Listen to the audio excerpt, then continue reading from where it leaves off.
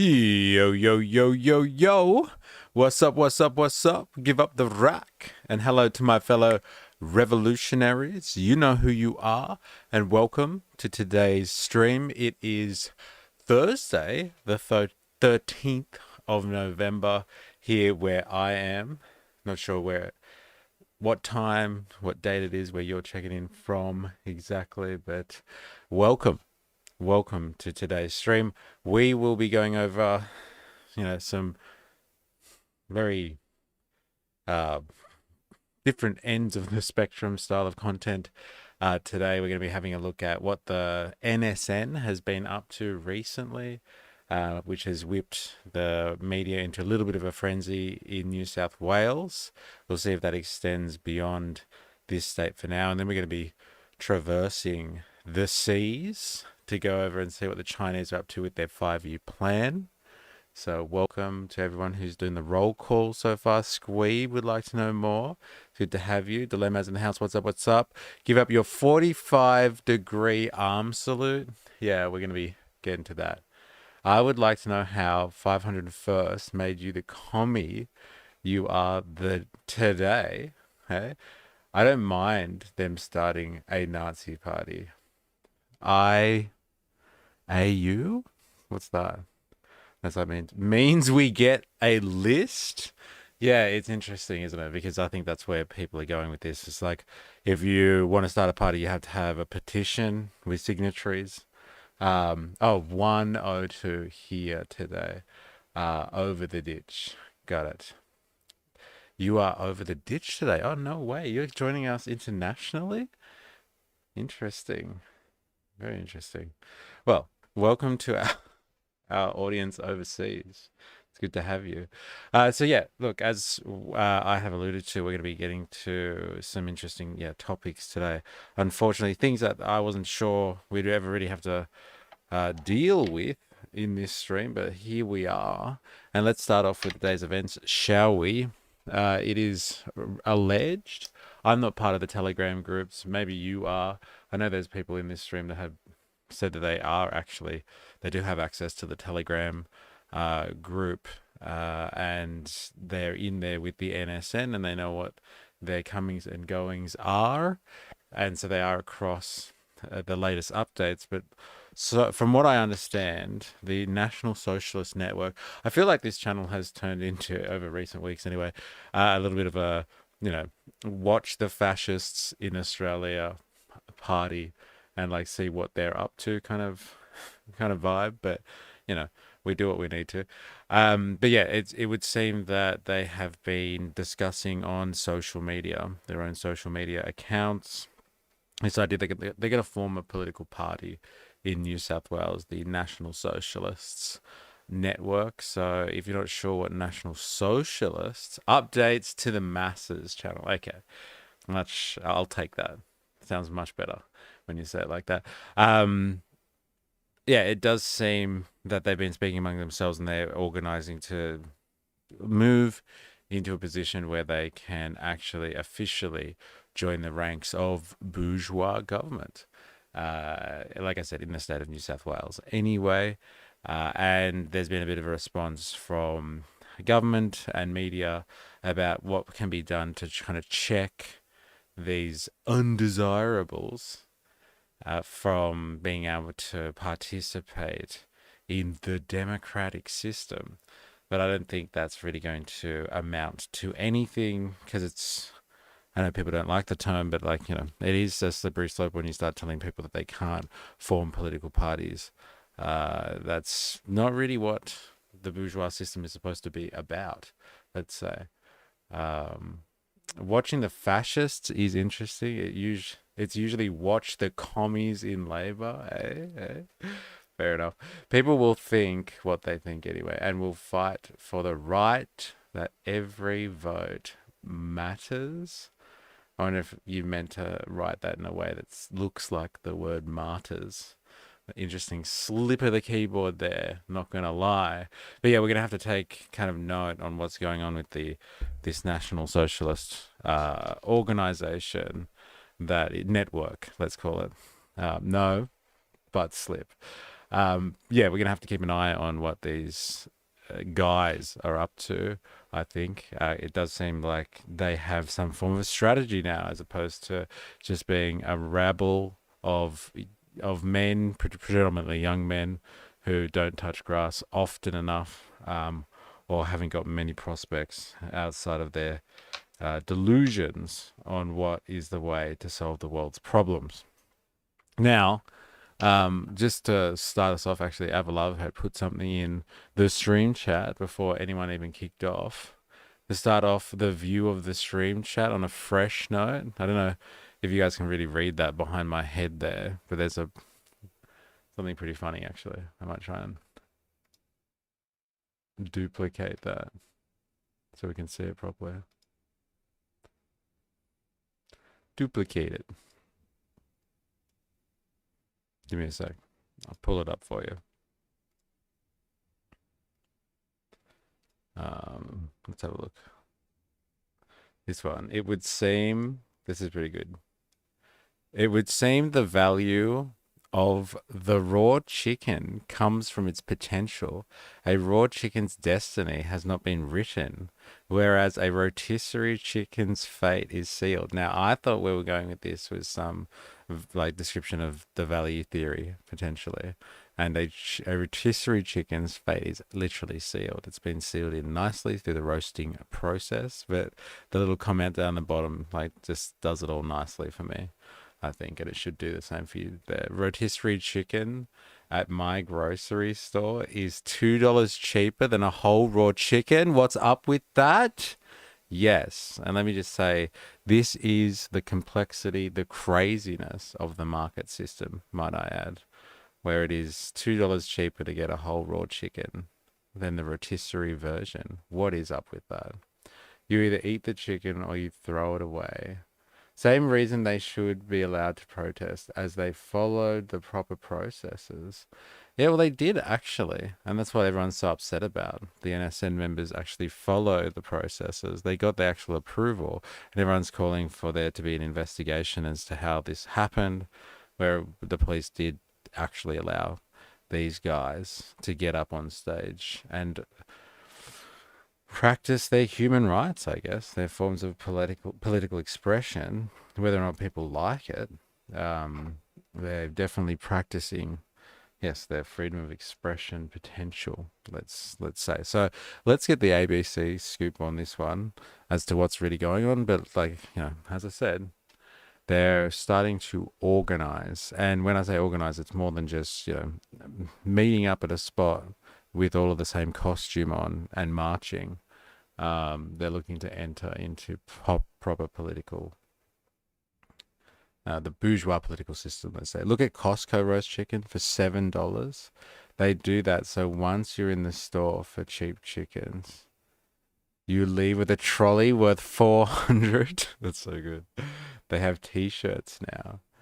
Organized. Yeah, they have t-shirts as well. Oh my God. All right, let's get across the drama, shall we?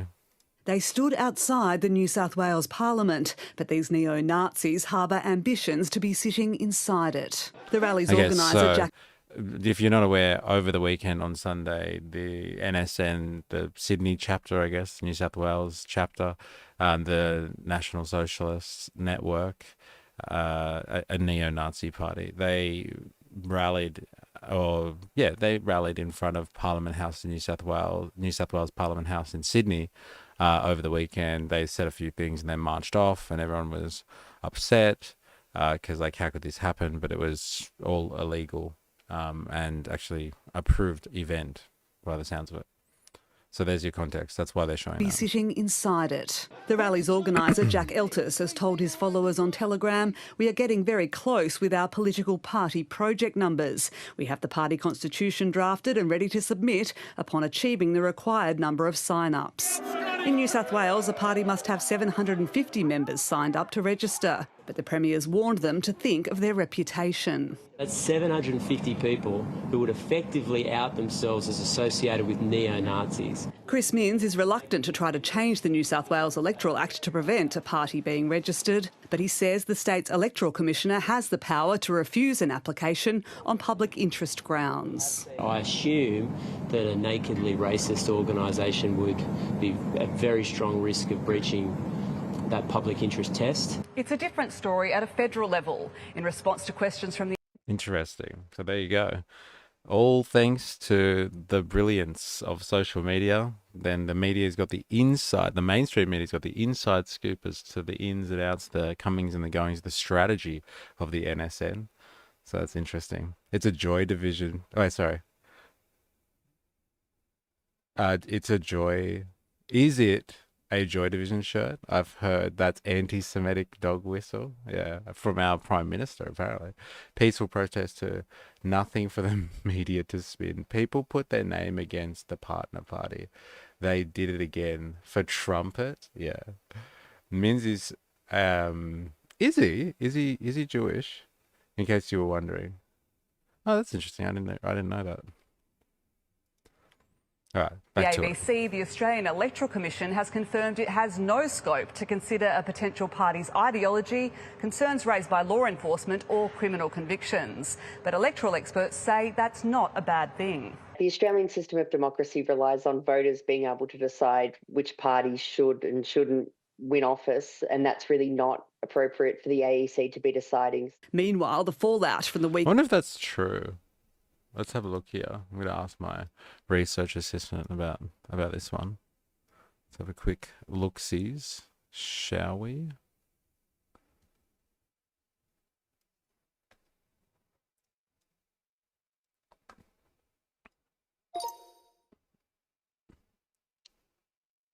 Does the Australian Electoral Commission have any type of restrictions on who can form a political party in Australia?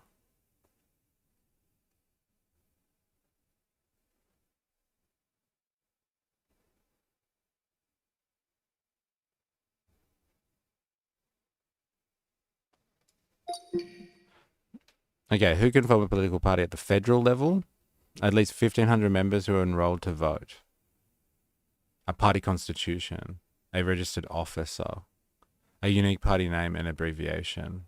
A membership list verified by the AEC. And party payment of registration fee, currently $500.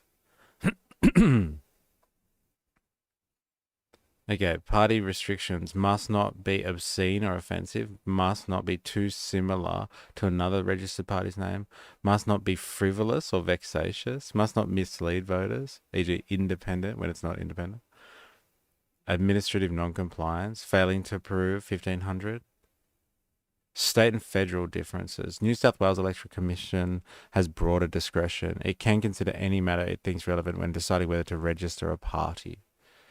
Interesting.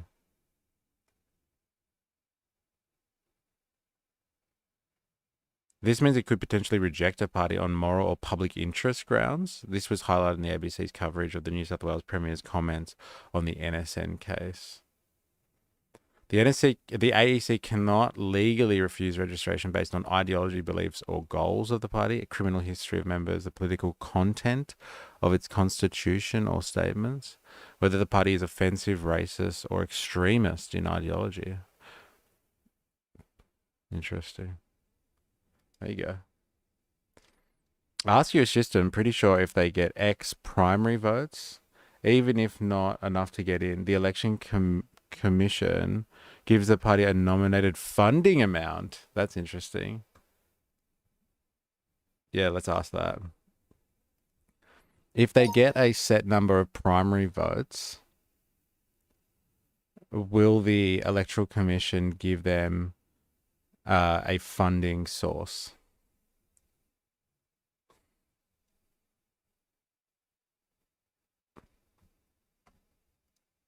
Who can get public funding? They must receive at least 4% of the formal first preference primary vote in the House of Representatives electorate or a Senate contest. 4% threshold applies per candidate or per Senate group. how much funding they get. For example, if the party's candidate gets 10,000 primary votes and it passes the 4% threshold, the AEC would pay roughly 10,000 times $3.25, so it's 32 grand, 32.5 grand in public funding. There you go. So if they get enough votes, that's mental, isn't it? They can get some funding to then reinvest in their political aspirations. That's pretty crazy. What an interesting little piece of information there. Well. I agree, let them run. I agree with more of their policies than I do Labor and Lib, which is a sad indictment on just how badly the majors don't represent their tax base. If the uni party would kindly step out of the 1992 era politics, that would be great. Good vid is Hayes saying going through One Nation's policies makes the majors look uninformed about what the people really want. Government-funded Nazi party. Yeah, that would be a crazy world, wouldn't it? Far out. That would be a crazy world. Interesting. All right, let them finish. Ken's rally continues in New South Wales, where police have come under scrutiny for not trying to prevent it. I've asked my legal team subsequent to this to give me an opinion on what grounds we would oppose it on and what the likelihood of success of that opposition would be. The government's hoping to expand a ban on Nazi symbols to include chants and slogans before Parliament rises for the year next week. Sarah Geraghty, ABC News, Sydney. Interesting. Very interesting. So this is happening. Like, this is the way that, I guess, if you were going to do this in the traditional German Nazi sense, this is how it happened. They were a social outfit, I guess you would say, first, and then they developed into a political party and then challenged power. They won a number of seats in the Reichstag, so they did win. They won some level of representation. I guess the popular belief is that they actually got into power because they were voted into power, but they were never actually voted into power at all. But they did march on Parliament and they did have significant support at a certain point. And then they were able to use that to gain the power. But they didn't actually ever get voted in, which I think is a common misconception. They were politically active, the original, like the German Nazis, but never got voted in, which is interesting. As Parliament resumes for the So I just want to get another kind of look at how the mainstream media is kind of presenting this today or at the moment. So we just looked at the ABC, which is ostensibly, a government-funded organization, so it's supposed to be impartial. Good one. So let's check what the corporate media in Australia has to say about this, shall we? As Parliament resumes for the final time this year, our state leaders have continued to come under fire over the police-sanctioned neo-Nazi rally at the weekend. Why is it so quiet? But as they debate how to ensure those ugly scenes aren't repeated, it has been revealed the White Australia group is now trying to get a seat in the room. The White, I think that's what they've said that they're going to call themselves as well, the White Australia Party or something like that. So it's not overtly, they're not even going to use the Nazi terminology or the National Socialist terminology. Like, it's pretty on the nose, right? The NSN probably is government funded, LOL, kind of like BB funding Hamas to control the height of the flame. Hey, that's some big conspiratorial stuff you've got going on there, Dilemmas. Hey, how dare you say BB is funding Hamas, hey, to feed his own aspirations in the region. Interesting. All right, let's go. Back to it. 80 years ago, the world said never again. But here we are. Neo-Nazi groups at Remembrance Day services in Melbourne and on Saturday at a police-sanctioned protest outside our state parliament. Soon, they could be inside it. The group recently meeting, they claim, to discuss the formation of a political party. They are not people that should in any way, shape or form be reflective of the great nation that we're so lucky to be part of. If you're a democracy, It's going to be inevitable that people are extremists. You just have to be able to manage them appropriately. But it's the management of them that police and the government continue to come under fire for. Was she asleep at the wheel yet again, or did she have procedures in place? Leader of the opposition, that was an offensive remark. In September, the Deputy Police Commissioner stated the group was of concern and that police were constantly monitoring the activities of these groups, raising questions about why he didn't share details of the protest with his boss, leaving senior ministers in the dark as a result. They have apologised and I have accepted that apology, and we will absolutely make sure that if that group puts in another Form 1, that I will be advised, Mr Speaker. As for whether current hate speech and protest laws are sufficient, I will be advised. I haven't heard the NSN talk about tax reform or enshrine rights. It's just if we had more white people and less brown, everything would be better. Bro, have you seen what the whites do? Yeah, I should listen to more of the trigonometry podcasts so I build my worldview purely after October 7th. LOL. Very good. Very good. That's funny.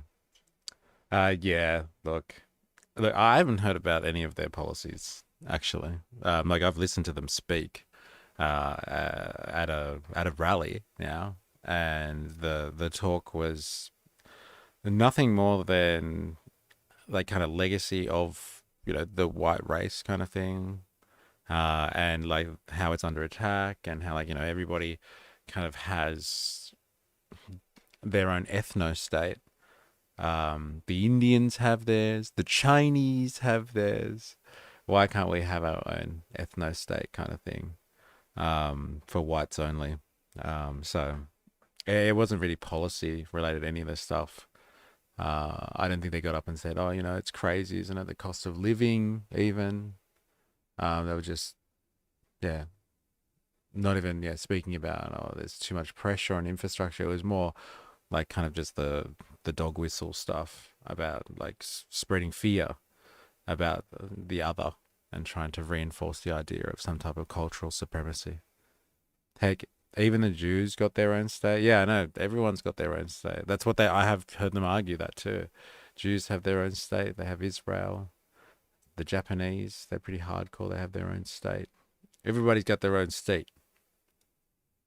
We stand by them and we are improving on them. Legislation will be introduced to the Parliament next week. We will be asking for the House's bipartisan, multi-partisan... Good luck.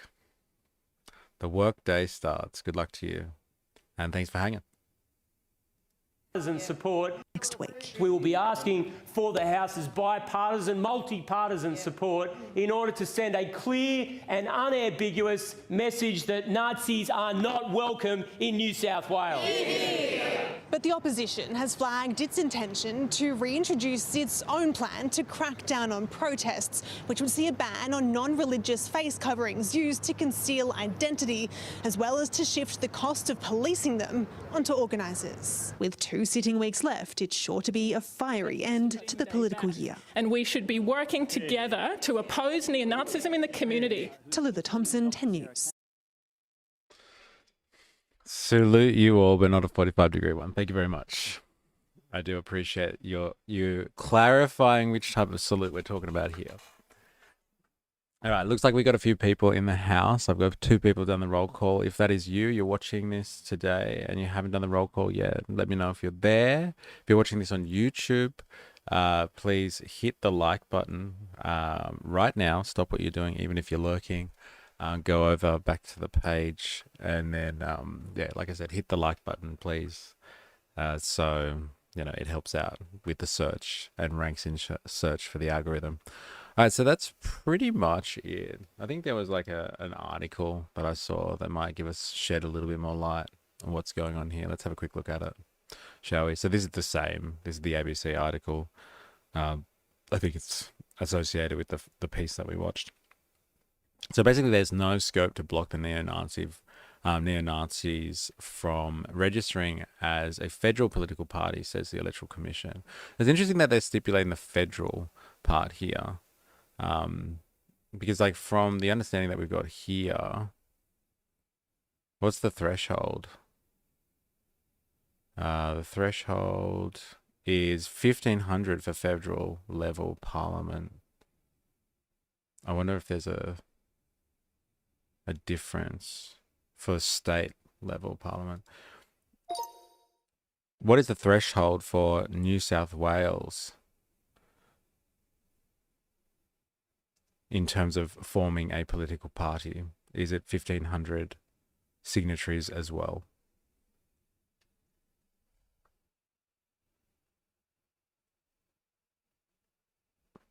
It's 750. So that's what they were speaking about in the piece. So you need 750 members who are enrolled to vote, a party constitution, a registered officer, a unique party name and abbreviation. The registration fee's $2,000 in New South Wales. Isn't that interesting? It costs less to register a federal party than it does a state party. My God. There's no ideological restrictions on that. The New South Wales EC. So the New South Wales Electoral Commission has broader discretion. So they could decide it's not in the public interest to have a neo-Nazi party, I guess, in Parliament, or like running for Parliament anyway. And they could knock that one back, which is interesting to think about.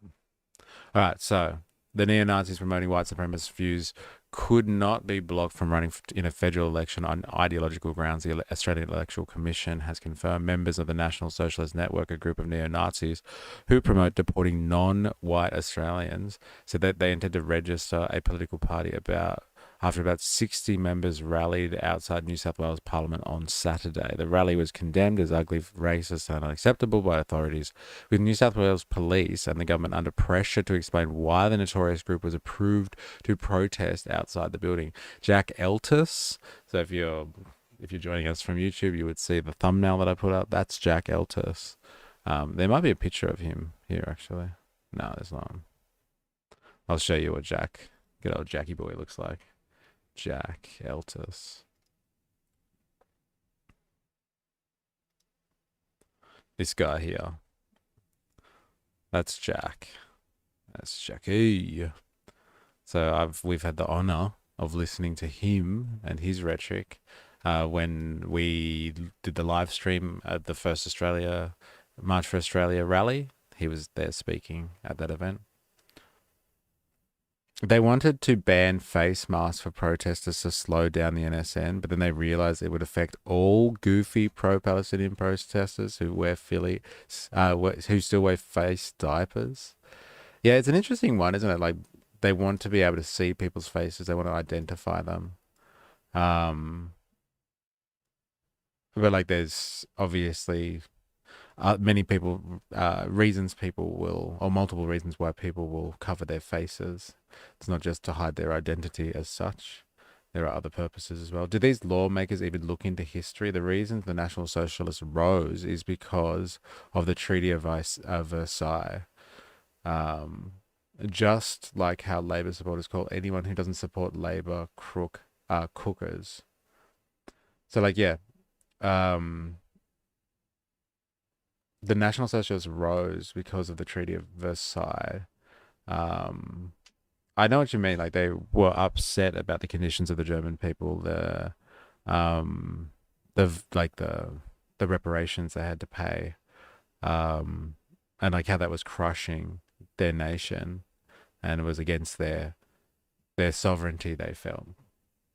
So like stuff like talking about trying to ban them from joining political parties, I guess, is the type of fuel that these people need to demonstrate. Because you hear in their rhetoric when they do their speeches and stuff like that, you hear them saying, "Oh, look, everyone's out to get us. The mainstream media, the government, they're all trying to shut us down." So like any of these laws that they're going to change or bring in to try and curb them as much as possible, police investigations, legal counsel to try to get them to stop doing what they're doing, is the type of fuel that they can use to justify their existence and recruit more people. It's an interesting predicament, that's for sure. Jack Eltis, who described himself as a leader of white Australian New South Wales posted on social media messaging platform Telegram that the group was very close to having required the numbers to register a political party. We have the party constitution drafted and ready to submit upon achieving the required number of sign-ups. I wonder what their constitution is. My God. The AEC told ABC it could not block the group from registering based on ideology. In a statement, an AEC spokesperson said that it had no scope under the Commonwealth Electoral Act to consider the following issues: party ideology, related insignia, concerns raised by law enforcement, or individuals with criminal convictions. Instead, the spokesperson said that the governing body could only block parties with names that were obscene, frivolous, or vexatious, were more than 6 words long, or could be mistaken for another party. Another group wishing to become a non-parliamentary party, a party with no sitting MP or senator, needed to prove it had 1,500 members, submit its constitution, and pay a $500 fee, which we've already looked at. Grey area around obscene name rule. The National Socialist Network had suggested running under the name White Australia, but had not yet applied to the AEC. Australian National University lecturer in the School of Politics and International Relations, Jill Shepherd, said there was a grey area about what constituted an obscene name. The AEC will be hoping desperately that they don't have to make this decision. Dr. Shepherd said the AEC historically took a low intervention approach and left decisions about which parties should be in office to voters. If voters decide a party is too ideologically unpleasant, then they won't vote for them. Well, that's supposed to be how the process works, right? Well, if you're saying you agree with more of the policies than with Labor, then that is pretty cooked. I'm sorry. There you go. Calzone, how you going? Welcome. Min says New South Wales could block neo-Nazi party.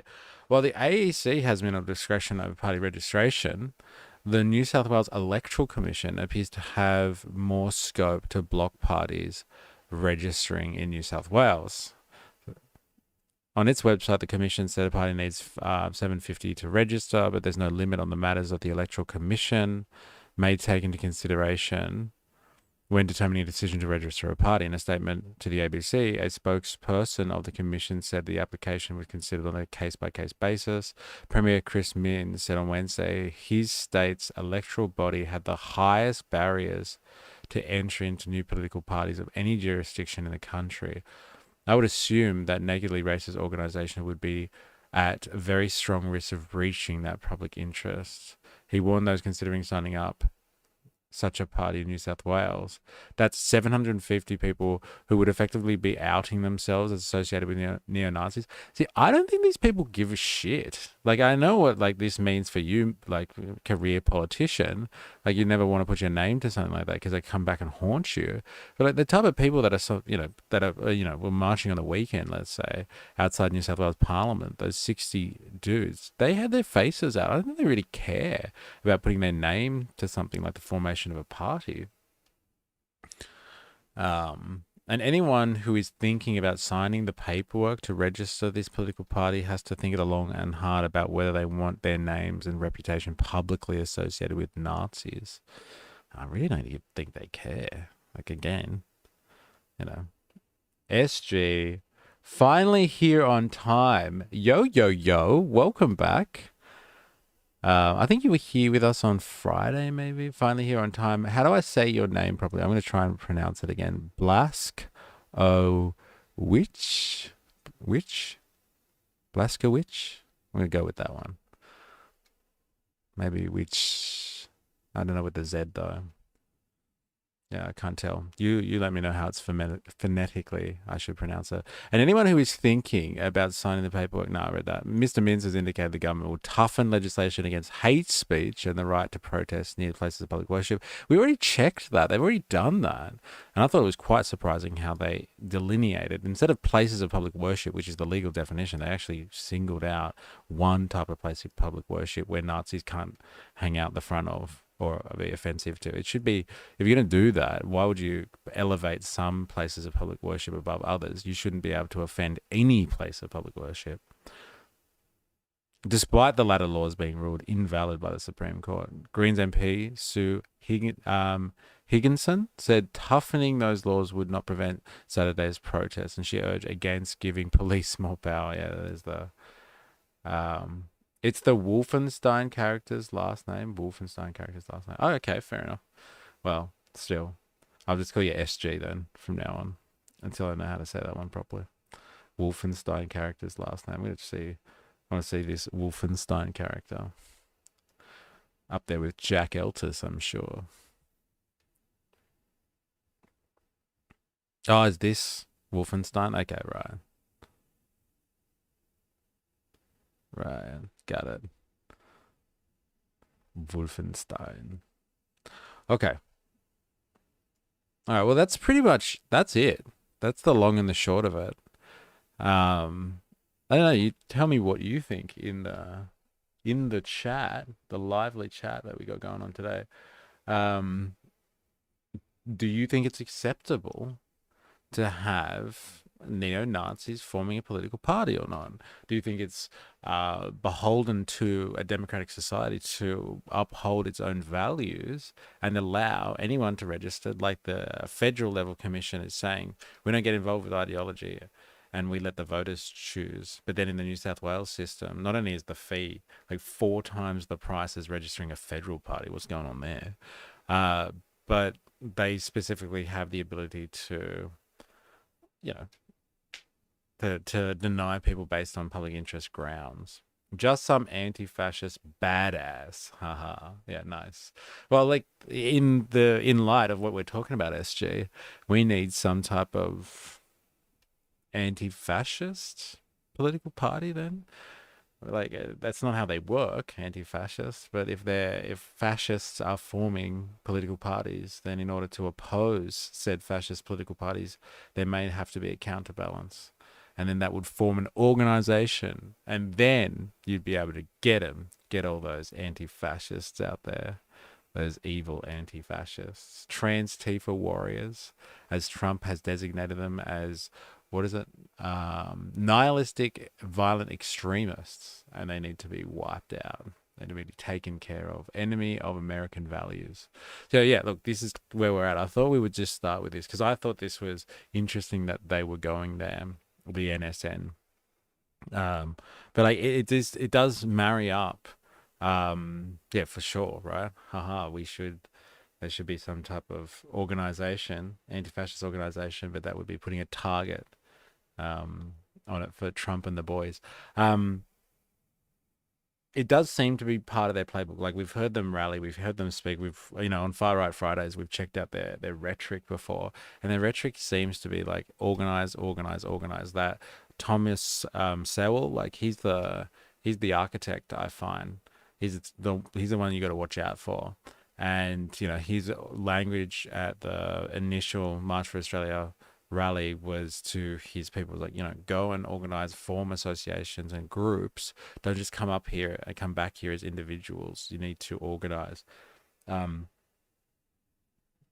They understand the rhetoric of politics and like political agitation. It's not just individuals that rock up and get things moving. Because they're all pissed off and they wake up on the same day and they're all upset about something. It's definitely not that. It's more so this idea that you get together and you organize stuff and then people coalesce, they're drawn in, like gravitational pull, if you will. They're drawn into the organization and then the organization is able to wield power. So they understand that, and that must be why they're moving on forming political parties, because once they get some clout behind them, if they ever got a seat or anything like that, some type of justification, then there comes forms of political immunity that come with that as well. So they can't be deplatformed exactly, and people have to start taking them a little bit more seriously. But time will tell. Time will tell. Now we're going to shift gears to something that I think is more important on the global stage. Let me just put it like that. Not to kind of, take away from the seriousness of having neo-Nazis that are considering real political movements now. But we are going to have a look at China.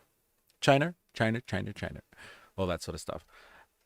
China has recently, or the CCP has recently come out with its new 5-year plan. So that's what we're going to have a look at now, which I think is going to be really interesting. They're using the tactics of the American Nazi Party, get headlines and to drive recruitment. And it's working. Like, I hate to be kind of the vehicle for that, but like, it gets people talking about it, and like that talk gets some exposure. And then they do stunts like what they recently did on Remembrance Day.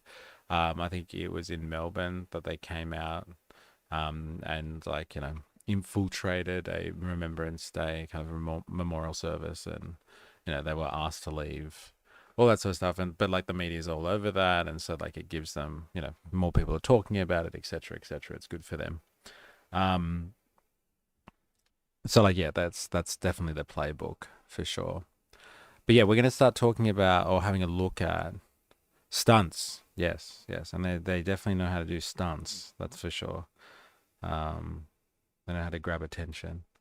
But yeah, we're going to start talking now, or having a look at, which I think is quite important. The Chinese have recently come out with their new 5-year plan. So I'm not sure how acquainted you are with kind of socialist economics, but like many of the socialist experiments, let's call them, of the 20th century, built around this notion that in order to not only liberate their people and bring them into the 20th century by the fact that they had their own self-determination, that could only be done on the back of the economic grounds as well.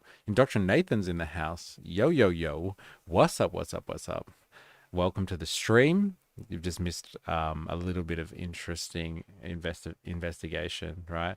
Give up your chances of bail by Nazis saluting the press. Interesting. Very interesting. Yeah, so obviously you're across it, but yeah, we were just speaking about how the Nazis have been, the NSN, the National Socialists, call them properly, have been organizing, or potentially are going to form a political party. I think in New South Wales Parliament. It might be a federal thing as well. We'll find out. Did you see the video of old Tom? No, I haven't. I haven't actually. Is this like you're talking about Tommy Sewell, right? I haven't actually seen anything recently of his, if that's what you're speaking about. But yes, we're gonna kind of change gears from this topic and look at China's economy now. So this is grab a link for me, please.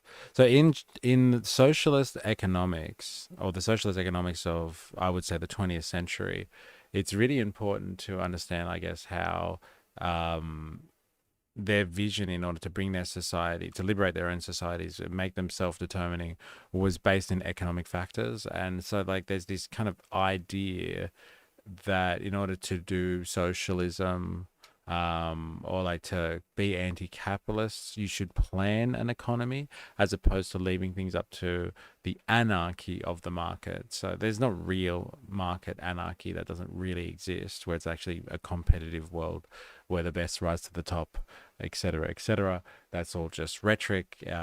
But in a market system, you kind of just let the private industry or the private sector dictate whatever the market desires, whatever the consumers desire, whatever the world needs to survive, basically.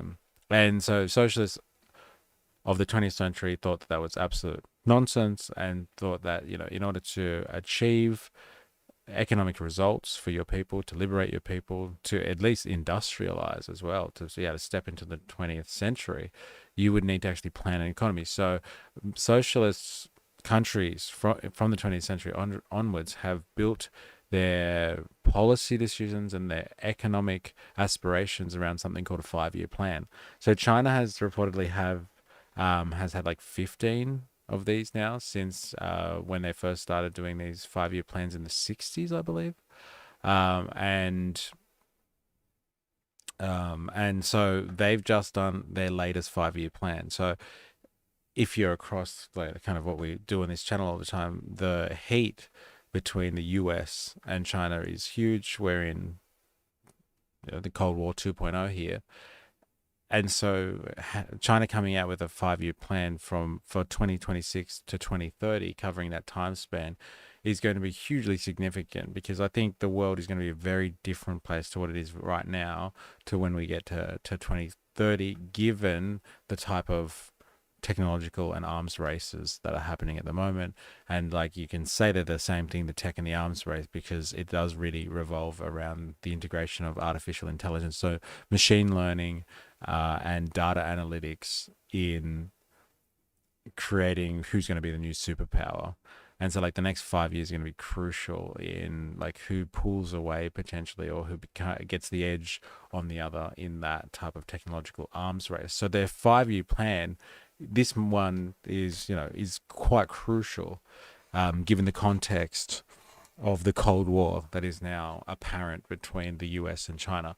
Before, their 5-year plans have been significant because they've been able to, re-establish themselves on the world stage. They've been able to rapidly industrialize their country, bring mass prosperity to all of their people. They've been able to even save the world economy from things like the GFC. They've done incredible things with their 5-year plans. But like this one is significant because, this kind of gives them the trajectory to deal with Cold War 2.0, and like how they're going to handle economically anyway, how they're going to handle the pressure that they're getting from the Trump administration at the moment, and like some would describe a dying but dangerous US empire. 2 minutes long. Also a lot more than just a salute. Okay, America out there fighting socialism while Trump goes socialist with 2K payouts from tariffs and wanted 600,000 Chinese students in. LOL. The MAGA base is pissed off. LOL. Interesting. Yeah, I heard about he wants to give payouts from the tariffs, but the 600 Chinese students. All right, let's have a look.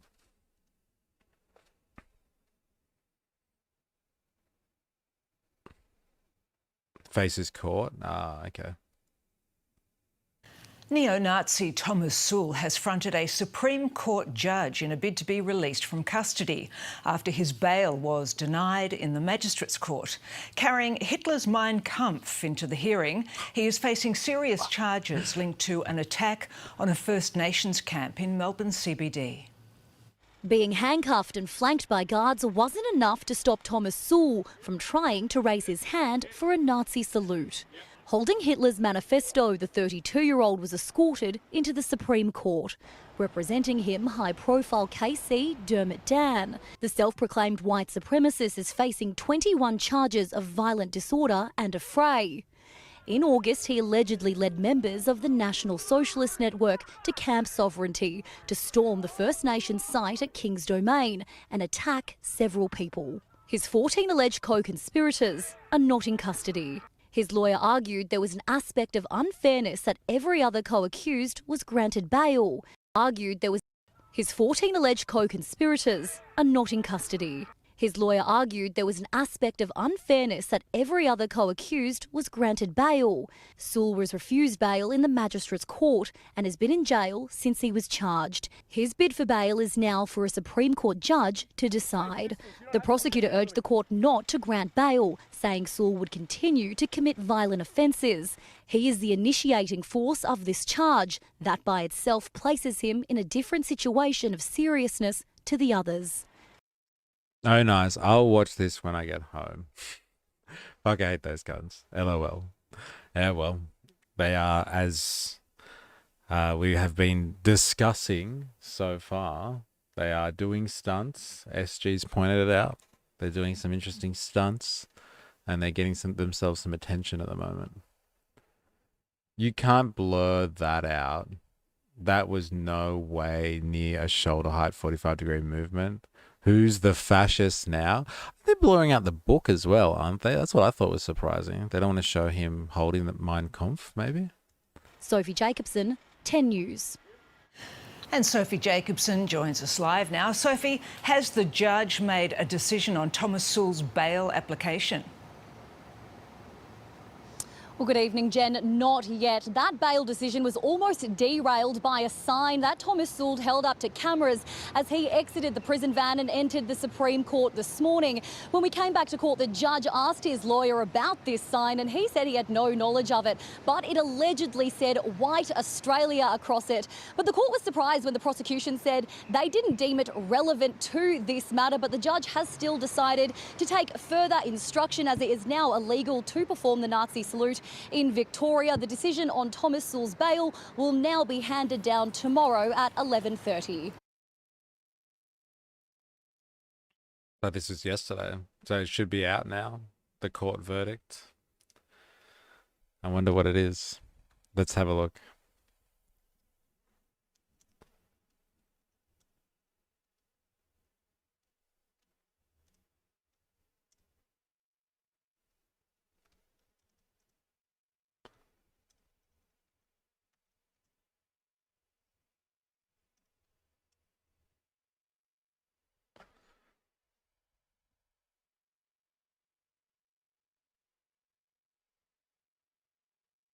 No, nothing yet. Oh, not from our research assistant anyway. Interesting. Didn't Hitler ban books? I don't know. Don't look into it. Look at this caravan with a convenient list of Jewish targets inside. Yeah, interesting. It'd be okay if they locked him up forever, but they never would. Yeah, I've heard people like on like TikTok and stuff just say, just lock him up, throw away the key kind of thing. What's this? There's a clip. Oh, I have to have a look at this now. Good reaction. Let's have a look.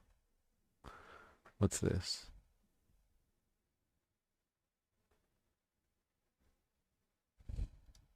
Oh, this is a clip from this. Was denied in the Magistrates' Court. Carrying Hitler's Mein Kampf into the hearing, he is facing serious charges linked to an attack on a first... Oh, fuck. It's good to see live reaction there. Not live reaction, instant replay. Let's see that reaction one more time. All right, like I said, thank you for letting us know about that. It's always interesting to get the updates on what's going on with old Tommy. As he stirs the fucking pot. Let's see if he gets out on bail because he's going to be registering new political parties, it would seem. The sign said White Australia. I wonder if that's a nod to their New South Wales counterparts who are looking to start up the White Australia Party. I wonder what the connection is there. I guess we'll find out. Yeah, we can clip you to help content on the channel. I've seen another clip. I think that you put something maybe on Discord. Yeah, you shared something on Discord recently of a clip. But yes, thank you. I appreciate that. They're keen for a China 5 plan chat. Yes, this should be interesting. Because, yeah, they do a lot of these economic plans. They're very integral, obviously, to the way that they do things. They pride themselves, obviously, on not being a bourgeois-style system of governance. Governance, particularly, I'm not saying democracy there. I'm just saying bourgeois style of governance. Bourgeois style of governance is to have multiple, like pluralism, have multiple parties all competing, whether or not that's real or not. Like, really, we just have kind of two parties in a lot of systems, or like a handful of major parties that vie for power, and everybody else kind of sits on the fringes if they ever get anywhere close to it at all.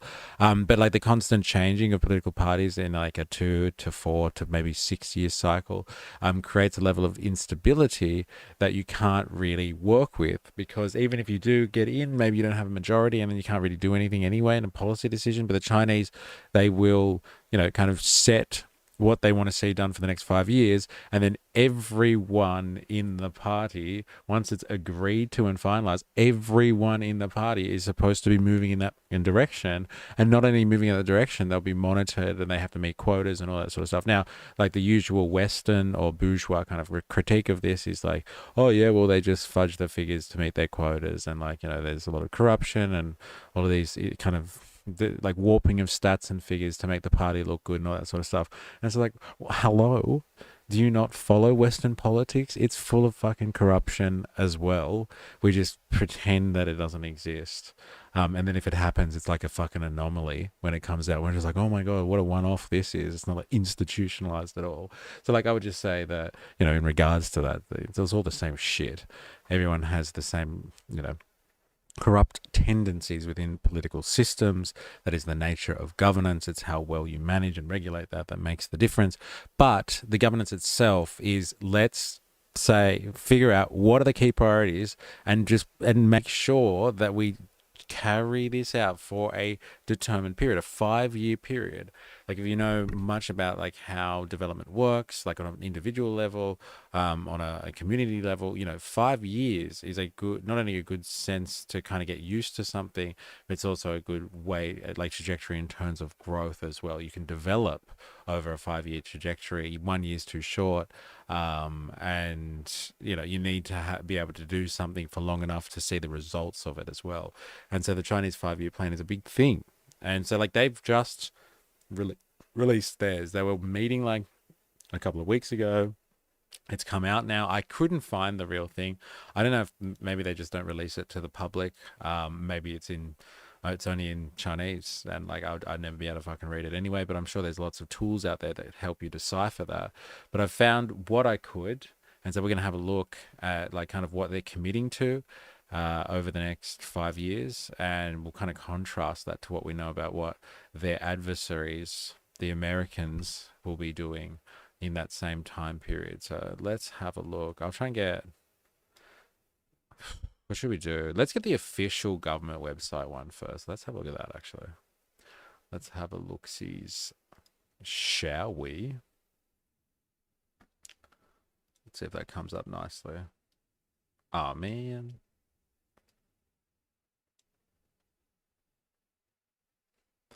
That sucks. All right, well... So this is the key recommendations document, outlines the priority in China's next 5-year blueprint. And so this is from english.gov.china. So this is the State Council of the People's Republic of China. So this is the official government website and their media release, basically their English media release about what the 5-year. So these are the key recommendation documents, outlined the priorities in China's next 5-year blueprint. So Beijing, October 24th, a document of recommendations from the Central Committee of the Communist Party of China has sketched out China's development priorities. Yeah, I wish I could get a proper reach on that, but I can't. This is as good as it gets. I do apologize. Objectives and social development in the next 5 years, a key period for basically achieving socialist modernization by 2035. So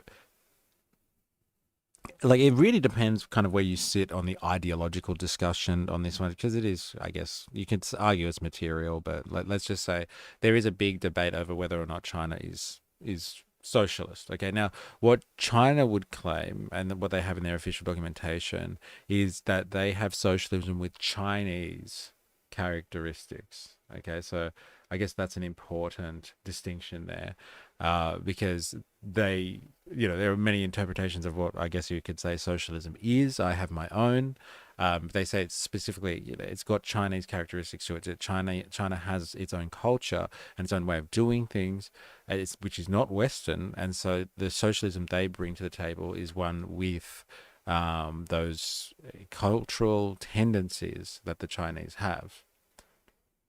It also helps people wondering to get a vibe of the channel without having to sit through a full VOD. That's a good point, actually.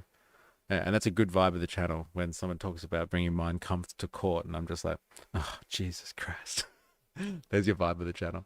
China 5-year plan is built on Aussie resources. Yeah, well, That's how the capitalist world works, man. It's called international trade. Okay.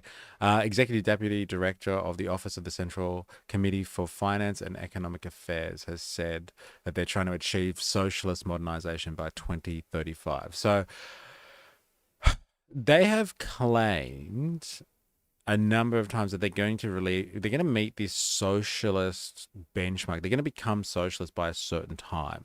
And so the time frame that they've put down is 2035. I think they're going to kind of get to being this full socialist aspiration as well by 2047. And 2047 is obviously 100 years since the Communist Party first kind of took power in China, established itself, etc., etc. And so, like, the 100-year mark is obviously a big thing, a centenary kind of celebration of communism in China. And so, like, socialist modernization is different to, I would say, to achieving socialism. I think what they're saying is that they're going to be able to modernize their country in such a fantastic way that, everyone else is going to be kind of in awe of their achievements, and it's all going to be predicated on a socialized economy. Maybe not a socialist. I know that sounds like semantics and I'm splitting hairs or something, but like a socialized economy. Australia has a relatively socialized economy. We have socialized healthcare, for example, and we have social services, as opposed to leaving everything to the market.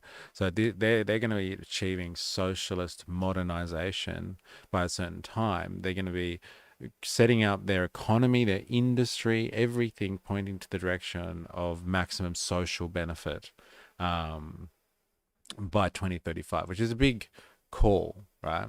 China is a tap. They can turn the tap to hot for capitalism or cold for communism. He made the remarks at a press conference on the guiding principles of the just concluded fourth plenary session. Wait,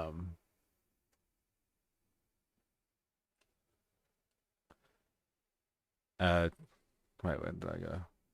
A fourth plenary session of the 20th CPC Central Committee, at which the participants deliberated over the adopted recommendations. The document is the most important outcome of the plenum and is expected to mobilize further efforts to advance Chinese modernization, said Jiang Juquan, head of the CP Central Committee Policy Policy Research Office. Okay, so here I believe the points of the plan, but like we're gonna try and get to what they're focusing on. So the 15th five-year plan has given top priority to building a modernized industrial system and reinforcing the foundations of the real economy.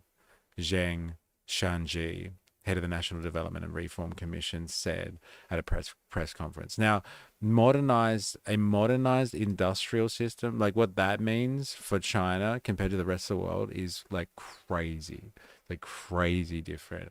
Like, I don't know if you've seen footage of what it looks like in China with some of their technology and the way they integrate that into industry. Like, just have a look at some of their port systems that are fully automated.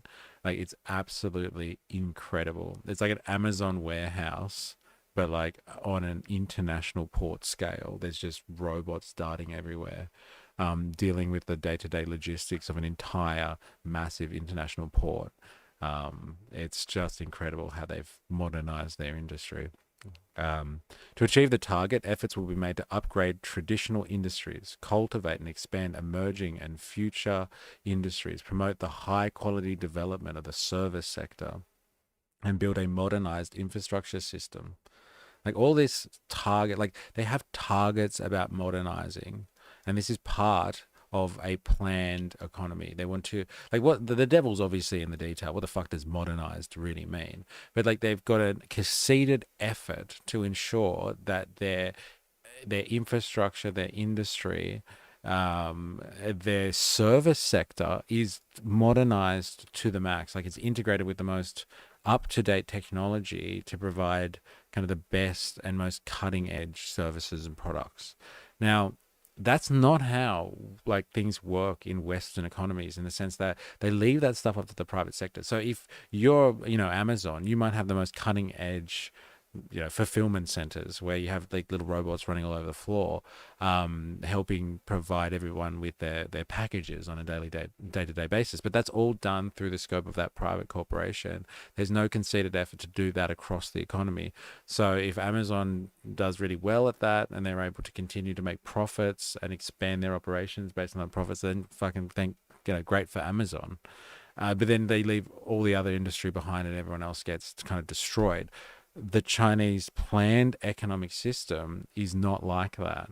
They will look to subsidize and use not only their state-owned enterprises, but the levers of power that they have within the party itself, the government structure, to allow a lot of people to modernize with state assistance. So everybody kind of moves on that trajectory together. There'll be winners and losers, but like they support everybody in the effort to modernize, and that's the planning of the economy there. China wants that high-end manufacturing that made Australia what it is today. Meanwhile, America wants their population to manufacture widgets.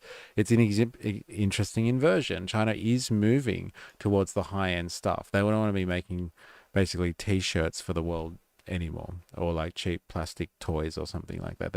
They're moving to a high-end economy, and they're moving to finance as well, which is interesting. They're going to muscle in on London and New York as the centers of finance for the world economy. They're not going to do that straight away, but they're muscling in on that territory. They understand finance capital is the way that you move and get big projects off the ground. The recommendations have outlined that China will promote the upgrades of key industries, consolidate the international competitiveness of sectors such as chemicals, machinery, shipbuilding.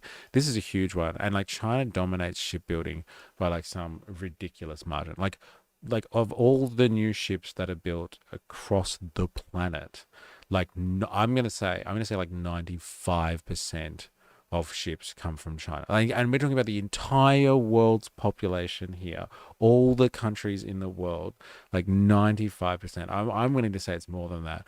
They do all of the shipbuilding.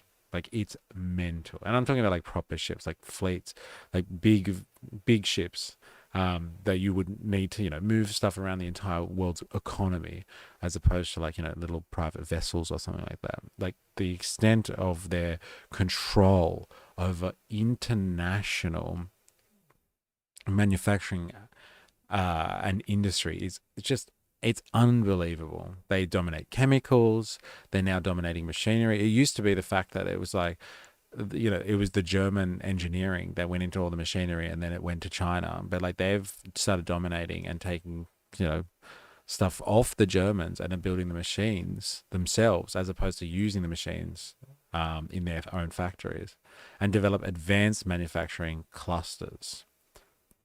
Efforts will also be made to accelerate the development of strategic and emerging industry clusters, including new energy, new materials, aerospace, and low-altitude economy, and to foster future industries such as quantum technology, biomanufacturing, hydrogen energy, and fusion energy, brain-computer interfaces. That's some scary shit.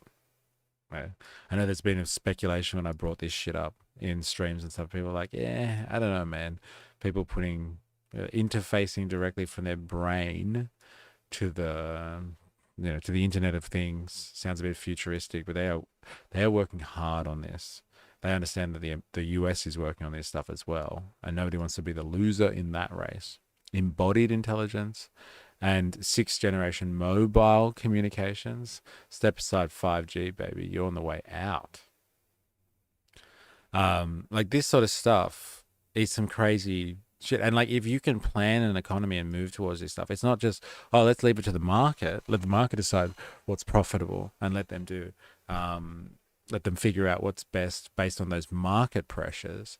It's like, you never know if you're big players that can afford to get into market like quantum technology and biomanufacturing and fusion energy, like whether they'll actually take that up. The trajectory we've seen since neoliberalism is that the biggest market players out there, the biggest multinational corporations in a Western sense, like they're not spending on R&D as much as they should be, or they could be, given the amount of money that they have. They just do a lot of share buybacks, and they do a lot of, predatory capitalism kind of stuff, where they just go in as private equity and buy out another company, hollow it out, and then, you know, resell it onto somebody else at an inflated price. They're not producing new value. They're not working on research and development. Exactly. I'm not saying that happens in all cases, but that's the tendency for private institutions.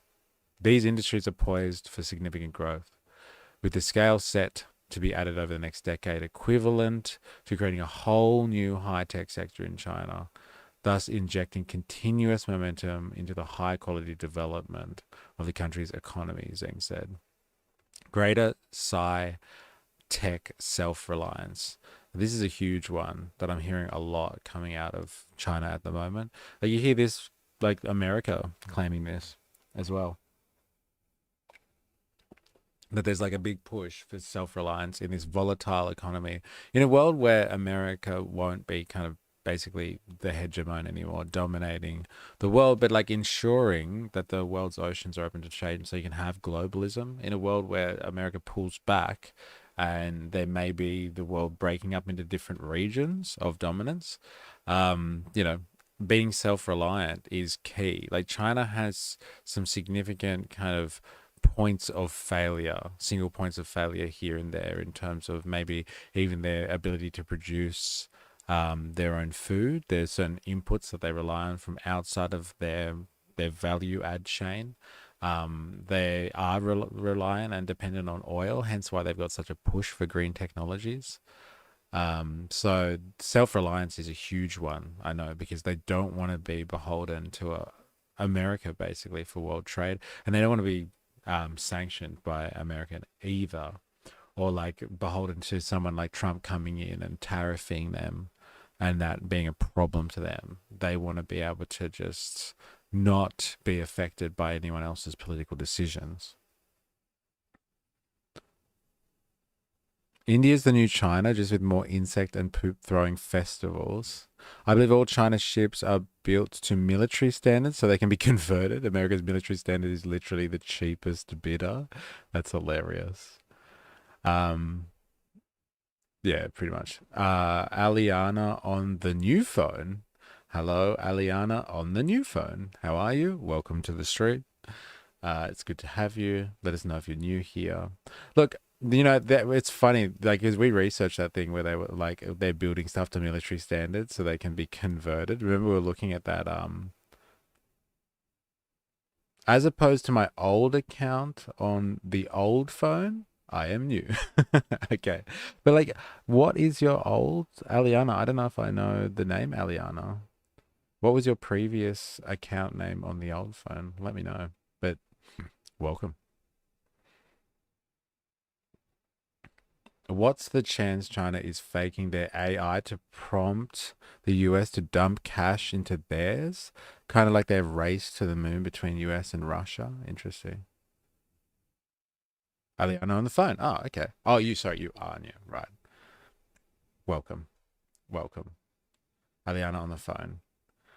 We are, if you're wondering what we're talking about, China's come out with a recent, their new trajectory for the next 5 years, their next 5-year plan. It's big stuff, because like China is increasingly dominant on the world stage. Now, I would argue that China is just, you know, it is the biggest economy in the world in the sense that the way they measure GDP, it takes into consideration things like finance and the stock markets and all that sort of stuff. And so all the American kind of value and GDP growth really comes from the financial sector, and like none of that is real value. It's like kind of speculative value. So when they have like big wins on the stock market, which could be destroyed at any time if there's some lapse in consumer confidence or some type of general crisis, again like the global financial crisis, then all their GDP will get wiped out of existence. But like, you know, China's actually making stuff, manufacturing. It has hardcore industries, so like you can't just wipe out kind of the GDP that it's actually producing. Its actual gross domestic product, like that stuff is real. It's not all speculative on a chart somewhere. And so like, you know, it is the largest economy because it actually makes things. and everybody, like basically the world really feeds off it to a large extent, the entire capitalist world.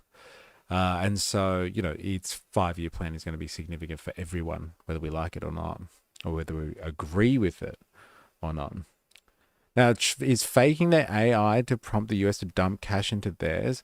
Like, it's an interesting trick, and like they've definitely used tricks in the past to get technology. But like, I don't know if they care too much about finance. So it might be a trick if you're talking about to get them to give technology or access American technology so they can win the race. But I don't know if they need the cash. They've developed their industry quite significantly. They needed that back in like, you know, the 70s and the 80s and stuff like that, and they got it. They got it for a large part. So yeah, China aims to achieve greater self-reliance and strength in science and technology, and steer the development of new quality productive forces. See, I love this. They use Marxist terminology. They use Karl Marx's words. So they are looking to steer the development of new quality productive forces. They want new tech. They want new things that add to the economy. So like new businesses, new industry, new resources, new labor. They want to develop their labor force to be able to meet their self-reliance needs during the 15-year plan period, according to the Minister of Science Technology. In line with these goals, the CPC's recommendation proposed arrangements for sci-tech, science and technology innovation, over the period in 4 areas: strengthening original innovation and core technology breakthroughs, promoting deep integration of scientific and industrial innovation, advancing the coordinated development of education, science, tech, and talent, and further boosting the construction of the Digital China Initiative. Let's have a look at what that is.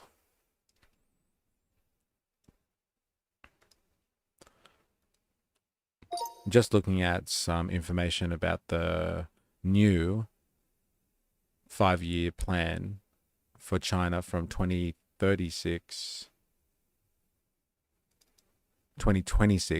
to 2030. And they have mentioned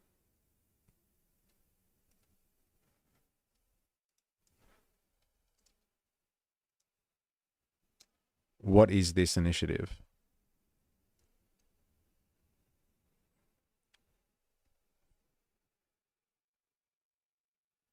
Here's a breakdown of the Digital China Initiative. The term Digital China refers to China's policy framework for digitizing its economy, society, governance, and infrastructure. It emphasizes the deep integration of the digital, so data, connectivity, computing, AI, with real economy, manufacturing, services, logistics, agriculture, and social life. Key elements: building digital infrastructure, networks, data centers, cloud, edge computing, treating data as a factor of production. Man, this is fucking crazy. Returnage. Welcome back. So this is what I was speaking about before in the context of techno-feudalism. If you were here the other day when we were speaking about techno-feudalism and all that sort of stuff, like I was, harping on massively about the idea that data is the oil of the 21st century. And in the information age, data is value. Data is now a factor of production alongside labor, land, and capital. This is huge. I wonder if Jag is watching this. Return. I saw a bunny. Okay. Data is a huge factor in production alongside with labor, capital, and creating unified markets of data. Advancing digital transformation in industry and manufacturing supply chains so that productivity is enhanced and higher value is realized. Using data to help you produce better. Like what you have in America at the moment, we watched this yesterday with Palantir. We watched Alex Karp, the CEO of Palantir, talk. What he's got is he's using the power of data analytics, the enormity of the power that Palantir has, such sophisticated data analytic technology, and they're using that to, what did he say? Kill their enemies. They're using that to help their military do stuff. They're using it to help surveil the population to find terrorists. and they're using it to kind of make bureaucracies more efficient. So, like, to consolidate government data. And, like, I'm not saying that they're not turning it towards industry or production or the commercial sector, let's say. Like, this is the key factor here, is they're trying to turn data into a valuable resource that can direct production as a factor of production, so they can get better at producing stuff to make themselves more self-sufficient. I hate the surveillance state. Right? Tell me about it. Fucking tell me about it. And it's only going to get worse, because we are going deeper and deeper into surveillance capitalism. So, strap yourself in. It's going to get worse. Especially if you've got a new phone there as well. Eliana. The new phone's not going to help. It's going to surveil you better. Edge computing? Is that like typing in a prompt but never hitting the enter key? Yeah. Forever edging. Edge computing. That's hilarious. So it's just the integration. Digital integration. They're just across this stuff. And I think it comes from the fact that they run their society and they believe in Marxist-Leninist principles. Now, leave the Leninism stuff there. Let's just focus on the Marxism stuff. They understand how the capitalist economy works. The capitalist economy works off value production, like producing real shit. And, like, China has become the industry of the entire world's economy. And so now they want to make sure that their industry, they already have the world by the balls in that sense. If they are manufacturing stuff for the entire world's markets, and everybody that is China's biggest trader, everybody that in the world economy that's a big player, China is like up there, if not their main trading partner. Like Australia, our biggest trading partner, China, Europe, China, America, China. Like, everyone has to trade with China because they control the production. Like, that is their understanding of capitalism. It all comes to who controls the productive forces, and China has that technology. So they've already got the world economy by the balls, but that's not good enough. They're now going to make sure that it's modernized to the extreme and then integrated with digital technologies to make it even more efficient.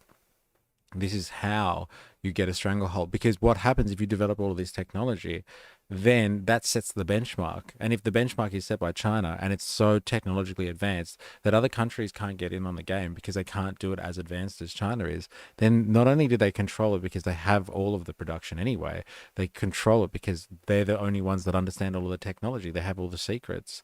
This is the way that you take over the world.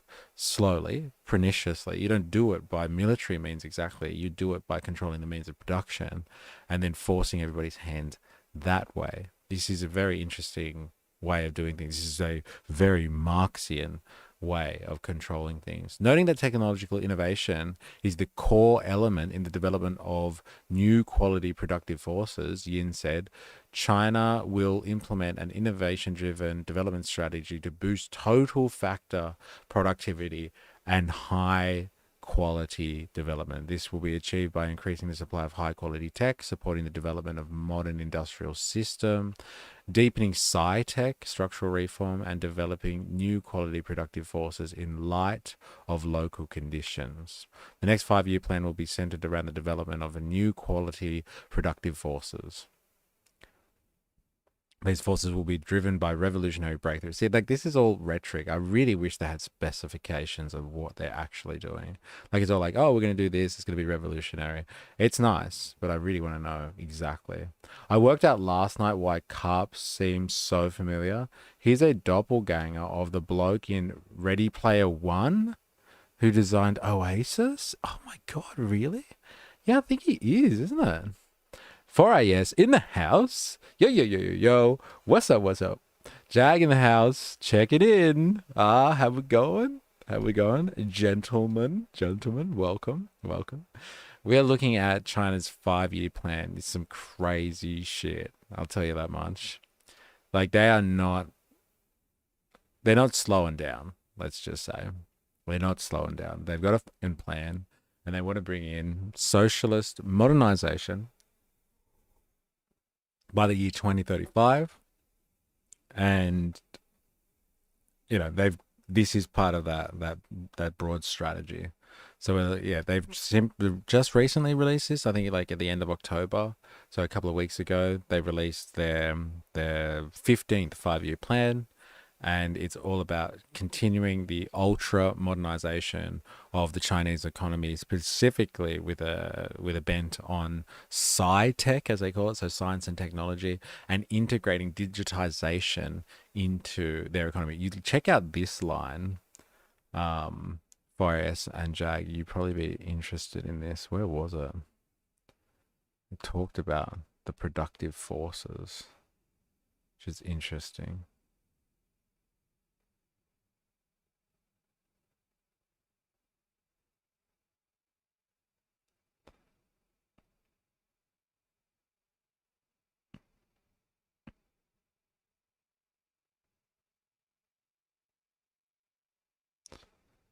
I might do a search then.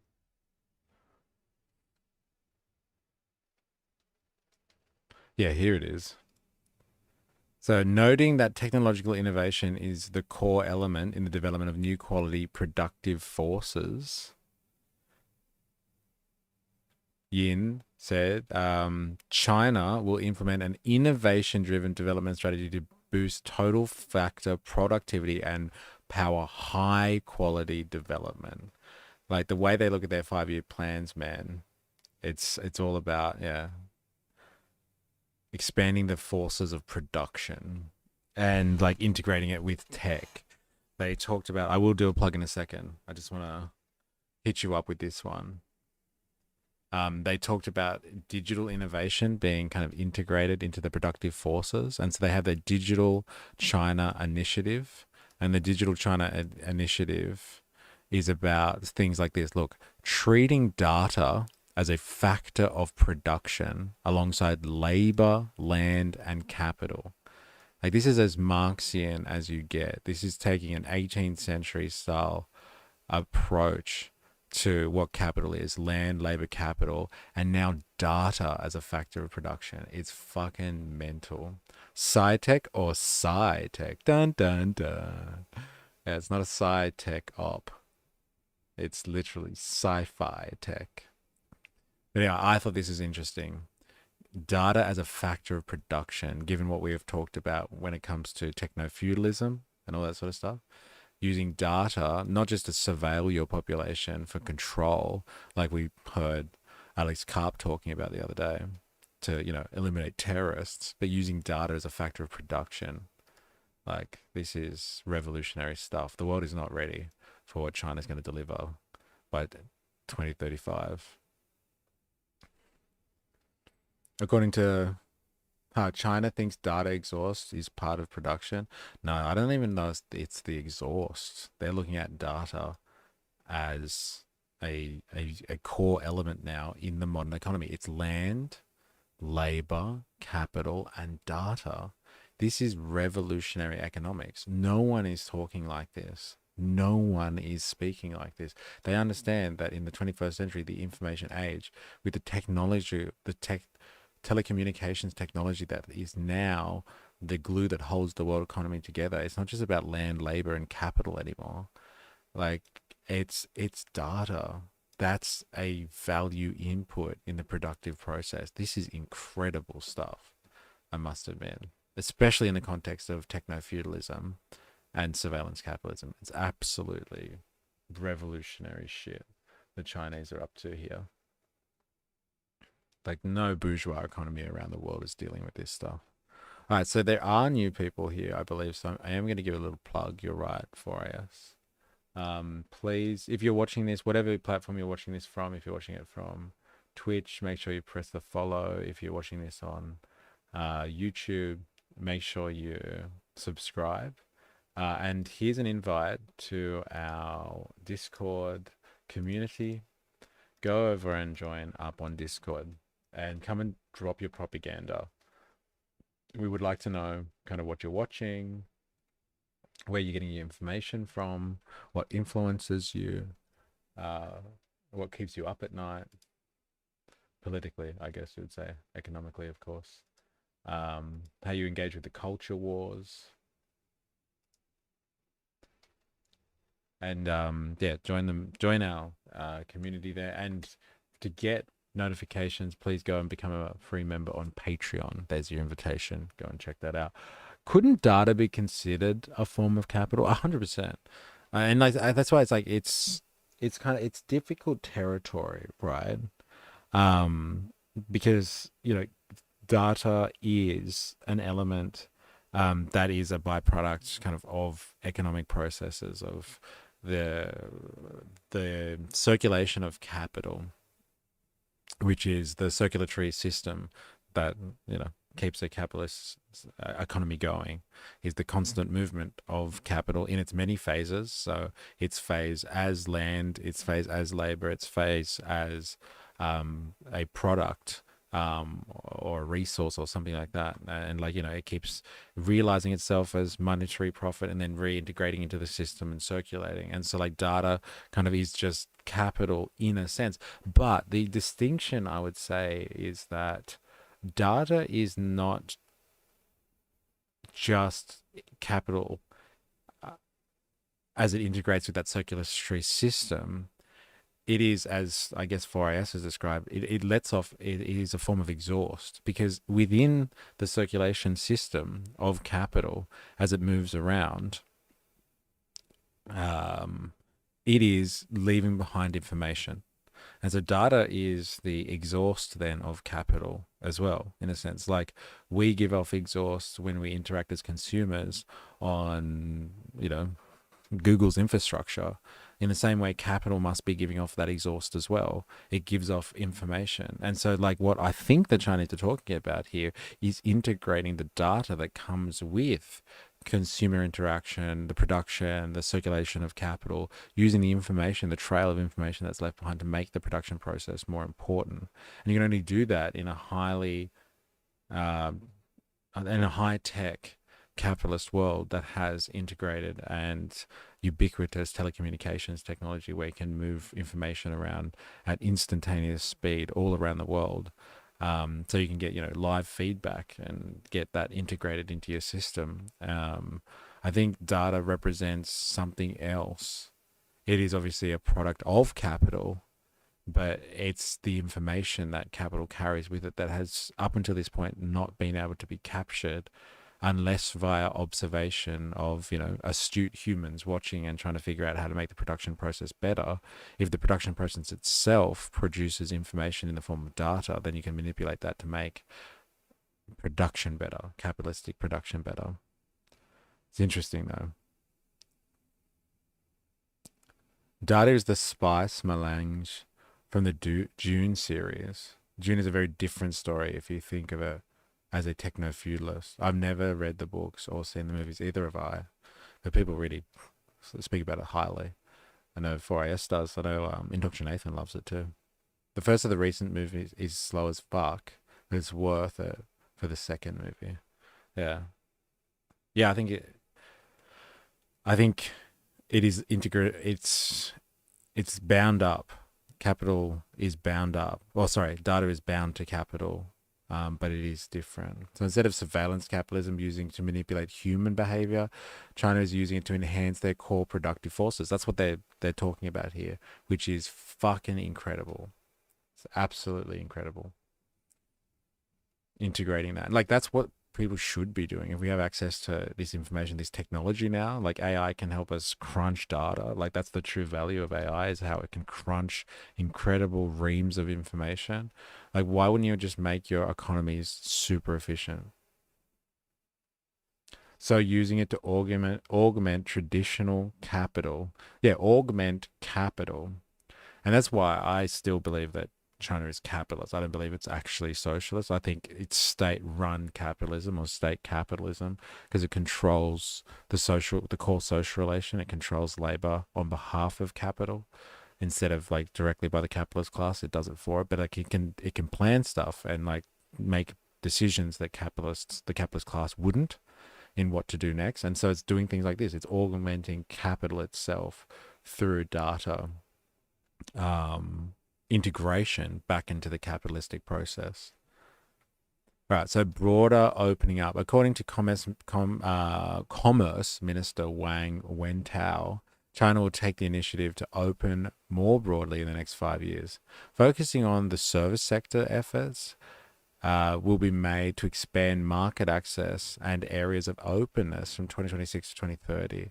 He said the country will expand pilot programs to open up its value-added telecommunication, biotechnology, and wholly foreign-owned hospitals while increasing the openness of the education and cultural sectors in an orderly manner.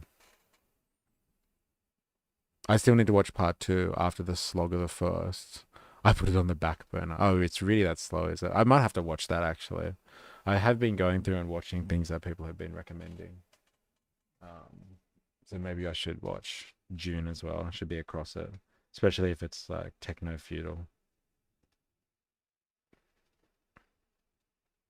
Like, again, I know that Indoctrinathan has spoken a lot about it. All right. It's worth it, man. Trust me. Okay.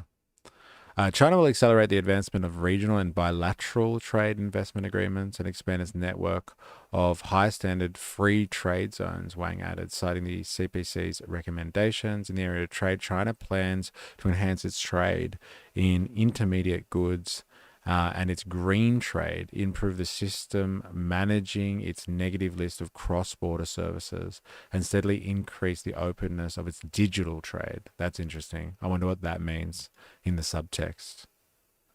The openness of its digital trade is like everyone's kind of been fearing the fall of the US dollar and what will that mean for the world economy. And like China is kind of sitting there with digital infrastructure. Its central bank has its own digital currency, and everyone seems to be really terrified of it. I think from a Western perspective, we get a lot of propaganda about how evil the a centralized digital currency is, and I think that a lot of that fear comes from the fact that Westerners are scared of what that will do to the US dollar and the US dominance, and so they don't want to talk about kind of this idea of a centralized digital currency, because it may be the end of Western financial domination as well. To create new advantages in attracting foreign investment, China will foster a transparent, stable, and predictable institutional environment. Investing in China is not an option, but a must, the minister said, citing remarks from multinational corporations. Next, when advancing the opening up or attractive investment, we will avoid the zero-sum approach that harms others for personal gain. Instead, we will focus on mutually beneficial and shared. So a lot of rhetoric here. So like you need specifics. It's hard to tell. China asked Japan how to embrace capitalism. They told them if you need 1,000 banks, you need 1,000 banks, not just one, etc. Then China got some Yanks to show them how to capital properly, then use it against them. Yeah, well, that's definitely how they developed. They've been cunning, that's for sure. All right, so that's the official documentation. I guess you would say the official media release on what the 5-year plan means and what it is. So it's all kind of outside the rhetoric of like, let's kind of communicate with the world and let's like advance that and modernize our industry. It's all loose. And like, it's hard to put your finger on what it actually means. But green tech seems to be integral in all of that. It's really interesting that I think as a dichotomy that the Chinese are pushing so hard on green technology and want to be the world leaders in that, while the West is collectively turning away from it pretty hard, led by the Americans, of course. Not all the Western countries, but like really hard led by the Americans to move away from green technology altogether. It's like these two documents are the antitheses of one another. You have the Chinese 5-year plan that's looking for progress and modernization and a push forward, lean into new development. And then you had Project 2025, which is like literally the opposite, which was trying so hard to revert to the conservative promise, which is just go back in time, like get rid of any of these promises of moving towards new technologies and more sustainable technologies, calling them all evil, green, woke nonsense, and then like cutting off any commitments to try and advance the technological situation and actually go back in time a little bit and be like, no, it was better before. So let's get rid of new technology. You have China on one side pushing forward, trying to literally modernize their economy as fast as possible and bring in quality changes, as they say, anyway, quality changes to their productive forces, where you have the US vision through Project 2025 and the current administration is to go backwards, like literally be like, no, we're not going to advance in new technologies that are potentially sustainable. We want to rely on older forms of technologies that are tried and proven. And so that's the two different types of logic. It's like, well, we already had the winning formula back then before everything got wokeified. So that's their ideological justification to stay still, to maintain the status quo.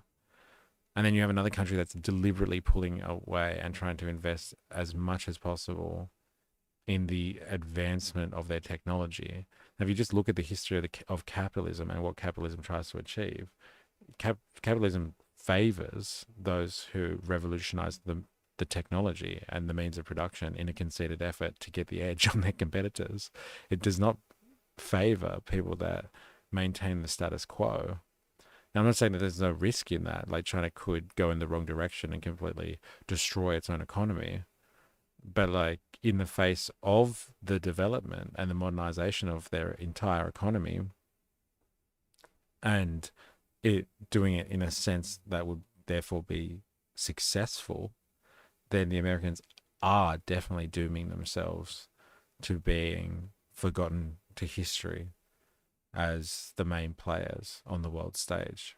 So like high risk, high return kind of stuff, but like staying still and going backwards, as what Project 2025 is called for, is a very dangerous tactic. Oh my God.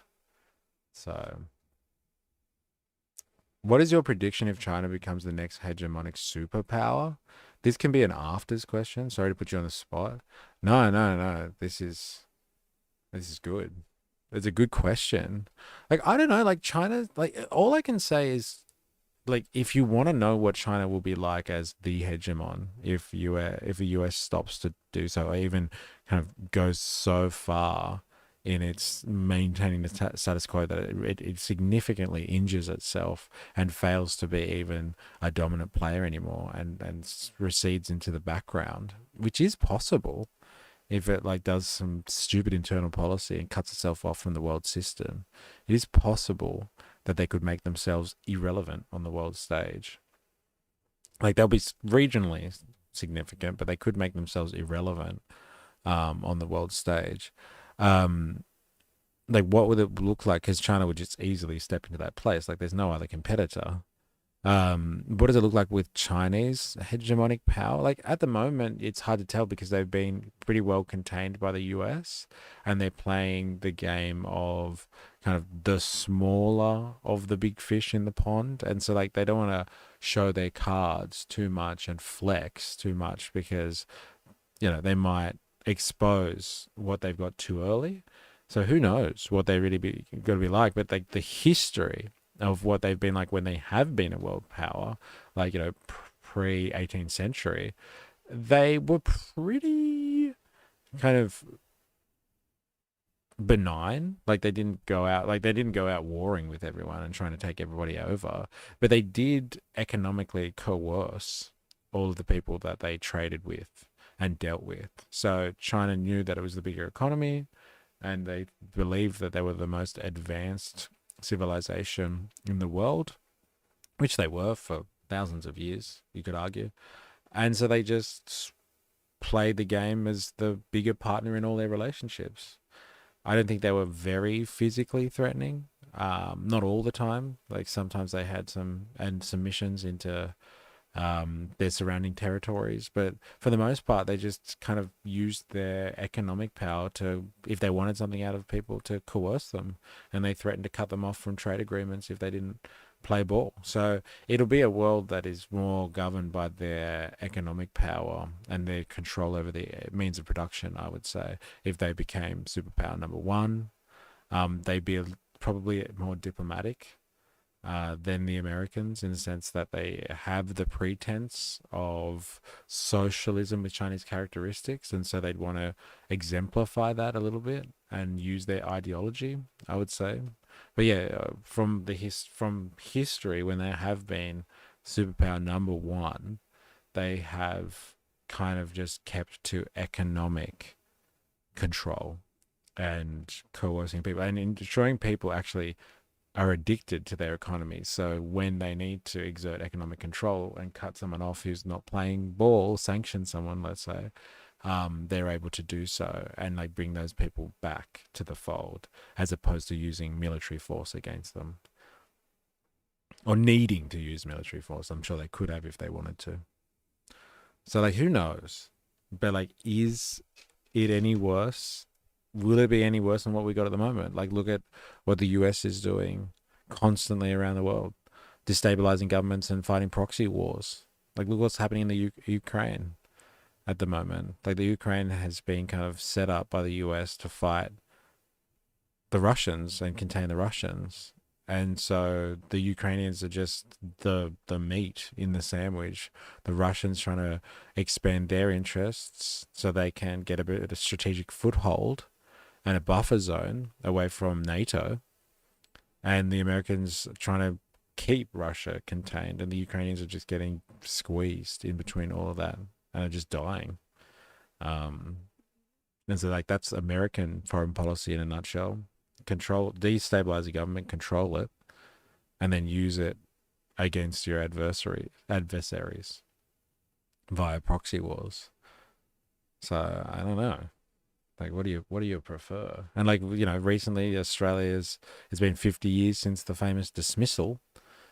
And so like, it's been brought to light again what happens to even countries like Australia, who are supposed allies of the US, that when they weren't happy with what was going on, there's conspiracies, you could call them, but there are theories that the CIA were heavily involved in Gough Whitlam's dismissal.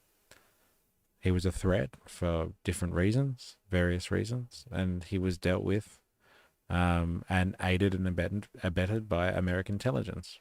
And so they destabilized our government, a sovereign government, when they didn't like some of our foreign policy decisions and our internal policies. So like, you know, what do you prefer? Someone who economically coerces you, or someone who actually intervenes in the running of your country and potentially uses you as cannon fodder in other wars? Maybe the economic one's not so bad, but like, you know, being dependent on someone else economically is, you know, it's difficult. It's a difficult relationship. Not put on the spot, but, you know, fair question, I would say. Fair question.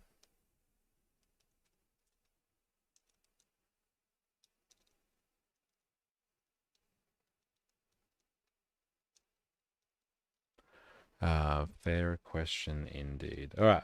Now we're going to watch, we're going to have a look at a piece, and I haven't finished the whole thing. That's why I want to finish it with everyone in the community or whoever's hanging out today. But yeah, there is a group that spoke about this. What's it called? Yeah, Breakthrough News. I don't know if anyone's ever come across Breakthrough News before.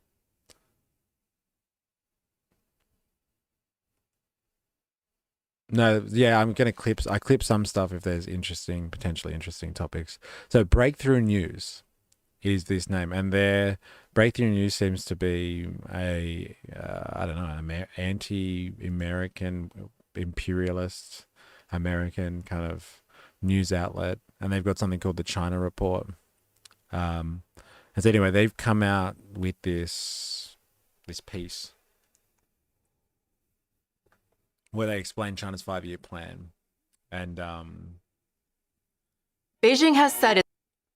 And so, like, let's have a look at how they frame it, what the 5-year plan is all about. Should we be worried? Should we be concerned about the 5-year plan, etc., etc.? But like, I think a lot of their framing is kind of just talking up China and disposing some of the Western myths about how China is evil. And like I said, yeah, breaking down that Western propaganda about how dangerous China is to everyone. So that's why this is obviously pro-China propaganda, anti-American propaganda, in the sense that trying to break down the US's narrative against China. And so they're going to explain what the 5-year plan is up to. I'm hoping they'll give it a detailed explanation of how the 5-year plan is going to affect the world and China. And they'll go through, I'm assuming, and explain things as they're going. So let's have a look at this one. China, 5-year plans for economic growth. USA, 5 more countries to bomb and invade. Savage. Long-term planning always wins. A performative democracy is a perfect description which applies to a lot of Western countries today. All right, let's have a look. Its economic agenda for 2020. Beijing has set its economic agenda for 2026 to 2030 with its new 15th 5-year plan. What will the next 5 years look like for China in terms of AI, in terms of development and common prosperity? And how are Chinese citizens directly involved in the process? We'll discuss this and more on this week's China Report. It kind of sounds like Redacted, very anti-war news channel, but I like them because they do focus on a lot of Aussie news stories, at least compared to other outlets. Yeah, interesting. I've not heard of Redacted. But yeah, this breakthrough, I don't know if people have come across them before, but let's have a look.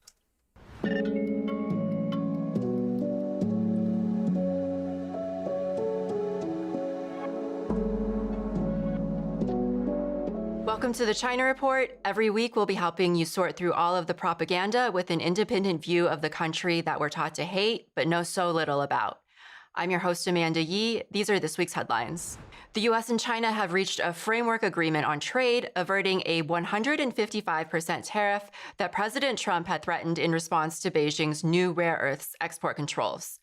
Negotiators reached the agreement shortly after Trump landed in Kuala Lumpur Sunday and discussed U.S. special port charges on Chinese-built ships, a further extension of a trade truce, fentanyl tariffs, and cooperation on combating illegal drugs, as well as export controls. This paves the way for a potential trade agreement for Trump's scheduled meeting with President Xi Jinping on Thursday, October 30th, in Busan, South Korea. The two leaders have not met in person since 2019 at the G20 summit in Japan. U.S. threats won't stop China's growing relations with Central America. That's what Beijing said in response to the State Department's announcement of visa restrictions on Central American citizens for their supposed links to the Communist Party of China. In a press conference last Tuesday, Chinese Ministry of Foreign Affairs spokesperson Guo Jiakun told reporters that no amount of weaponization of visas or other threats can hold back China's flourishing ties with the region, and that the U.S. should give up its bullying and domineering act. In September, the State Department announced visa restrictions on Central American nationals, quote, intentionally acting on behalf of the Chinese Communist Party, knowingly direct, authorize, fund, provide significant support to, or carry out activities that undermine the rule of law in Central America, unquote. The U.S. has increased its targeting of Latin American and Caribbean countries and the relationship with China recently in what is widely assumed as its attempts to reassert its belief of the region being its so-called backyard. Guo's reaction was a response to the increasing... Boo, get to the 5-year plan stuff. Boo.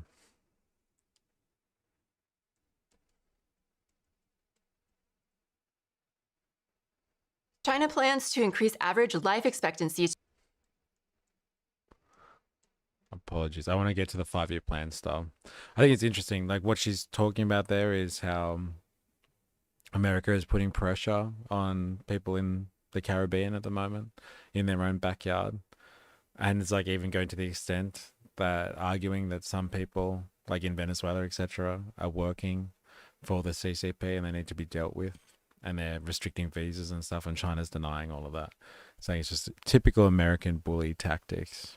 Its fourth plenary. Last week in Beijing, the Central Committee of the Communist Party of China concluded its fourth plenary session with the adoption of recommendations for the country's 15th 5-year plan.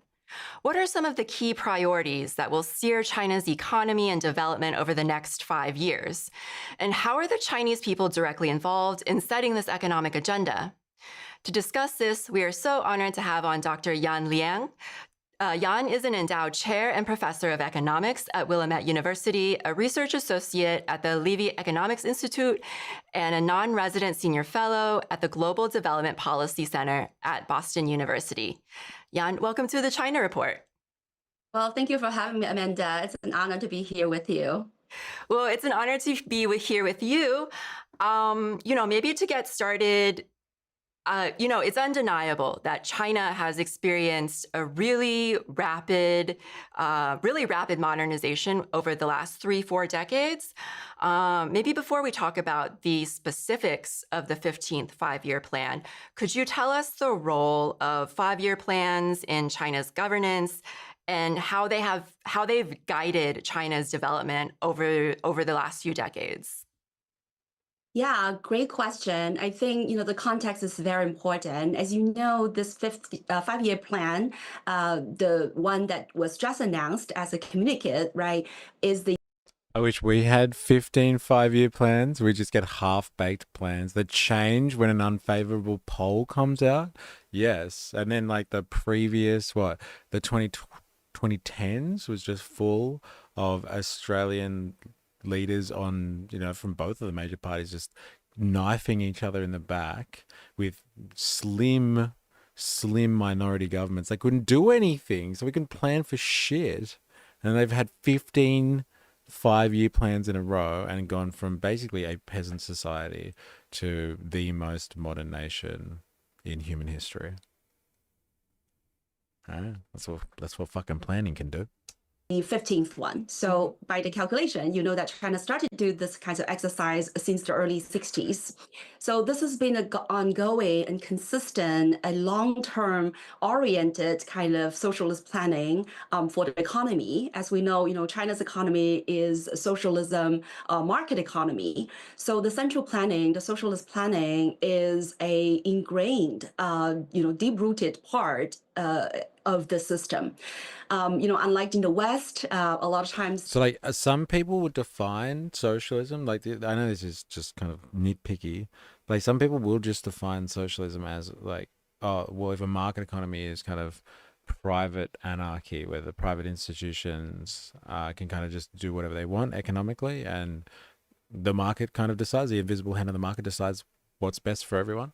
Some people say, well, the opposite of that would be a planned economy, and socialism would therefore just be, basically with people deciding to plan economics and the growth, the economic growth, as opposed to just leaving it up to private individuals. So I guess that's what they're saying. She was like, oh, we all know that China is a socialist economy, and like it's kind of based on that ideology. The policymakers cannot look beyond a political cycle that usually is 4 years of the system. Unlike in the West, a lot of times the policymakers cannot look beyond a political cycle that usually is 4 years. In China, the idea is that we wanted to map out the long-term trajectory of the economic development. So all of this leads to say that every 5 years, they made this 5-year plan that towards, some sort of even longer term goal. So to understand this, this current one is really the one that we go towards by, 2035. China wants to bring moderates, 2010s really was a wasted boom decade for us. Yeah, crazy, isn't it? Maybe that was always the plan, hey? If you have a bit of instability, don't underestimate the power of bourgeois forces and their class interests. But if everything's unstable, the Australian people won't be able to capitalize on anything, right? But the capitalist classes, they will. What is it called? Moderately modern, sort of income level to its people, right? So it wants to really get into that high income level kind of country rank. And then going forward, they're going to continue to build the economy to have the modern socialist economy, by 2050. So all of these are just really long-term goals. And so to be able to achieve this goal, then every year they set this 5-year plan that would provide some policy guidance, that specific policies will be then crafted and passed by the NPC, the National People's Congress, with a consultation with other parties. That usually happens in 2020 in the spring, right, of the following year. So this is how the process goes, again, with the long-term goal and with some concrete policies with the broad input from the economy and society. Mm-hmm. So what are some of the key priorities of the 15th five-year plan? What are some of the key drivers that are going to steer the Chinese economy from 2026 to 2030? And how do you see this plan move China toward its goal of, what they call basically achieving socialist modernization by 2035, as you said? Right. So I think, first of all, what you see is very consistent policy messages, I would say, from the 14th five-year plan. So on the top is that, again, China is cultivating the so-called high-quality productive forces in the sense that it wants to continue to promote productivity growth through scientific and technological innovations. And it wants to also utilize the kinds of technological innovations to integrate them right into the more traditional industries. In fact, this is actually the number one priority in this communique, right? Is that China wants to upgrade its traditional industries with all these technological breakthroughs. And second, I think so that's what we were looking at before. So China wants to use the technology that they have access to here, these digitized Labubu looking things. It wants to use its sophisticated technology, its information technologies, I'm assuming, really, to integrate that with existing industry to make it more efficient. So increase the productive forces, increase its ability to be productive. And so productivity really comes from a capitalist sense anyway, it comes from having the same amount of people produce more shit, or less people produce the same amount of shit. So that's where productivity really comes down to in a capitalist sense. So if you start integrating new technologies into existing industry, then you can get more out of the people that you employ in those industries. If you increase their technological capabilities, the productive forces that they have access to, including themselves, so if you increase their education levels, their understanding of their job, their skill sets, you get more from the people that are working in those sectors. They are able to produce and do more things with that newer technology. And so they understand the logic of capitalism. They understand that this sort of stuff can be done, can be massaged, it can be manipulated. You can actually focus on increasing the productive forces, i.e. focus on productivity increases outside of the market. It shouldn't just be, it doesn't have to be just left to Jeff Bezos to decide that he wants more robots on the floor of a fulfillment center. You can, across the board, say to all of your industry out there, be like, we've got robots now. Here's a subsidy. You can get access to this technology if you want, and start integrating it into your industries and start using it. And then the more people apply it, the more lessons they learn, the quicker that they can develop their productive forces and become more and more productive. Now, this obviously is a problem for the working class, because it's it reduces the working class, so there's less people involved in the productive process.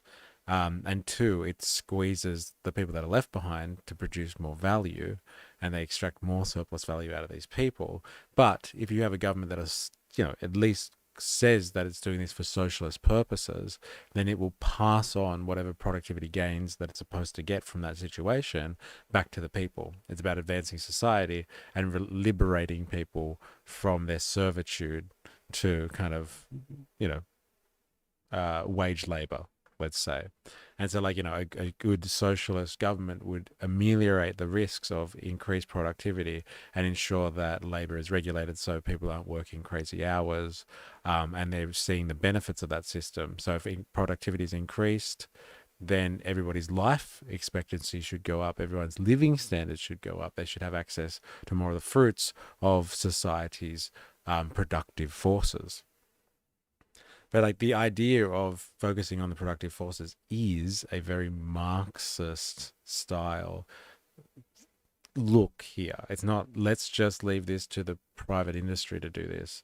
Let's develop with a mindset of increased productivity. And let's do that across the board, not just in the industries that can afford to do it, like the massive ones who can afford the capital investment to do this. Let's make it across the board. That is incredibly different to the way the economy works in bourgeois societies, in like predominantly Western or market-based societies. It's a very different style of doing things. The government has been talking about boosting domestic demand. Again, this idea of dual circulation model, that there is a domestic demand that China is going to utilize to, push its demand side up. At the same time, utilizing international circulation, right, continue to have high quality opening. So those two, right, are symbiotic. They're going to together provide the demand side impetus for China's growth.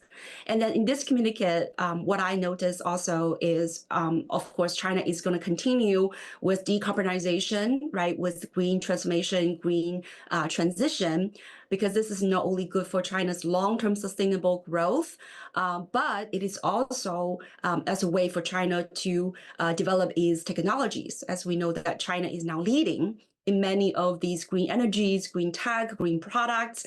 And I think China would want to double down on a lot of these environmental sustainability initiatives, especially, as you probably know, and, China has already enshrined the so-called ecological civilization in its 2018 constitution. So the kinds of green development, again, it's going to be that long-term trajectory. And I think another thing that is important in this communique is also the idea of investing in the people. So that means providing, more solid social safety net, welfare programs.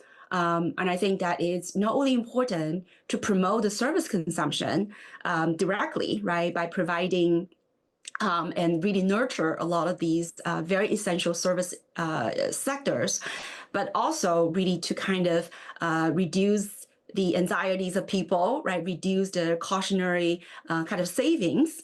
So I think this is really, sort of one stone hits two birds, right? Kind of policy that would not only directly boost people's living standards, but also help to expand domestic demand, especially in the service, which still has a lot of room to grow. And then last but not the least, of course, China, as I mentioned earlier, right? This double dual circulation approach is to continue to promote high quality opening, to really kind of, as Xi Jinping always talked about, to develop this sort of shared prosperity, especially with the global South. You mentioned that's an interesting one as well. Sharing the prosperity with the global South. What's that about? I just got to go quickly. Give me a second.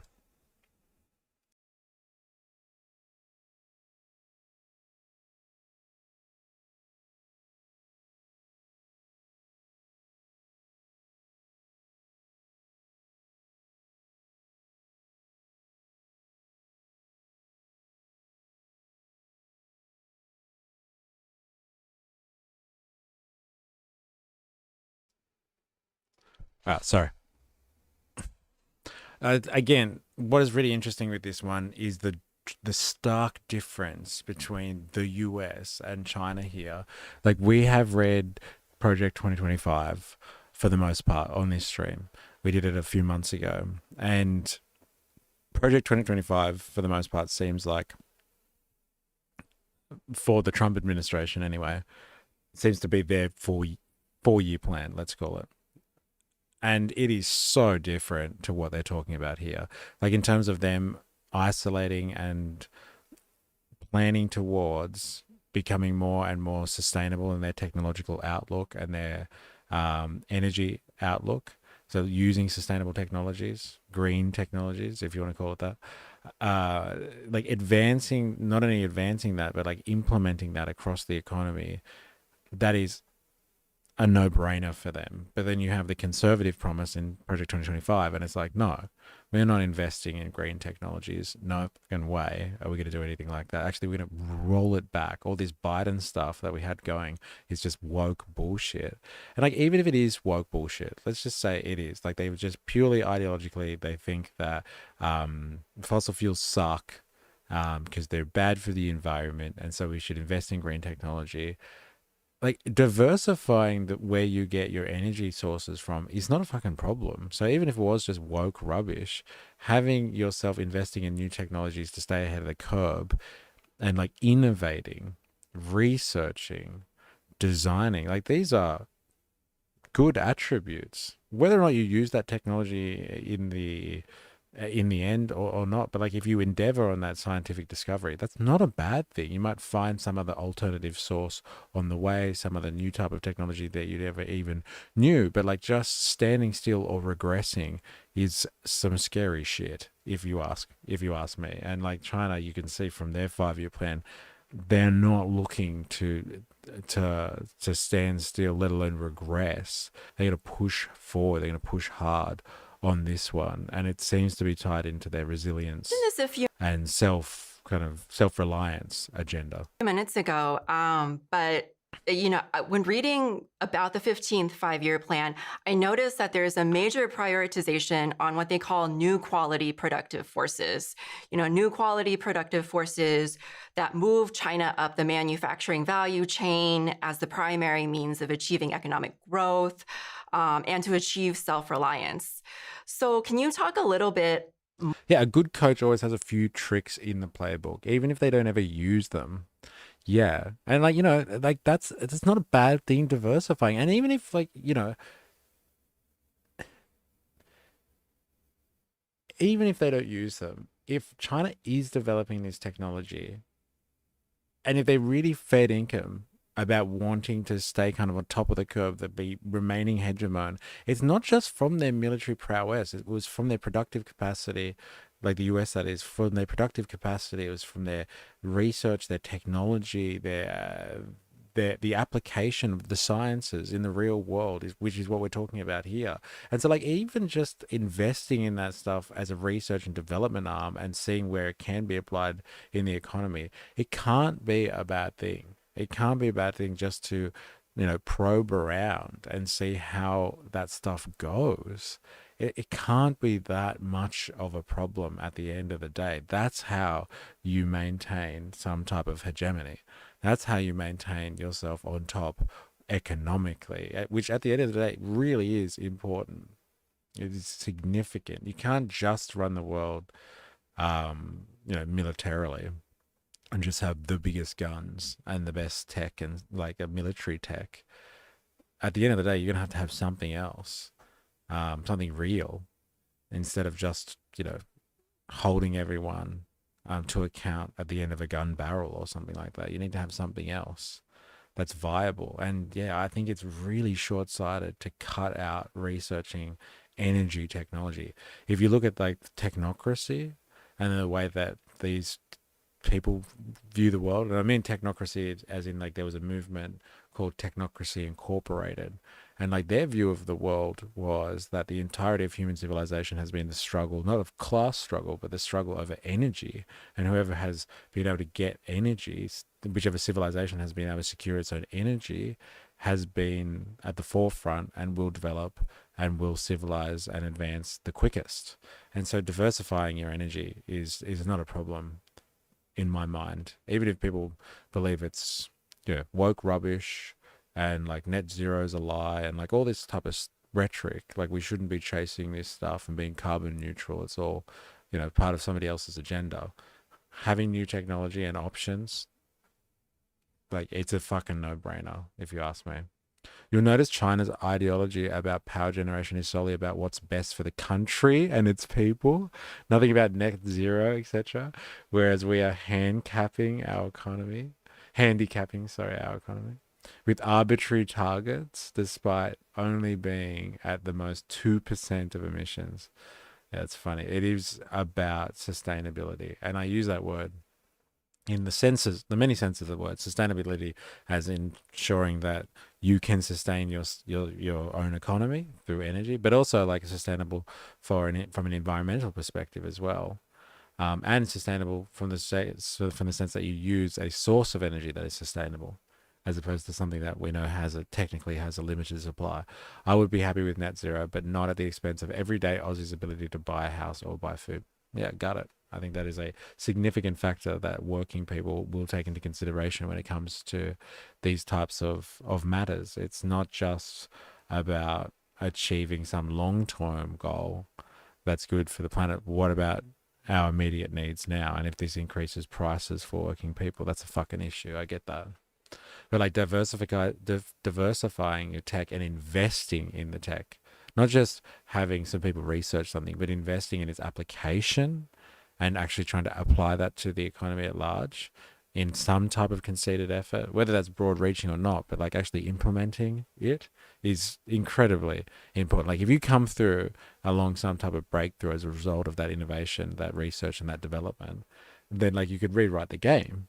And like to not be on the forefront of that, and to allow, like for the Americans, right, to allow China to develop that technology and just say they come up with some type of breakthrough and they get the edge on energy, according to the Technocracy Inc. view of the world, that's all they need to be the next superpower and to maintain that hegemony forever if they can figure out the secret to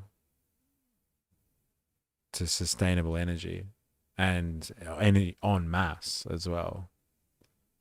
Like fusion technology was one of the things they listed there as one of their key points for their 5-year plan. I wonder if the Americans have got a longer term plan for that type of stuff. I wonder. More about, like what new quality productive forces means and why is there so much emphasis placed on this, and where does the role of AI, where is it in that discussion? Right. Yeah, I think that's the key, right? To really understand China's technological sort of commitment, right? The innovations and how it really sees itself to promote the so-called high quality development. So the high quality development was actually brought up already back in 2017. And the term high quality productive forces was introduced by Xi Jinping in 2023. And this is why I've been skeptical of the targets. I don't see the investment necessary. It just seems like it's a jerk circle for individual companies to pat themselves on the back with with greenwashing and stuff like that. Yeah, I'm a carbon accountant. I have an incentive to be like, it's all good, guys. Yeah, there's been a lot of greenwashing about this type of stuff. But but I think the investment or like the development of this technology is important. And like implementing this technology is important because you never know where that breakthrough is going to come from, and it could solve not only your energy problems, potentially the world's energy problems, but if you control the technology, the productive forces, because you've just developed it, like you've got everyone by the balls, and like you can break away, like you could really just break away, and dominate everything. If you had the unlimited energy kind of thing. I preface that my take is in 2025. Yeah, 2025, right? It's possible we turn the corner in 2076 and beyond. Yes, got it. But like there has been a lot of greenwashing, which we've talked about before, 4AS. Like they're doing my problem with carbon accounting is like in the sense that, again, you're looking to the market for the solution. And so from what I remember when I was working in sustainable development, carbon accounting or credits and stuff like that were just a way for you to justify doing what you wanted here and offsetting it somewhere over there. You just like destroy the environment here, but you're like, oh yeah, but I invested in some, I don't know, some credits over here and like rebuild the rainforest or reforested some area, on the other side of Australia, and that was an offset for that. And it's like, really? Is that how this stuff works? this type of accounting works. So it's like, okay, here's a license to destroy the environment here, and you can pay for it, and then, you know, improve the environment somewhere else. It just didn't make sense. It didn't make any sense when we were dealing with it. And I was like, this is just, it's creative accounting, which is hilarious because that's illegal in other sectors. Then, you know, it's seen as a way to achieve the high quality development. So why high quality development, right? So the idea is that China's growth model in the past 4 decades have been resource intensive, and it has led to the advancements of some people, some regions, right? But that model seemed to be already out of sync, right, with China's reality today. So the idea is that we need to have a new way of development, and that development needs to be more sustainable, needs to be productively driven, and needs to be inclusive. And so how to achieve that kinds of development is where these high quality productive forces would need to be nurtured and need to be solidified and need to be developed. And so the idea here is that, development or the production. The problem is the lefties think it's all the big bad corporations, ignoring the fact that the government has the levers to do almost anything when it comes to energy/mining, but lacks the political will. I think it's more that. Maybe they can't do anything, but they definitely lack political will. That's for sure. And the types of parties that we have, they're not going to have the political balls to do what it is to rope in the mining industry. That's for sure. And then also, I think they don't have the balls to deal with energy companies as well. Yeah. Definitely don't have the political will. I'll agree with you though on that one. Someone's got to do it. Somebody's got to do it, damn it. Active force need to come with here is to be nurtured and need to be solidified and need to be developed. And so the idea here is that development or the productive force need to come with scientific innovations and technological innovations, and the kinds of innovations need to be integrated into or applied to the traditional sectors. So then you'll be able to boost the so-called total factor productivity, right? The TPF, which is basically a broad base, right? Improvements in productivity. So the whole idea of high quality productive force, or productive force itself is a Marxian term, right? It's describe the productive capacity, right? Hey, it's a Marxian term. There it is. The reason why you hear me say Marxian all the time and not Marxist is because there are people out there that call themselves Marxists and they're wrong. But Marxian denotes that it's from Marx, the understanding of the economy. So if you hear me say Marxian, it's a Marxian term because it came from Karl Marx. A Marxist term is a term that comes from someone who describes themselves as a follower of Marx, I guess. And it's their interpretation, of the world and applying that in their own way, which is dangerous shit. There's a lot of idiot Marxists out there, but Marxian term is right. That's how you say it. It's Marxian because he spoke a lot about the productive forces, which is what she's describing at the moment. How do they modernize or increase the quality of their productive forces? Itself is a Marxian term, right? It's describe the productive capacity, right? The human capability to use productive resources like machines, tools, natural resources, you name it, right? To be able to promote the kind of productivity growth and to be able to drive more sustainable growth going forward. And again, I think the inclusiveness part of this is also important.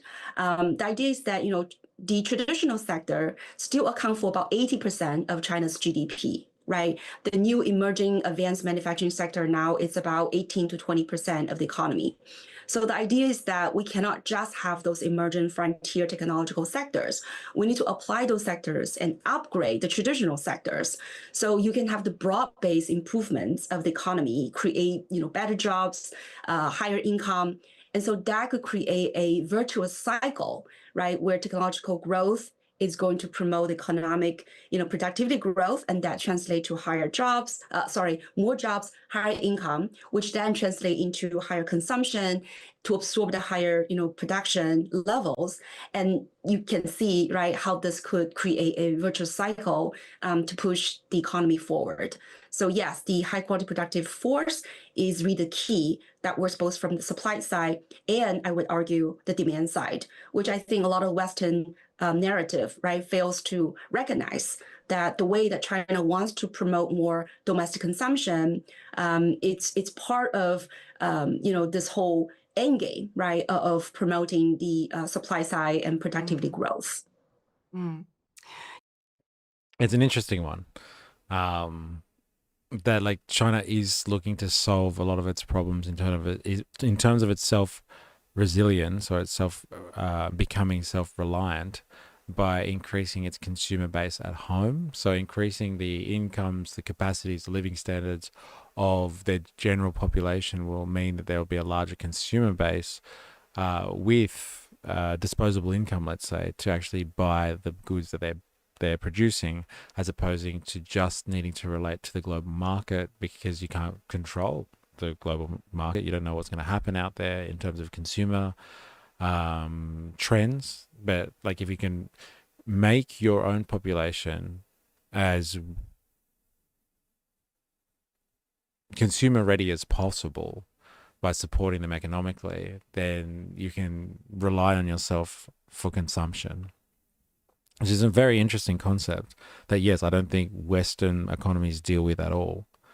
To be honest, we've spent the last 50 years now through neoliberal policy squeezing our consumer bases and like just trapping them in debt.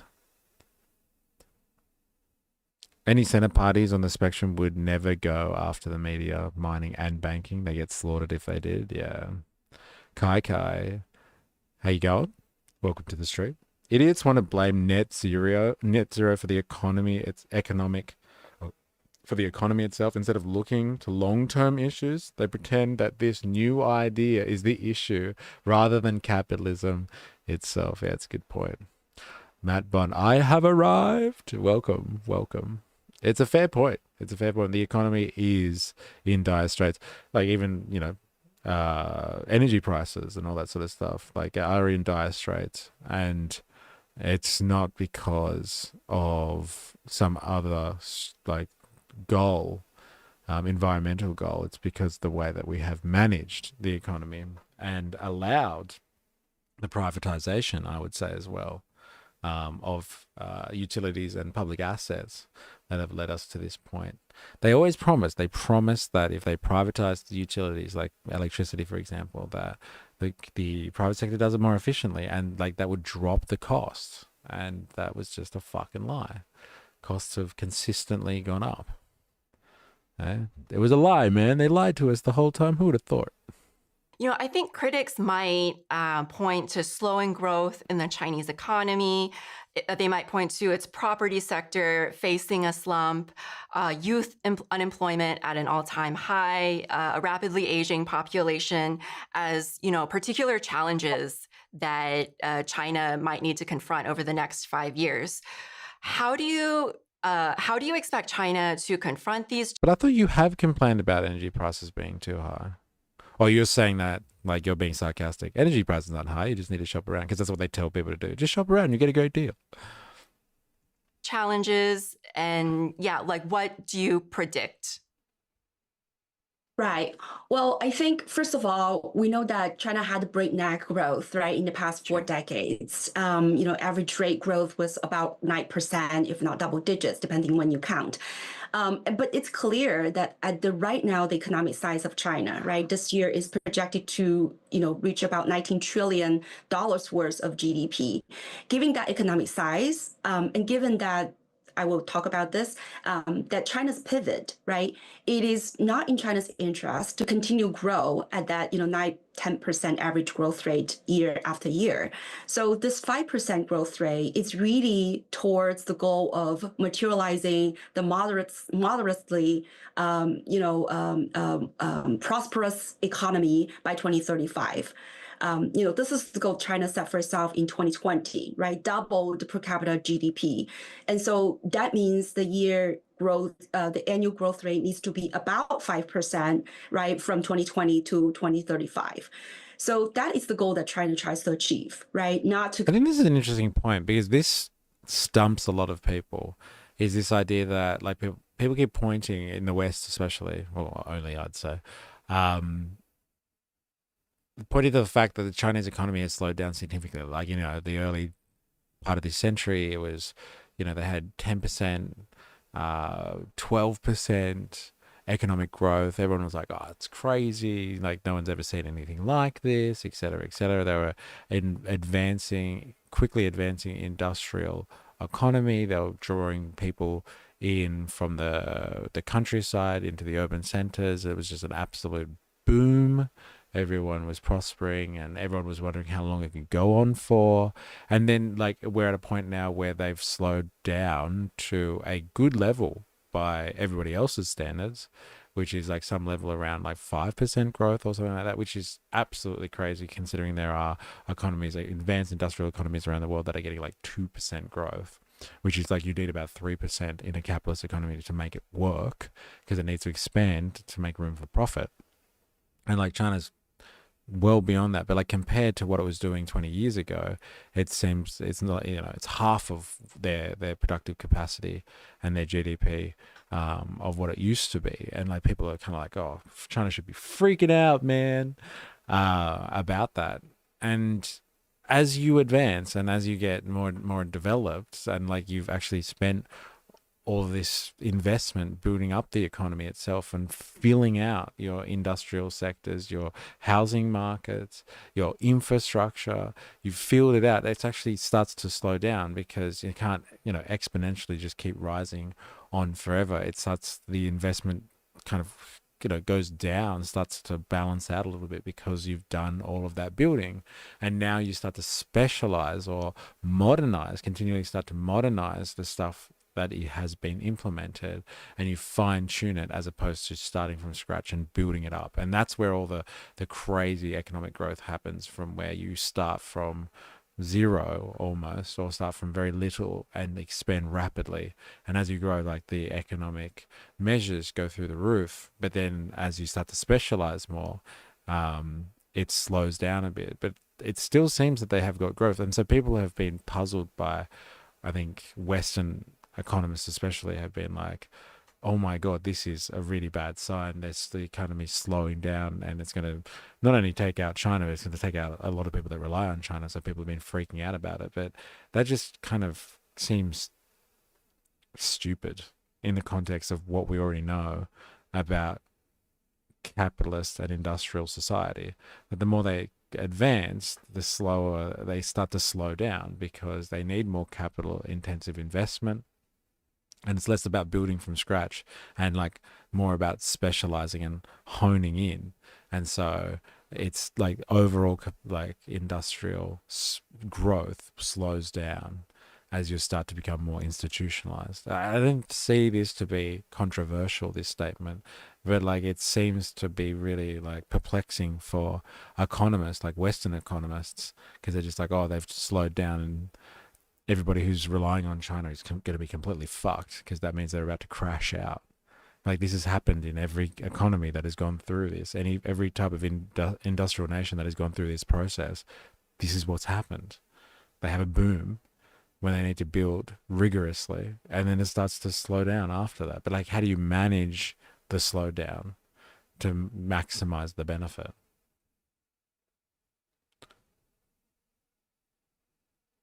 Everyone wants to be a commie till it's time to do commie things. Yeah, you need to keep on top of it. Last price hike, I called my energy provider to negotiate, and they offered me a way better rate. Big part of how they make big money is when people aren't paying attention to what they're paying. Yeah, China can't build a bridge to last more than a few months. I don't have high hopes they can build OpenAI. Is that interesting? You might have to source that one, Han. That's a funny one. They do build a lot of bridges. Western countries, along with a lot of libertarians, only think graph go up, so it's good.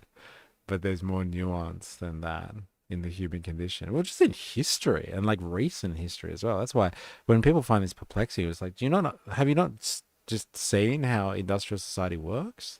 Heaps of investment and growth up front, and then like once it's institutionalized, phew. Okay, Yahoo article news. This is good. Thank you for the source.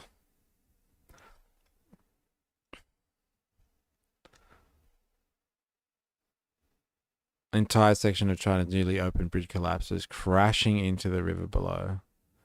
Viral footage captured the moment when entire section of newly constructed bridge in China's Sichuan province collapsed Tuesday, just months after it officially. The 750-meter Hongqi Bridge, part of the major national highway linking China's interior with Tibet, gave way after heavy landslides struck the surrounding mountainside. So, like, bridge falls because of a landslide. Must be the first time in history, I would say. Look at this. Let's have a look at it.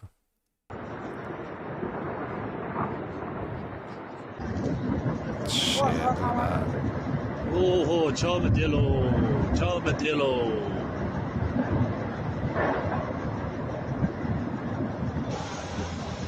That's fucking crazy. Yeah. Landslide destroys bridge. Again, must be the first time in history, man. Don't you reckon? It's not how it's framed, though, is it, Warriors? It sounds like landslide rather than structural integrity of the bridge. No, that's not how it's written, though. Watch, entire section of newly opened bridge collapses, crashing into the river below. It doesn't sound as sexy and clickbait worthy if you say it like landslide takes out bridge in China. Crazy footage, though. Was it the bridge or was it the landslide? The rest of the bridge seemed fine. That's not the point. That's not the point of the article. Thanks, Han.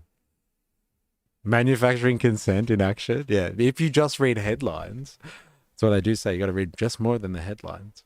If you're watching this on TikTok, you're listening, wondering what the hell's going on. We're watching different things, so you won't be able to see that from there. So if you're interested, click on the link to the YouTube, in my bio to the YouTube link, and you can actually watch along with us if you're interested. Continue to grow at 9. Nah, engineers have shit all over this bridge before it was even built. The land was not stable enough to build the bridge, and the construction was shit anyway. Tofu dredge. Got it. That's more of an infrastructure problem that they hadn't upgraded the boat buffers. 10%, but 5% is about right to reach that long-term goal. And second, I think all the planning for risk of a landslide is part of bridge building process, though. Yeah, fair enough. Fair enough. Good point. Challenges that you mentioned needs to be contextualized in China's pivot toward this high quality growth, right? China is no longer interested in the high speed growth. It wants to improve the quality of its growth. And so you need to understand that kind of pivot to really understand why China start to, readjust its property sector, right? And why China wants to promote certain public investment and private initiatives towards the technologies that would deliver the kind of high quality development goal. So the number of things that you talked about, right? The property sector, yes, I would say that is a very deliberate policy. I wrote about, this property sector corrections, and I like to call it a control the demolition, right? Because we know that since the global financial crisis in 2008, China has spent a lot of efforts to boost its domestic demand. And so private sector since that time have seen really rapid growth, but come with certain consequences, right? The positive aspect is that China has one of the highest housing ownership in the world among, some. I wonder if that's true.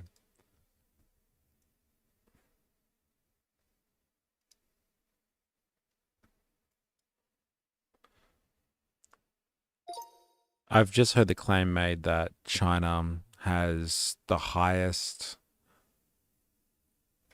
or one of the highest home ownership rates in the world. Can you verify this? Yay, own the house, not the land. Woozle's in the house. How you going? So China makes shit business, but not shit solar panels and wind farms. Guess we had better base our whole energy infrastructure off Chinese manufacturing. Yes, the claim that China has one of the highest home ownership rates in the world is broadly supported. A study reports, this is got two sources here. Interesting. Okay. Study reports that China's home ownership rate reached around 96% of households in urban areas, according to a 2020 survey by the People's Bank of China, published in China Finance Journal. A working paper says China is now a country of homeowners with more than 90% of households owning homes. That's fucking crazy. The Reserve Bank of Australia summarizes urban home ownership rates have increased around 50% in 1996 to between 80 to 90% in more recent years in China. Why is the Reserve Bank looking at that? That's interesting, isn't it? In a global ranking site, China is listed around 96%. So, like, what's that, like, relative? I wonder what do we compare that to? What are the home ownership rates in Australia and the US by comparison? What are the home ownership rates in Australia and the US by comparison?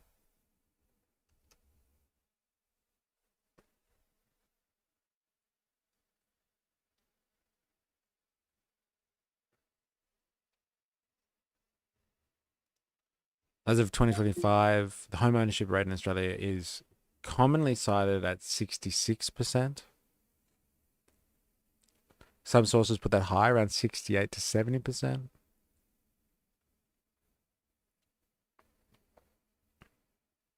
%66% of Australians own their own homes, over 7 million households. I wonder if that'll go down as the younger generations go through, because they can't afford housing. In the United States, recent study show home ownership is about 65% of households. US peaked at 69%. Interesting.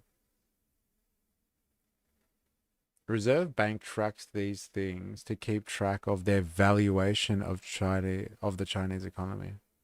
Their valuation. They're valuing. The Reserve Bank is valuing because we have so much fucking tied to the Chinese economy. So they watch it closely. Check Vienna's home ownership rate. Okay. What is the home ownership rate in Vienna? And what is the country with the highest home ownership rate?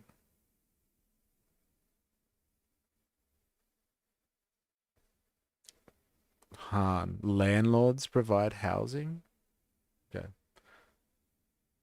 LOL, Han, you're a contrarian just to be one. Yeah, I know. Come on. I don't believe you actually believe half the shit that comes out of your head. Like, landlords provide housing. Yes, they do. But we're talking about housing ownership, though. Also, what's Vienna's public housing rate? Home ownership rate in Austria is 54. In Vienna specifically, the owner occupancy rate is much lower. That's only 23% of Viennese live in their own property. About 75% of main residents in Vienna are rental apartments rather than owner occupied in the city apartment segment. In short, it's much more rental dominated in Austria as a whole, reflecting the city's strong social housing and cooperative housing sectors. According to multiple aggregated sources, many Eastern European countries and former communist countries report some of the highest home ownership rates globally. Romania is reported to have one of the highest rates, 96%. That's crazy. Kazakhstan, 98%. Interesting.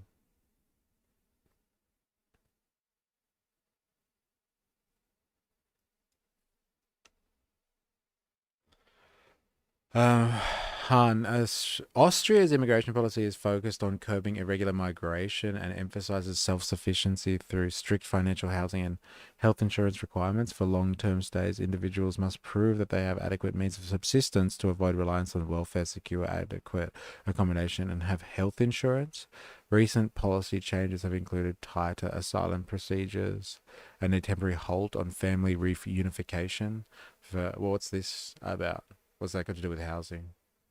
Maybe you're following that up. How well has government housing worked in the US? I await your answer. Interesting. Well, he did admit the other day he's a doomer. It was him versus everyone. He just wants to see the world burn. 60% plus public housing. Yeah, I think that's the important factor.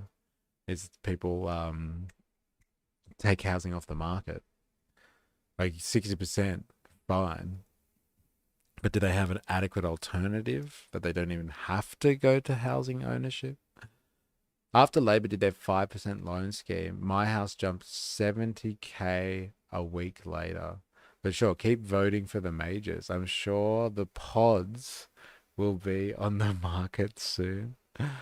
Are we talking about government housing, people having the means to purchase their own home? They have both. They just need. When you import millions of people in a short time and have high hurdles to build new housing, the cost of housing will go up in reference to Austria and their lack of importing anybody. Got it. Right. So you're tying the housing debate to immigration. Got it. Got it. What are we looking at here? What's this? Is this something about housing in Vienna? Supply and demand, economic basics.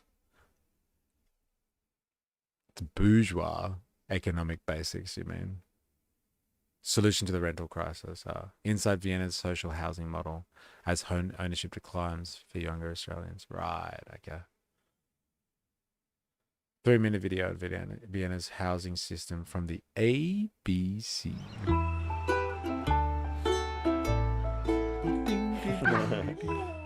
The Messenger family love their home in suburban Perth.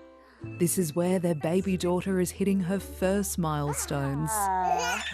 Hey. But as renters, they don't know how many more memories they'll have here. People that I know are like, where's your kid going to go to daycare? Where's your kid going to go to primary school? And I'm like, I don't know where I'm going to be living in 5 years' time, you know? Like, I can't plan that You don't know where ahead you're of going to be time. living in 1 year's time. Yeah. Sally's parents know how it feels. They too have been in a long cycle of renting and feel locked out of the market. Up until, I guess, about 6 years ago, I'd never lived in a home, any home in my life for more than 2 years. I recognise how disruptive that can be growing up. Thank you, Lord, for this food, for our friends and family, Lord. Thank you that we are blessed with this wonderful house. Over a meal, they consider what the future holds. How do you feel about the fact that you don't have a home at the moment? It might be okay now when we're both working full-time, but what are we going to do when we retire? The hardest thing about it is that it's completely in someone else's control. Every couple of years they decide they want to increase the rent. Experts in Australia say other countries have long-term renting models we can learn from. Places like France, Finland, Denmark, but the best example might be in the Austrian capital. We take you to Vienna to see what that looks like. In Vienna, social housing is open to the middle class and highly desirable. Rainer Hauswirth and Andrea Mann have lived here for the last 12 years with their children in a subsidised apartment. I don't feel any stigma. A lot of people really would like to live in this social housing because it's high quality. It doesn't mean that you're poor. It's a very mixed neighborhood. Their rents are regulated, kept to less than 30% of their income. And once you're in, you never have to leave. It feels very stress-free to know that That's we can interesting. live in the social. So when it comes to housing affordability and the measure of housing affordability, you're considered to be in housing stress in terms of housing affordability ratio when you spend more than 30% of your income on housing related costs. So if you're renting, you're spending more than 30% of your income on rent, you're in housing stress. If you are an owner occupier and your mortgage repayments are more than 30% of your income, you're in housing stress. So the way that their social housing project works is that you could be middle class or whatever. So like two people, good incomes, I guess, working. And it's not a measure of what the market demands. It's a measure of you as an individual. They cap their rental costs for this social housing project at 30% of their costs. So if you're not middle class or whatever that means anyway, but like you're lower class and you're renting, your rental costs are capped at 30% of what your income is, as opposed to it being a general thing across the complex. It's individualized and relates to your income. That's an interesting system. Those Austrians, they don't know how to look out for their people. LOL. Look, we've got social housing in Australia too, but I think Australia's social housing system is pretty poor, though. Like, we leave it again to the market to decide. I still think that's wrong. Even if you cap it at 30%, which is what the social housing does in Australia, it does the exact same thing. Well, I can only speak for New South Wales. I don't know about Australia broadly, but our social housing does the same thing. But we leave it to private entities to build the social housing. And so they're competing on the market, and it's hard for them to even develop the social housing, even with subsidies and funding from the government. It's hard for them to do it. I don't agree with social housing in that sense. I think there should be public housing. The government should build it and take it off the market. Social housing is good, don't get me wrong, but it still relates to the market, and our market is fucked. So social housing is already in a losing position here. In Austria, they already have this established culture. And a lot of European nations already have this established culture.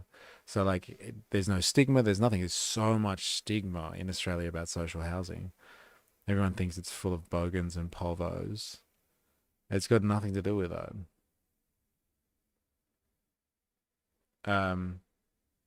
Except it's not that simple when property developers land bank properties, to keep demand high. Property developers keep houses off the market to keep prices up 100%. If it simply was we need more houses, then there wouldn't be a housing crisis right now. Off the market. Interesting theory, but what happened to housing costs in Argentina when Milei abolished rent control? I don't know. Is there a trick to that? Tell us, Han. I support my family on a single 70k income. If you have grand ideas about climate change, but you can't afford a house, you might want to think about your priorities. You can't speak of your counterexample, but you said it was a simple supply demand when it's not. Yeah, but 70k in Adelaide is probably equivalent to 10k in Sydney. Interesting. Housing as long as we want to. Where can we live when we're going to rent or to retire?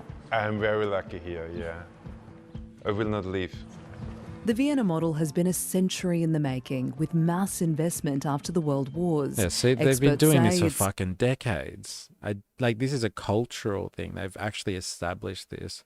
We are in so far in catch-up mode in Australia when it comes to our social housing requirements. Every social housing development I ever saw or worked or was associated with was already booked out, completely booked out before it was even constructed. Jerry Poppins, social housing is full of bogans and povos, and we're proud of that. How dare you besmirch our culture? I'm not, but I'm just saying that's the stigma, and it's not just full of bogans and povos. Like, they are there, but it's not just bogans and povos. It's like a variety of persons, including bogans and povos. It's not limited to them. I would like to stipulate that, just in case Jerry is living in social housing and finds that offensive. Yeah, with a mortgage. Fair enough. There's plenty of cheap land in Detroit. I think supply and demand makes it very simple. Subsidised housing associations offer the most useful lessons for Australia. Limited profit housing associations are private institutions, so this is important to keep in mind. It is not public housing, it is private companies and cooperatives which realize affordable housing. These organisations receive support from government, like very low interest loans and access to land to build rent-controlled housing. It's the solution this family wished they had. Isabella Higgins, ABC News. We've got a bunch of rich Chinese in there too. You're right. Very good. Let's go back to the rich Chinese, actually. Of the former socialist economies. So China is able to provide affordable housing to many of its citizens. But the housing prices have been going up, especially after, the 2008 financial crisis, with a lot of financial resources, a lot of investments going into the real estate sector. So that's when Beijing decided in 2020 that this is not a desirable model, that the real estate sector is consuming too much resources in the economy and it's not really providing the kinds of productivity growth. That video confirms my opinion. Defund the ABC.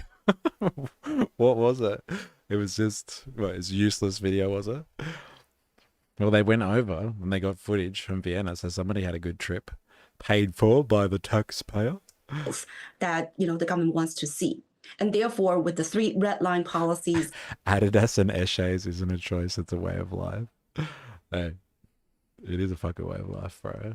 Is consuming too much resources in the economy, and it's not really providing the kinds of productivity growth that, the government wants to see.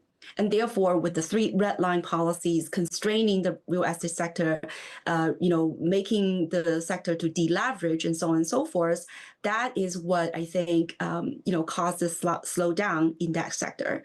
And I think, in the long term, this is in China's interest, right, to curb the speculation in the real estate sector and really divert the resources to some other more productive sector. So yes, those are challenges, but I think China is managing, right? We have seen a slew of policies since September last year that have been rolled out to try to provide some stabilization in the real estate market.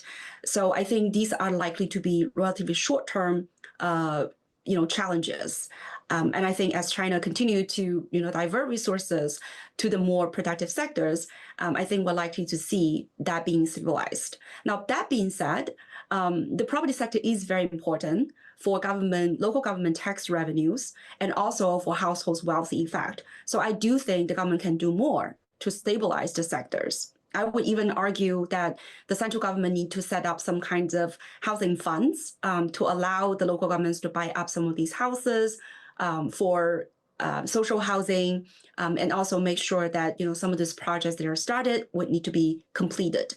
Now, moving on to the AI sector and other frontier emerging sectors, I think the government is doubling down right on these efforts for 2 reasons. One is to achieve technological self-reliance. Dude, how sick are the fighting robots? This is why I want to go to China, just to see these fighting robots. For 2 reasons. One is to achieve technological self-reliance, as China sees this is not only about its economic development interests, but also about national security, about economic sovereignty. And second is, I mentioned earlier, right? These technologies are essential because they are general purpose technologies, very much like the ICT, transformation. And I see that China sees these as really the impetus, right, and the driving force for technological innovations and upgrading its traditional industries. I see. Well, what we do on the show primarily is we try to challenge these U.S. propaganda narratives around China, and we try to, inform people about, how the Chinese government really works. So, we get this narrative that the government is authoritarian, how it doesn't respond to the people. So I think people would be really curious to know, how do government officials come up with and set the key priorities for each 5-year plan? How does it end up making it into this plan, and how do they set the economic agenda for 1.4 billion people? Like, are the Chinese citizens directly involved in drafting this?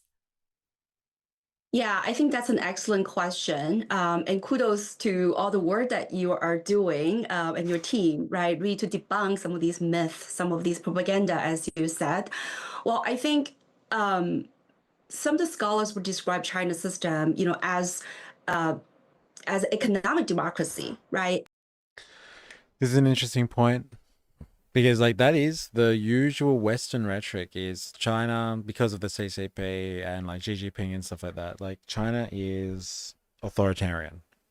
And so it's authoritarian from the standpoint of liberal democracies, because liberal democracies, you can elect your leader from any party kind of thing, any party that has pre-screened, pre-vetted representatives, and they choose their own leader anyway. So you just select between a bunch of pre-selected people, but that's supposed to be more free. And so China, there's one party and they select their leader. So it's very, very similar stuff, but there's only one party. So that's authoritarian. But the bourgeois way of doing it is not authoritarian, because at least you get to pick and vote for any party within that system. But it's still picked by within the party structure and without any of the control that you have. So it's interesting that they are going to try and tackle this question of how the Western propaganda looks at the Chinese system and why it describes it as authoritarian. And the question is, considering what you know about the system that you live in, is this system any more authoritarian than yours, objectively speaking? Take away all the propaganda that you've been fed, and the ideology behind it.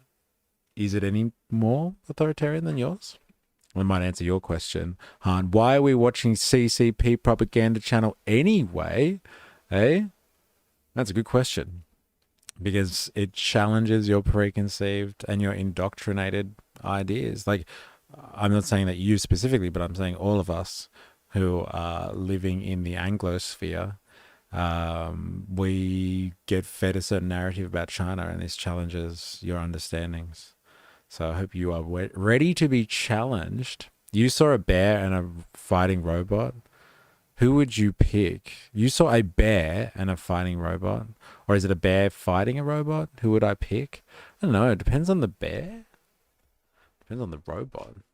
Wait, they are transforming my juggalos. Whoop, whoop.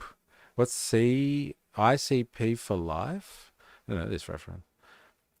We just get armies of lobbyists waving dollar bills in our policies' faces. Yeah, so that's not authoritarian, I guess, because our politicians are paid off. So that's better, I guess. If you're in the woods and you saw a bear and a fighting robot, who would you pick? Again, I don't know. It's a hard question. I picked the robot, I guess. I've seen bears fight. I haven't seen robots fight yet. Insane clown posse. Okay. Got it. As a whole process democracy. Okay. Let's see how she breaks down the Western version of is China authoritarian? Magnets, how do they work? Let's have a look. Some of the scholars would describe China's system, as economic democracy, right? As a whole process democracy. In the sense, yes, the economic resources are utilized in such a way that would meet the public causes, that would meet the public needs, right? In the Western economy, I would say a lot of times what we have is a so-called performative democracy, right? That people can vote for every 4 years, but nothing really changed when it comes to, defending for mostly the corporate interests, the financial interests of the elites. But in China, right, as people often said, even though it is sort of so-called one-party system, but parties' policies always change to meet the evolving needs of the people. So I wanted to address the question that you asked in maybe one very general terms, but then also give some specific examples. So Yeah, what would Milton Friedman say about this system? Tell us, Han. Eh? Tell us what the Austrian school would say. Say you were on the savannah of Africa in the year 4500 and come across a robot mongoose fighting a robot cobra. Who's winning? Robot mongoose, of course. The year 4500. general terms, yes, people are participating in crafting policies. So the 5-year plan, for example, it is crafted by the Communist Party of China's Central Committee, which have 250 members and some of the alternate members that are participating in the direct crafting of this exercise, right, in this 5-year plan. But they have been doing really thorough work. So before they start any sort of the new 5-year plan, they usually would start with a midterm evaluation of the current 5-year plan, right? How well they do, what targets they meet, what targets are on track, and so on and so forth. And that kinds of insights will go into the crafting of the next 5-year plan. So once they draft this plan, they would open it up for public discussion. Now, arguably, this process was still pretty new. It started really just last year. But they do have a public comment period that lasts for a month. All right, let's fact check her on this one. So what she's saying is like the 5-year plan is constructed by the party. So people within the party, they decide what they think is the most pressing issues that need to be done for the next 5 years. And she said they've only just, like they allow that for public comment so people can actually have a look at that and then provide comments on it. But like they've only just started doing that. This is the first 5-year plan that they've actually allowed there to be public comment. So before that, it was kind of very much within the party structure. Can you briefly describe how the CCP comes up with a 5-year plan? Is there any public involvement?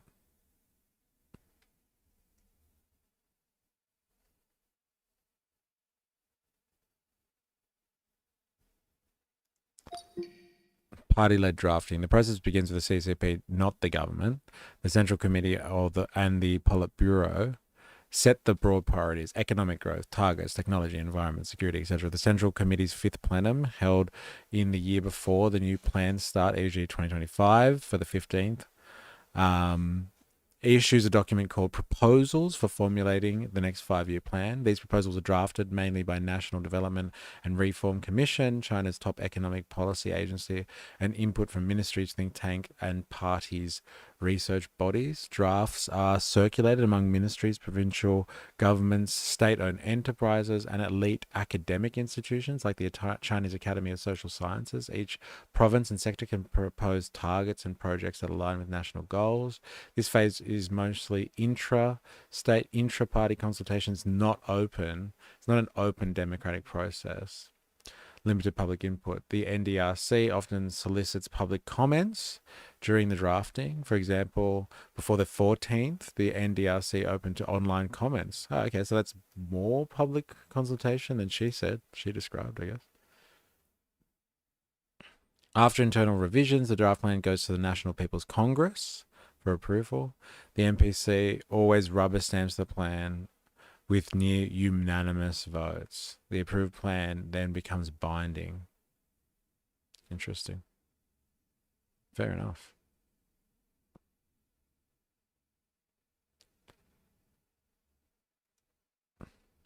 Friedman was Chicago school. Much overlap with Austrian school, but there are differences. But like I was saying, so tell us, I thought you said the other day you were an Austrian school boy. So like, could you let us know what the Austrian school would say? Yeah, I'm pretty sure you said that the other day. I would like right to after they know finished more. the drafting, in I believe it's May this year in 2025, they opened up for public comments until June 2025, and then they revised and until they announced the communique in October this year. So there is public participation in the process, and this year they actually got, I believe, 3 million public comments, right, that they work. And Xi Jinping actually openly stated that this process. As someone who's worked in government and had to receive public comments before, 3 million public comments, fuck that. Absolutely fuck that. Needs to take into It's more. a lot of stuff to process. You need a lot of resources. Chicago schools basically feels some government spending is necessary and other government regulations. Austrians are more hardcore, and we tend to feel government spending is a misallocation of funds. So how do they feel about democracy was the original question. Do they like the authoritarian stuff that goes on in China? Or do they like the liberal democratic stuff? How do they feel about that? Freer the better. So like no democracy then? I guess. If you really want to be free. Count more of these kinds of public opinions in one of the meetings. And as you know, once the 5-year plan is announced, then the next step is really to craft concrete policies, right, that would deliver this goals. And so that would happen at the National People's Congress, which usually have 3,000 right participants, and that include the political consulting body. That basically have many different parties, right, input in that process. And again, these thousands of all these People's Congress representatives, they're really elected right around the country, right, all over the country, from some of the very grassroots, start from the very grassroots. Democracy is a poor form of government. That's why it's not used. Like in the US is a constitutional republic. We have representative government. Stop splitting hairs. You know exactly what we're talking about. It's called liberal democracy. And so, yes, representative government. Answer the question. Difference is you've worked in an underfunded and understaffed public service. Something tells me they have enough people to work through 3 million submissions. So good. Yeah, all right, fair enough. Yeah, they probably would have the resources to churn through 300 submissions. I am technically correct. The best kind of correct. Yeah, fair enough. Whatever you want to call it. Answer the question. Look at those communists. It's pretty overwhelming, isn't it? Eh? That's a lot of commies. Eh? Through levels. So it is very much a whole purpose kind of whole process kind of democracy. And also I think, within the department, within the party's leadership circle, many of these government officials, they are merit-based career officials, even though they're also party members, right? They are evaluated based on their work performances. And as you probably also know, that in fact, there's a recent book that wrote about, it's called a breakneck growth, right, about China, and says that basically China is run by engineers, right, which is not an overstatement. When you look at the government officials' credentials, a lot of them come from engineering, science, industrial backgrounds.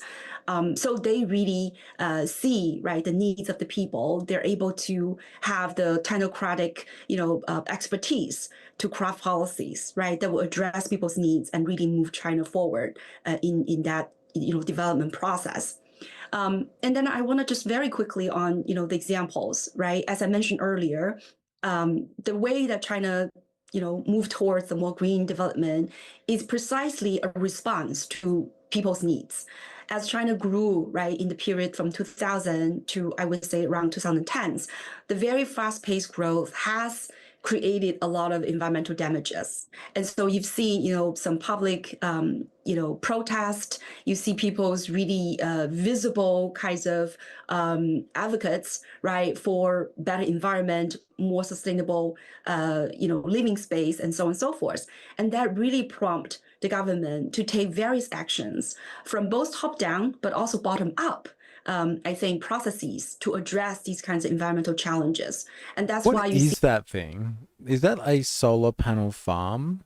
Or are they all a bunch of reflectors that are pointing into that centralized location there? I would like to understand that being a little bit better. It looks like they're literally reflecting onto that pinnacle. That's a crazy design, do you reckon? I wonder what that's what's going on there exactly. China really is determined, right, to achieve the double carbon goals by 2030, carbon peak, 2060 carbon neutrality, and really double down on green investments, right? Invest more than. It's an old type of solar generator. It uses mirror to heat up salt. Okay, thank you. Yeah, it's not a solar panel plant, but technically solar powered. Right. It looks like it's pushing, it's concentrating everything into that the tower at the center. It's fucking mental.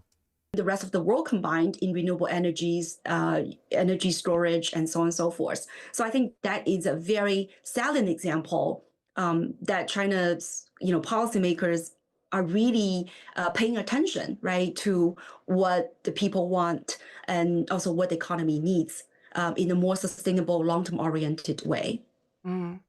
I really like what you said about the United States being a performative democracy. I think that's really spot on because, as you mentioned, what is a democracy if like a party gets into power and then they do. I knew you had a soft side, Han. There it is. When a poor unfortunate bird flies into the beam, it gets fried. It's really green. Very good. I'm sure you're very concerned about all the birds in China. That's Han in the middle, absorbing all the power to own us plebs. Yes, more power. Isn't that similar to how the pyramids used to generate power? I don't know.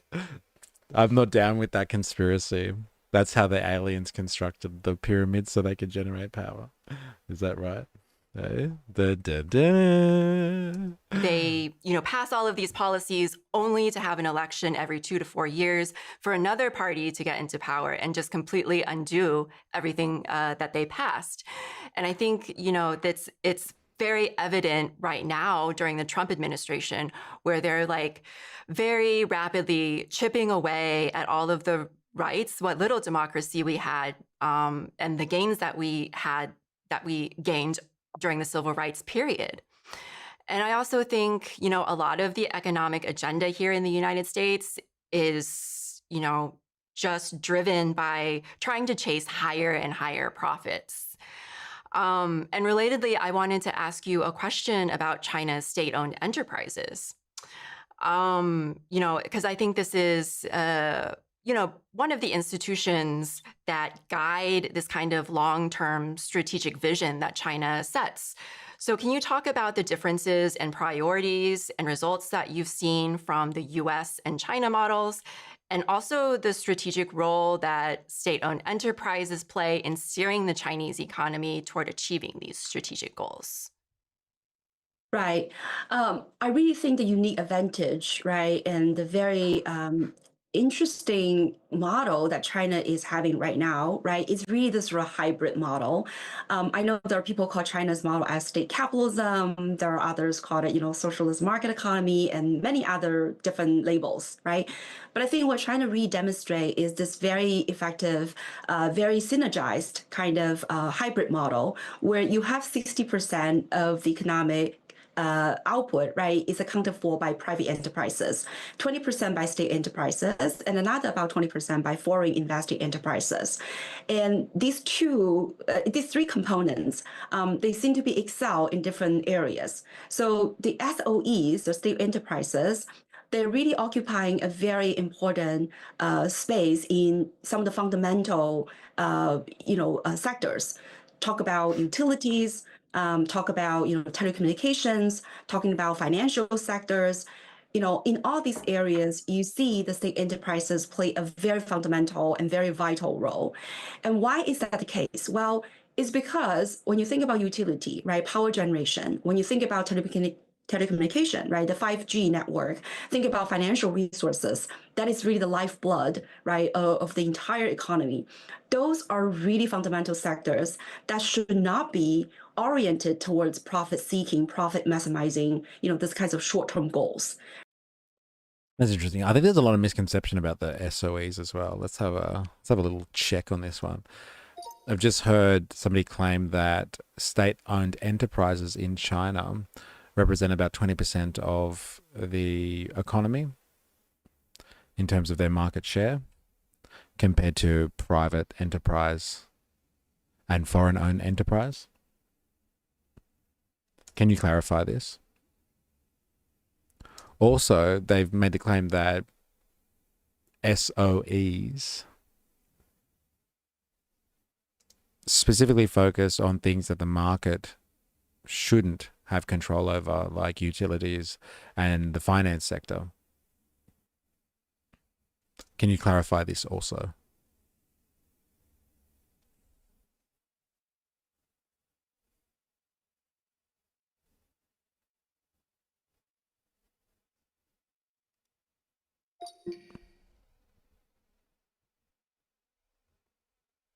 Yeah, I answered your question, and you still haven't answered mine about what your economic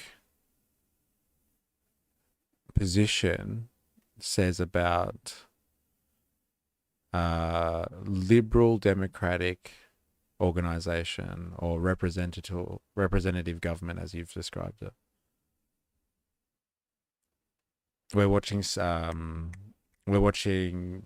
Chinese propaganda because we get indoctrinated with Western propaganda, and it's good to see the difference. To answer your question, what share of the economy do SOEs represent? The claim you heard about 20% is not quite accurate in the way that the data shows. The figures considerably depend on how you define an SOE.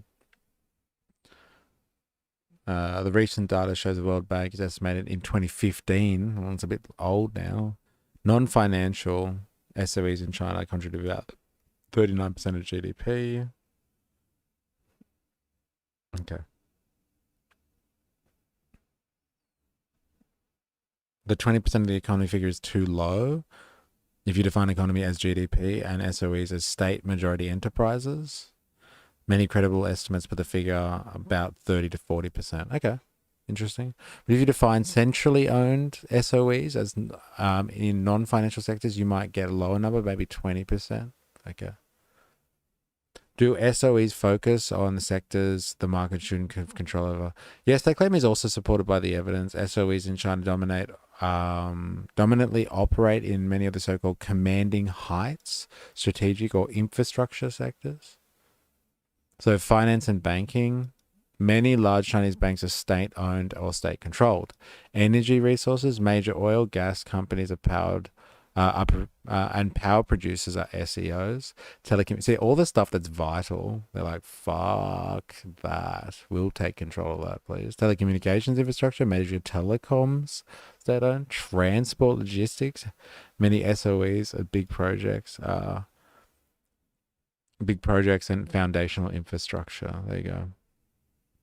Controlling commanding heights ensures strategic autonomy, ability to direct investment, respond to crises and national priorities. Interesting, isn't it? Very interesting. Hein is a cosmopolitan libertarian. That's a sick one. Take that to all the social libertarians out there. We got cosmopolitan libertarians. I am a libertarian of the world, and I live in only the most up-end urban areas. Not sure I can answer your question, but economically a free market is preferred no matter what type of government you have. But obviously a free market is not compatible with authoritarian governments.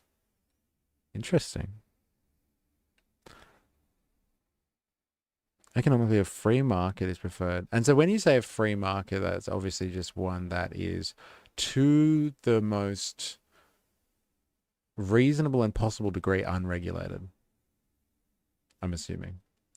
So you would have to have some type of governance structure that imposes its authority in order to regulate a market to a certain extent, but like reduce that as much as possible.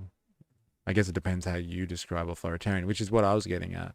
Is China authoritarian by your economic standards?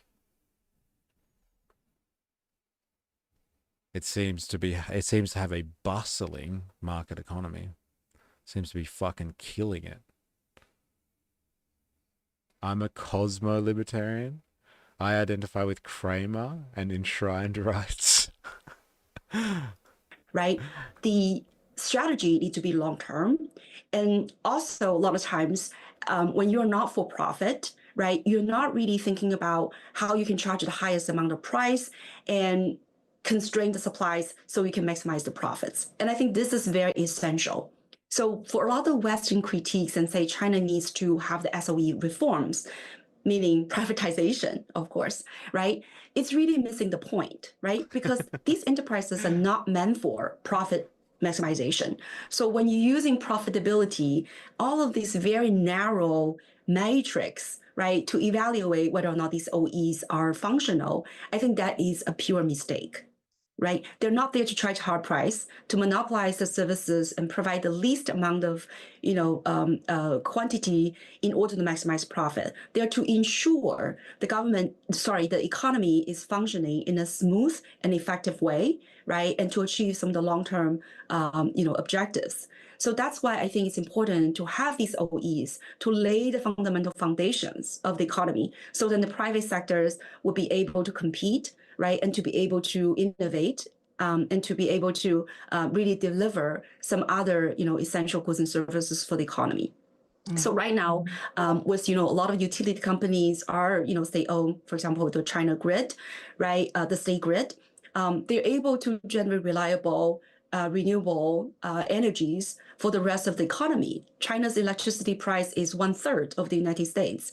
And as you can see how important that is, right, to power AI revolution, for example, right, because AI is a big, energy sucking industry. You need to ensure this kinds of long-term, reliable, cost-effective, energy, right, to power that sector and, of course, the broad economy. And finance is another very important example, right? In the Western world, you have all these big, gigantic financial corporations. They are pursuing profit maximizing objectives, and you can see how they can wreak havoc, right? The economy when they do so much financial engineering, when they, basically use finance just for its own sake instead of to power and finance the real productive economies. And China is the opposite. The state-owned enterprises, the state-owned commercial banks. What a savage takedown of the West that was, if you missed it. She was saying that the finance sector in the West uses finance for the sake of finance and to basically manufacture this environment, this speculative fantasy world where they just keep on compounding this idea that money is chasing money, and buying shares that have no link to real productivity is just this waste, this dangerous utilization of the financial institution. And like China doesn't use finance like that. China doesn't use it to create some type of speculative stock market where people just chase companies as opposed to productive enterprises. So just companies and inflating the prices of companies on an artificial stock market. China uses finance to support enterprises that engage in productive activities like produce value and support them and finance them to be able to have the capital costs, to cover the capital costs necessary to produce more shit, as opposed to just speculating on the price of a company, whether that company does anything real or not. They use their financial sectors very differently. Savage takedown of the West, that was. It's just the West's financial vehicle chases stuff that is a complete fantasy. It's not tied to the productive economy, where China uses its finance system to chase productive endeavors. Interesting. And policy development banks are really directing the financial resources to the productive economy. And that's why you see, right, once the real estate sector is cracked down, a lot of financial resources, the lending, the bank lending goes immediately into the industrial sector. So you can see the kinds of, the support, right, from the financial sector to these strategic goals. And so I think that is really why China's model is so successful, is because it's able to, use its resources, right, including the public investments as well as all these state-owned enterprises to move resources, to mobilize resources toward its long-term strategic goals, as opposed to, right, really focusing on the short-term, quarterly basis, your returns on your stock portfolio. Look at the and so on and size so forth. of that. Far out. That container ship. That's mental, isn't it? You know, as an economist, I wanted to get your take on the US-China trade war. It was announced early this morning. This isn't about the 5-year plan. What's going on? Indoctrinathan, are you in the house? Let me know if you are streaming on this evening, this good afternoon. And let me know, so we're potentially going to raid you, take you on. Let us know. I don't know if they're going to talk about the 5-year plan anymore. Going to get into US-Chinese politics. This has been interesting, nonetheless. Might have to come back to this channel to get some anti-Western propaganda, eh? I wonder if they have comments. Oh, yeah, they do. The West is so behind, it's embarrassing. Can't even take a train from Palm Beach to Tampa because they don't exist. The use of trash is an utter dump. The US of trash? I don't know. One of the best shows on YouTube. Long live the CPC. Thank you for your hard work. Programs like, why do they keep doing that? Like there's a paramount in educating the Western public.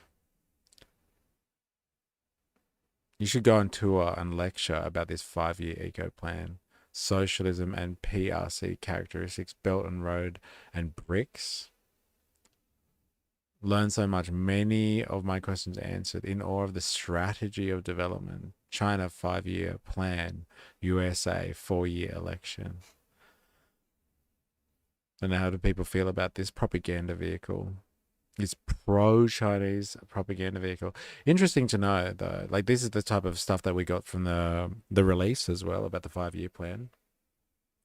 That they're looking to modernize their industry, continue to push forward and modernize their industry. No, not this Arvo. Definitely on tomorrow, though. Got it. Thank you.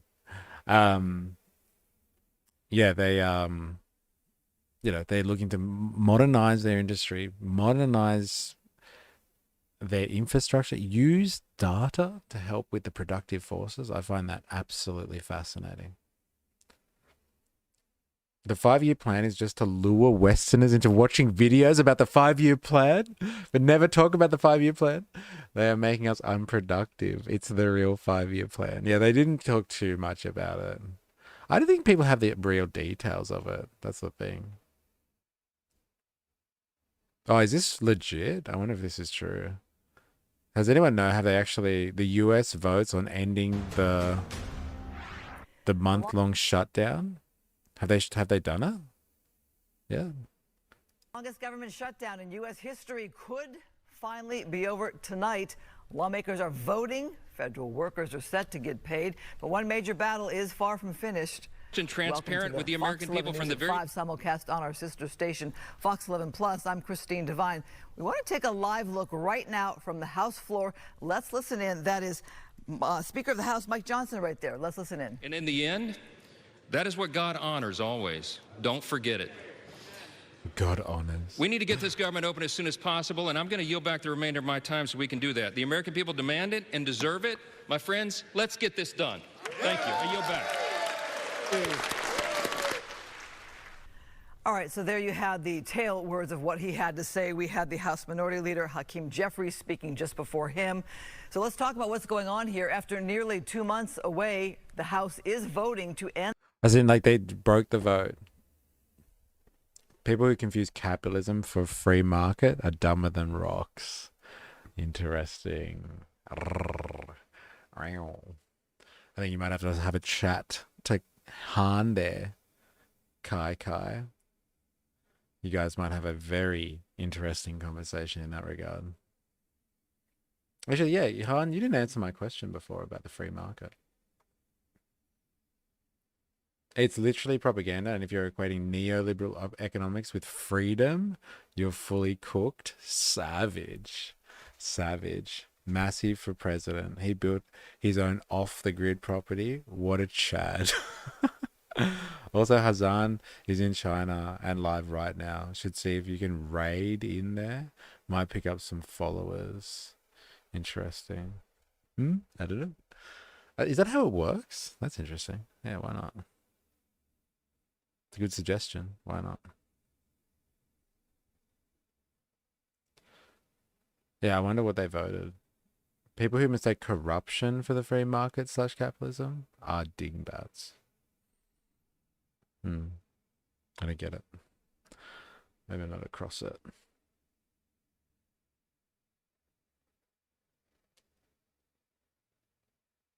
Oh, so they have passed the bill then, by the look of it. They've ended the shutdown, it would seem. Fox News Alert, let's go back to Aisha Hasni. Do they have it? Here it is. Congratulations, Jesse Waters. Live on your show, we are reopening the federal government. The votes have surpassed the magic number of 217. That was the number if everybody was in attendance. We knew we had an attendance problem, but now we are now at 222 because you look at the Democratic lane right there, that line, 6 Democrats have already switched across party lines and voted with Republicans. That is, we expected a couple of them to do that, the moderates, the centrists, the people who were against a government shutdown, that didn't feel good about it, that wanted to reopen the government, even if they wanted to fight for those Obamacare subsidies. Those are the ones that have switched over. And looks like snaps back on the menu, boys. That's pretty funny. Yeah, those poor people, man. Very interesting. Very interesting.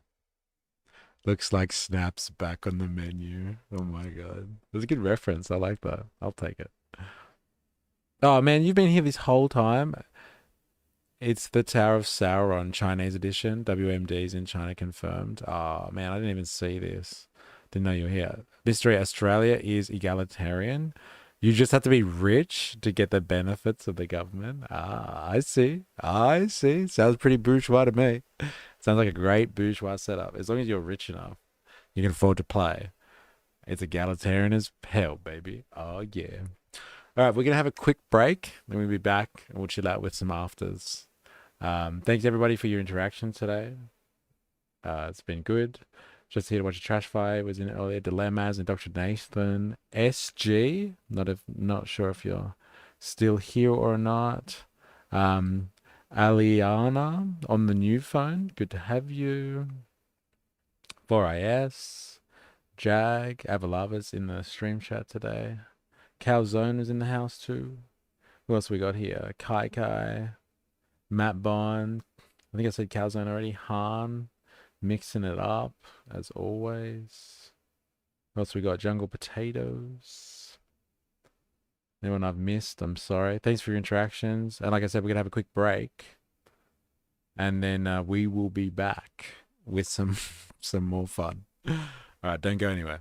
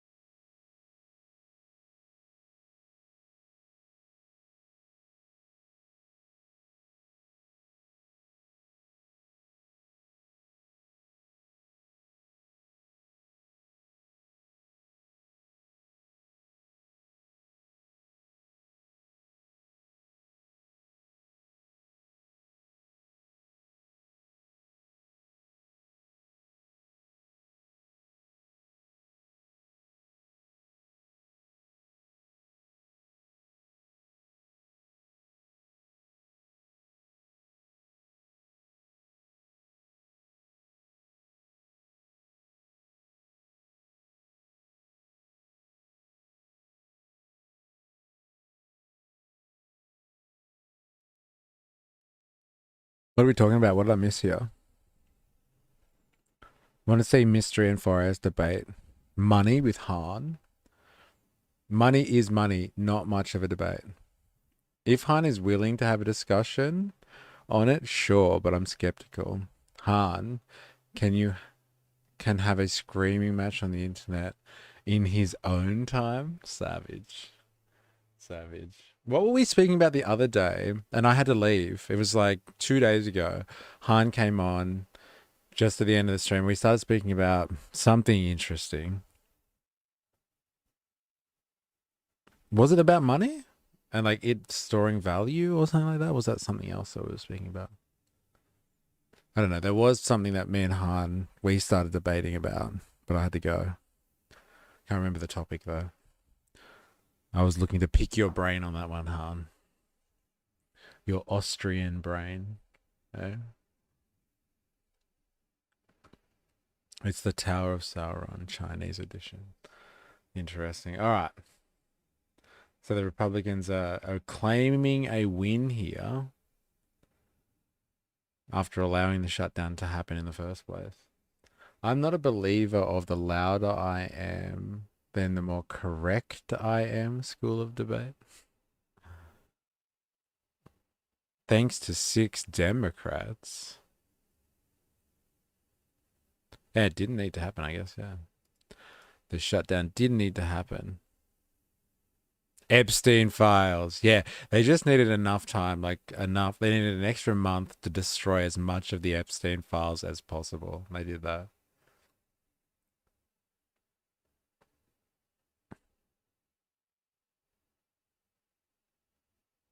The 2 Republicans who voted no should resign. Savage. Savage, yeah. Savage. All right. Unless people have any objections, we are going to finish off the Andrewism. Do you remember what we got to with the Andrewism one yesterday? I think we were like 30-something minutes in, I want to say. We want to talk about democracy, yeah. Not democracy. Doesn't like taxation is force. How does your social economy work without taxes? Control over money sounds like force to me. Oh yeah, you got a good memory for this stuff. You were ready for the debate. What? Yeah, taxation is force. How does your social economy work without taxes? Control over money sounds like force to me. Yes. What was your position on this one, Han?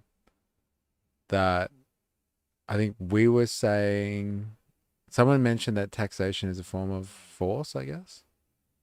And then how do we do that social stuff, that socialist nonsense without taxes in the first place? I said it. You said what? Taxation is force? Taxation is force. Okay. Until you don't believe in taxation then, I guess. That's the main point there. And control over money sounds like force to me. Not income tax. Wait, I'm confused. So income tax is not force, but other taxation is.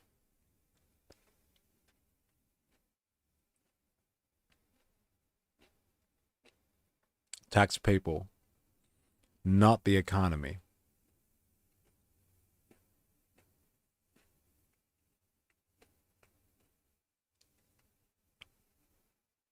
Han has never been the same as after he crashed his RX-7 in Tokyo. Is that like a reference to a movie or something? I understand sales tax is voluntary in some cases. I don't like sales tax on things like food, for instance. But what about on the roads? I don't know if we had a contrary position to this one, though. You don't like taxes? I don't think many people like taxes. But in modern monetary theory, taxes are a gauge in order to slow down the economy. Leftists love taxes? Do they? That's interesting. Tell us more about leftists, Han. As in, you mean that within the system. So, but like, you don't have a problem with income tax, though. Can you just clarify that one for me? You said taxation is force, not income tax. So income tax is not force. They need taxes to implement their social programs. But do they, though? Do they? I think this is where we were at last time. Do you need... I do have a problem with income... okay. I do have a problem with income tax. Got it. They need taxes to implement their social programs. Got it. And so, you know, there was a time where income taxes didn't exist. And there was still, like, provisions of services. Like, the government did stuff without income taxes. The idea for income taxes came, in the American sense, actually came from the Lincoln era, actually. Which is interesting. So they could fight a war to free people and to institute the free market over a slave system.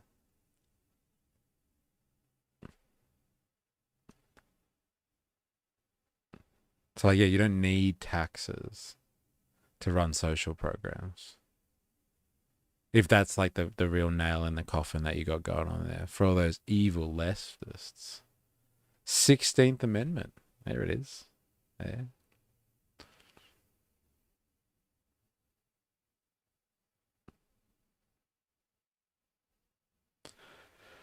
I would like to know your thoughts on that one, if you're interested.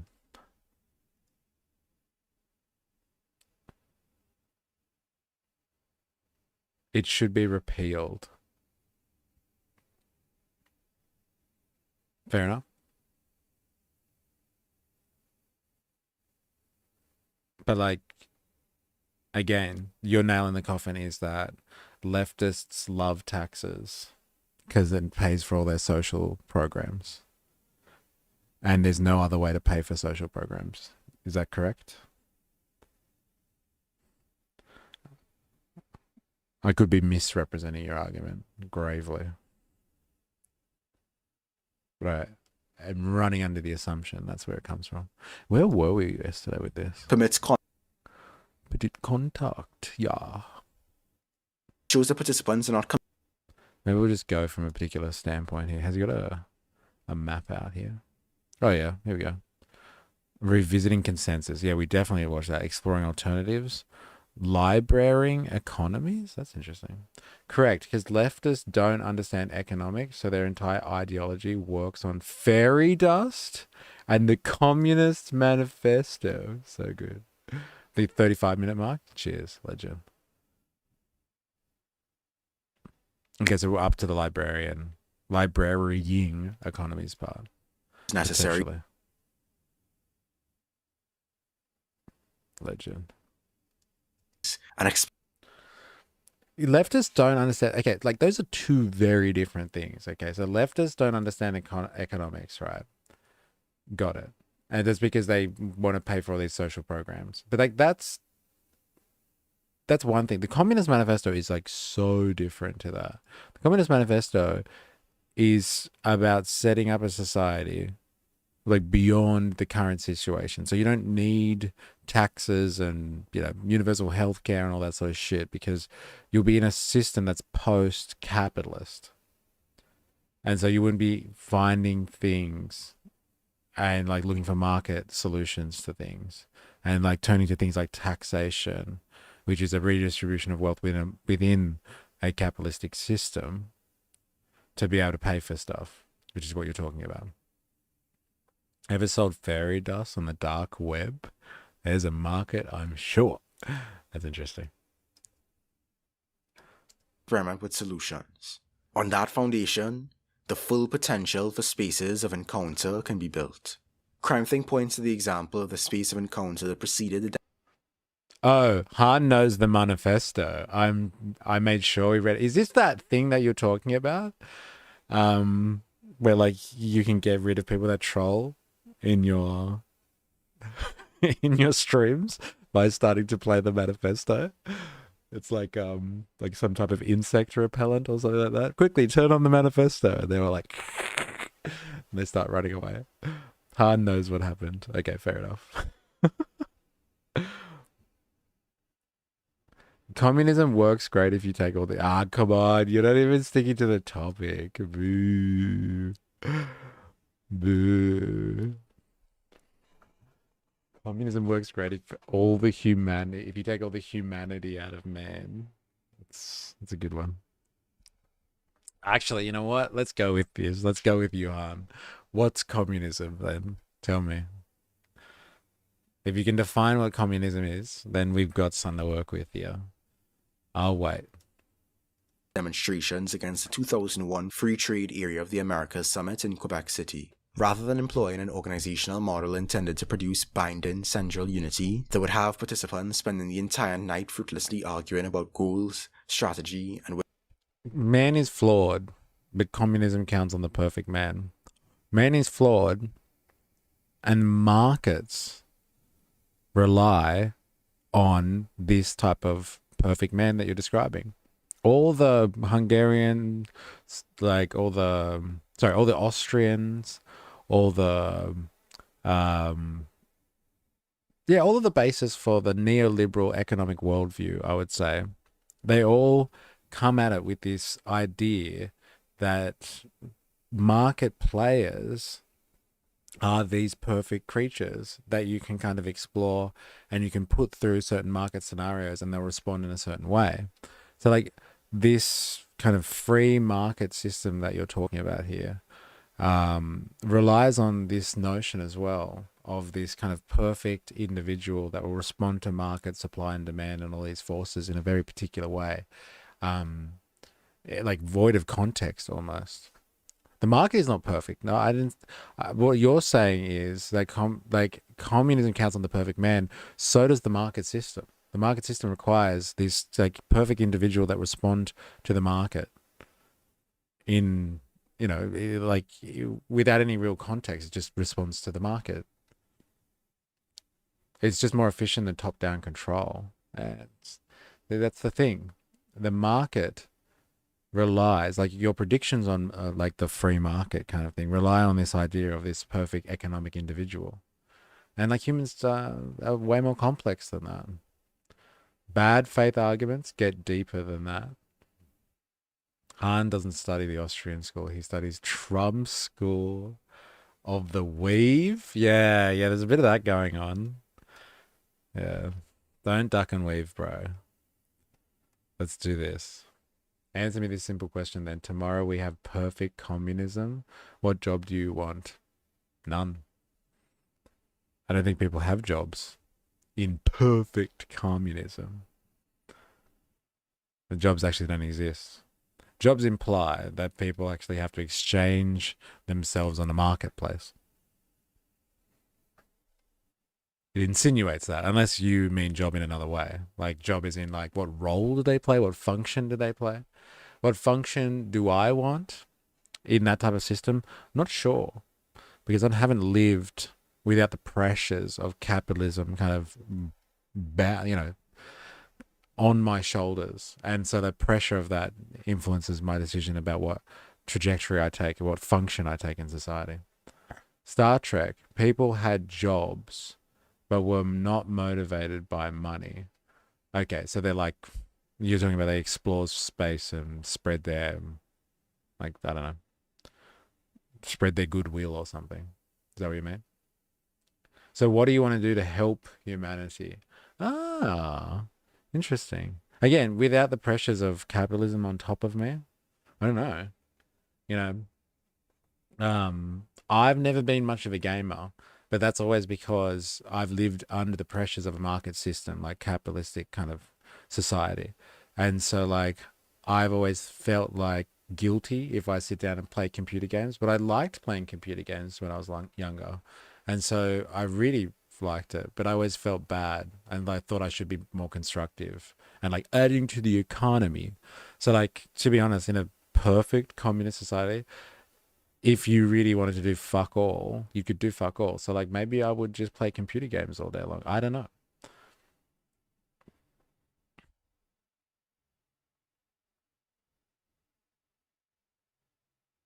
Do I need to help humanity in a perfect communist society? That's the real question. Fuck you. You dig coal, so shut the fuck up and get in the hole. Yeah, fair enough.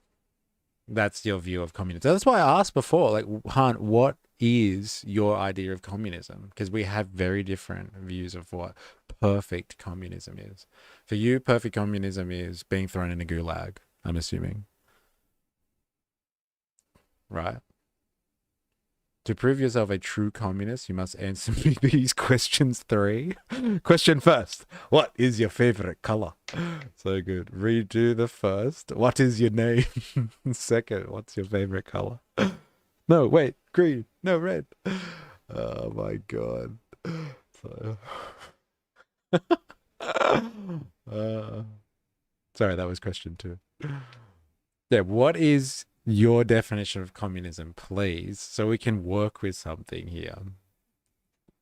Give me some basis. Give me something to work with here, man. I'm losing to a rook. Which tactics to allow thousands of people in autonomous groups were able to pursue and synchronize their wide array of plans for action. CrimeThink concludes with the recognition that only when we understand ourselves as nodes within dynamic collectivities. No. Perfect communism is taking away all humanity. That includes what motivates you and all your dreams and desires. Are you willing to make that sacrifice, comrade? No, of course not. If that's what your definition of communism is taking away all humanity. That includes what motivates you, all your dreams and desires. Are you willing to could you imagine selling that? Imagine being Lenin or Mao and being like, dear comrades, standing up and asking people to throw themselves at the communist revolution and just being like, this is what we want. We want a system that takes away all humanity, which includes everything that motivates you, and we will destroy all your dreams and desires. Are you with me, comrades? Then, if that's what you really think that communism was, and that's what motivated people to die or make the ultimate sacrifice in trying to achieve that, then fair enough. I don't know if that's a bad faith take, though, for AS. I think Han probably legitimately believes that communism is literally taking away people's humanity. You must sacrifice for the cause, comrade. I don't know. That's probably the most honest that Han has ever been. That this is what communism is. It's just a system that sucks out humanity.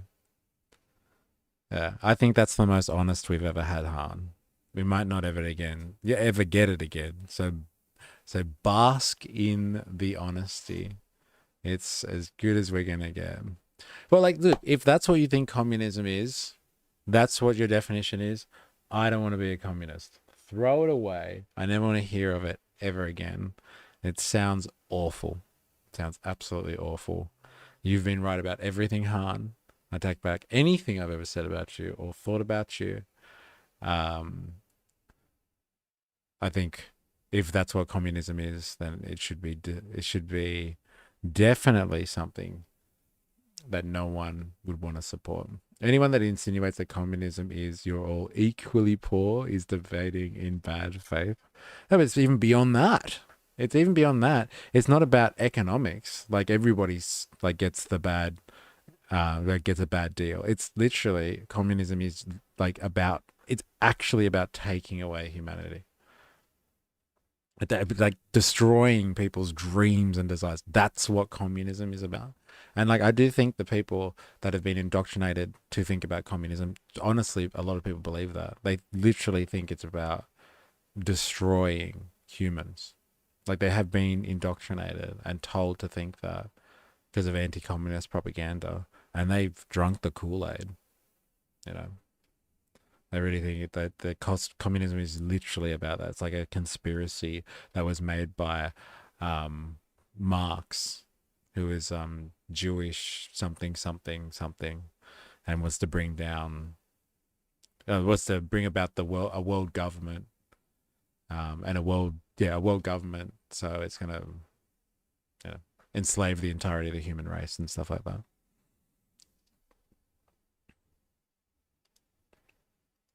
rather than discrete entities possessed of static interests. Ask 100 communists what they think communism is, and you'll get 100 different answers. It is an unanswerable question. No, it's not. Not at all. It's not at all. It's not an unanswerable question. What it is what you're talking about is consensus. You want consensus on the issue. Now, that's where I think it's bad faith, because you want consensus only because you're not interested in finding out what it really is. You just want to be able to tell people they're wrong. They'll give you 100 different answers because if they're genuine, it's what they believe that it should be in terms of meeting the economic needs of a population. True, without consensus, I can never argue against it.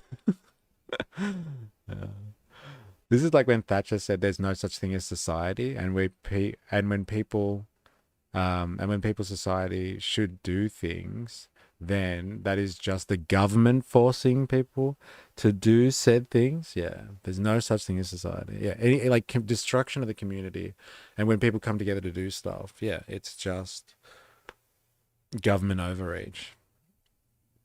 So privatize everything, except for the bare necessities, or the bare essentials, not necessities, bare essentials. Privatize everything and destroy society. People needed to be re-engineered, right?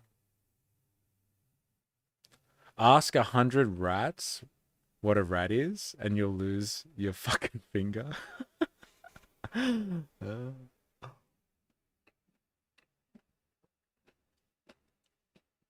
Yeah. Look, if you honestly think that communism is about destroying humanity, that must be grounded in a historical interpretation, right? I think Han just wants more straw for that man he's fighting in the Commons. Yeah.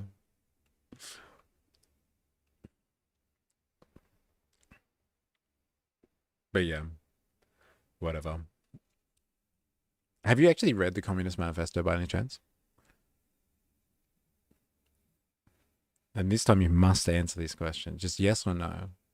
No changing the topic. Have you read the Communist Manifesto? I only asked because you brought it up. I skimmed it. It was trash. Okay, well, it's more than most people that claim things about the Communist Manifesto. I skimmed it. It was trash. Fair enough. Can we make sense of the rapid metamorphoses that people undergo in the course of experiences like the Occupy movement, and the tremendous power of the encounter to transform us if we open ourselves to it? Finally, returning to the concept of federation as promised, we can look to Antinomies of Democracy, where Wilbur writes about how federative organization will be the process by which we identify. There are some books that should be burned.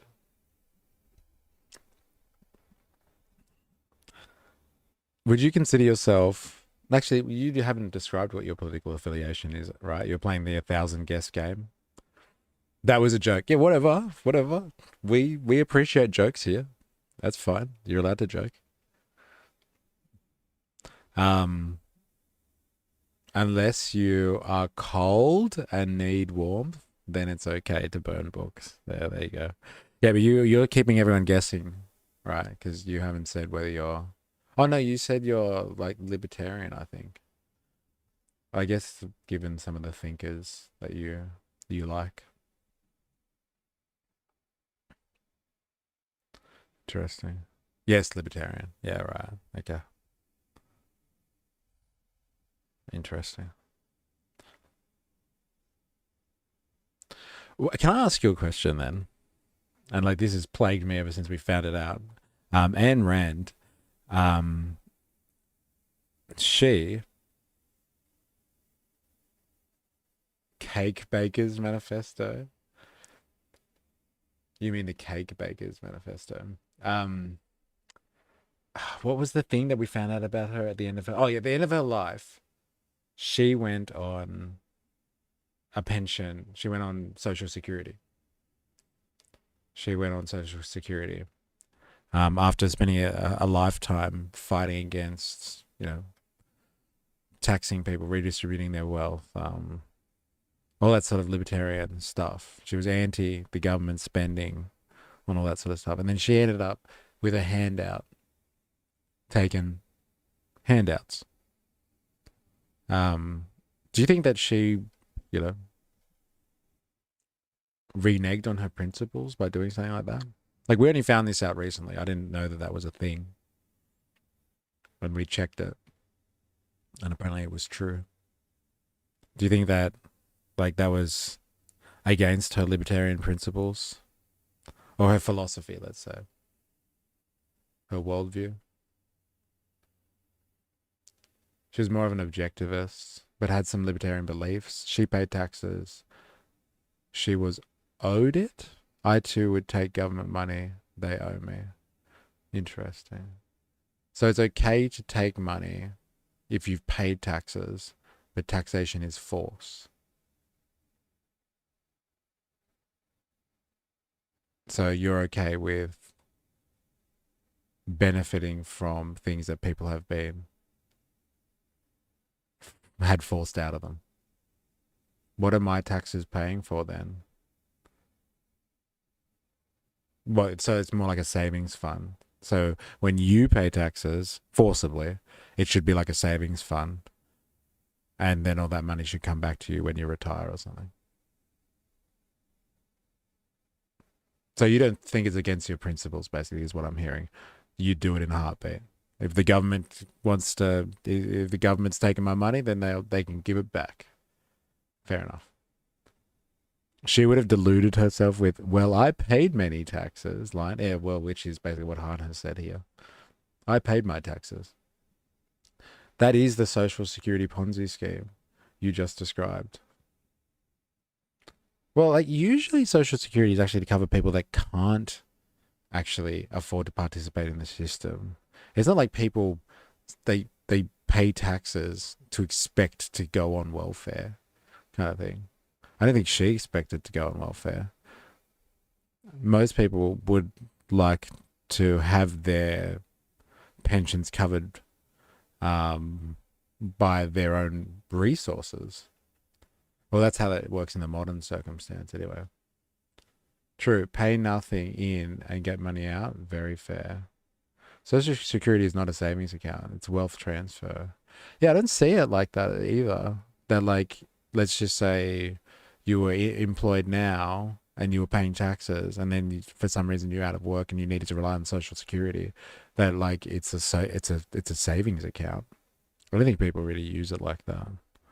Like, there's many wealthy people, I'd say, that have to pay taxes, but I don't think they'd ever turn around and be like, oh, I'm definitely I can't wait to retire. I can't wait to stop earning money so I can rely on Social Security and get back all of those tax dollars. Like, it's $1 in, $1 out kind of thing. They're going to get all of it back. I think it works like that. Interesting.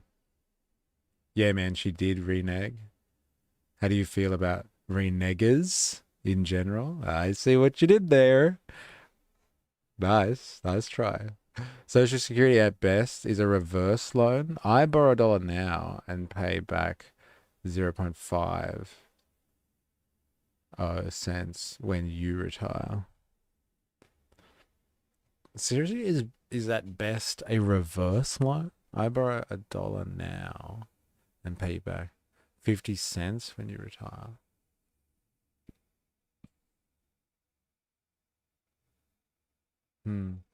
Interesting. I still would believe that if somebody had staunch principles, they wouldn't take the handout. Even if they were forced to pay taxes, participating in that system is legitimizing the force and superimposing that on others. Because, like, once, you put money into a pool, how do you know you're pulling out your money and not somebody else's? It's like, it's not a savings account. They steal the purchasing power of money via inflation. It benefits them to debase the currency and thus steal from the lender. Who's they?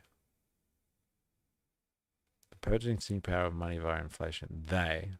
It benefits them to debase the currency and thus steal from the lender. Interesting. The people in control of interest rates and currency production. Right. Government. Right. And so why would you take government money if they're running some type of scheme that is unjustifiable by your worldview, kind of thing?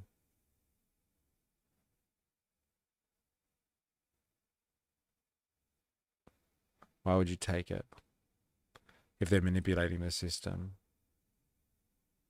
They took it from me first. And so you would only take to the extent that you've paid and nothing more, right? I'm just getting it back. So if you paid zero taxes ever, right, arguably, you would never turn around and ask for Social Security if you're in need. Like what happened with her.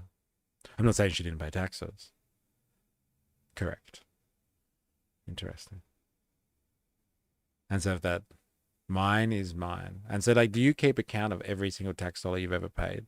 Just in case you ever get into that situation, you can make sure you only take the right amount and never go beyond it. And do you count for inflation or CPI? I guess you'd probably not conceived of that situation, because who would want to conceive of a situation where you're dependent on the government, right? It sounds deplorable.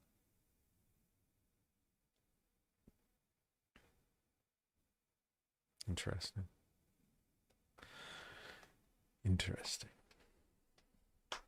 All right. Back to the anarchy, shall we? I don't think we're going to get through this today either. There's just not enough time. Social Security has fucked me for a lifetime. And yes, all that money they steal, I cannot invest for myself. So there are opportunity costs. Yeah, how do you account for that? Eh? So how does Social Security has fucked me for a lifetime? What do you mean, like having to pay for it has fucked you for a lifetime? I thought it's just the idea of taxes generally have fucked you for a lifetime, not specifically Social Security.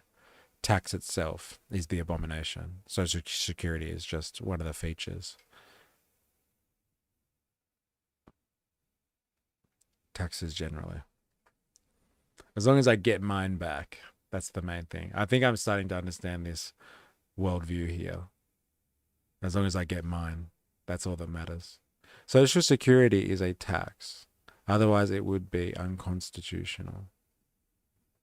No. I thought income tax is the tax that affects you, unless you're saying that you're affected by other forms of taxation. Like as in you pay other taxes or something. What about government-built roads? Does one refuse to pay taxes and just invent a hoverboard? Never call the police or fire? I don't get the intense selfism. There are many taxes. Yeah, but how are they funneled from you, though? How are they funneled from you is the main thing. And your gripe is income tax. You said you didn't mind sales tax, which people pay when they exchange goods and services in the market.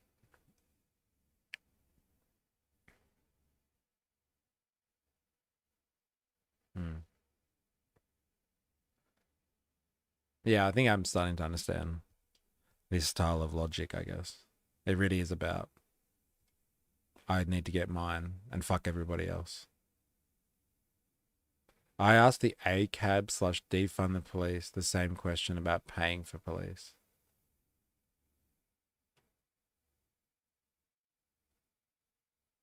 I don't get it.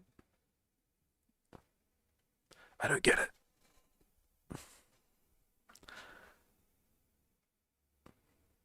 But like, you're the one who is denouncing the need for tax. So it's a fair question that Grand TV is asking. It is a fair question. If you don't want to pay any taxes at all, ever, because it's forcible, will you refuse to use anything that is taxpayer funded? Like anything in the public domain? It's a fair call. It's a fair question. It's an extension of the Social Security question, I guess.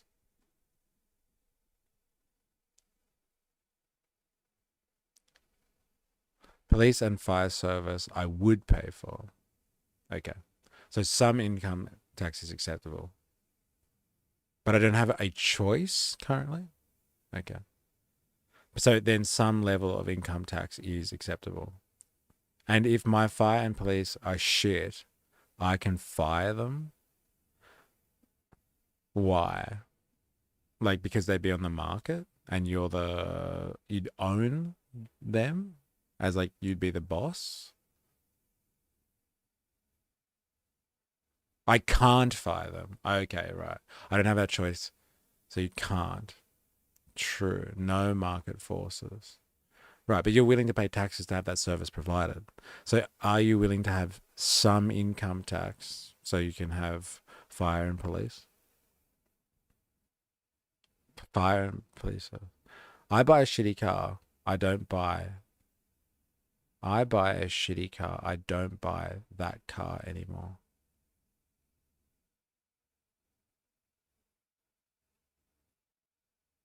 If I buy a shitty car, I don't buy that car anymore. Imagine that stepping beyond the front line, hands in air saying, I don't pay taxes for this military.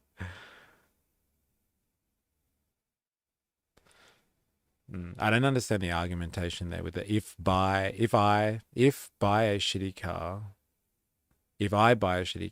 I don't buy that car anymore. I don't understand the logic there. You might have to expand on that one. This might be one of those libertarian thought experiment kind of things that I'm not acquainted with.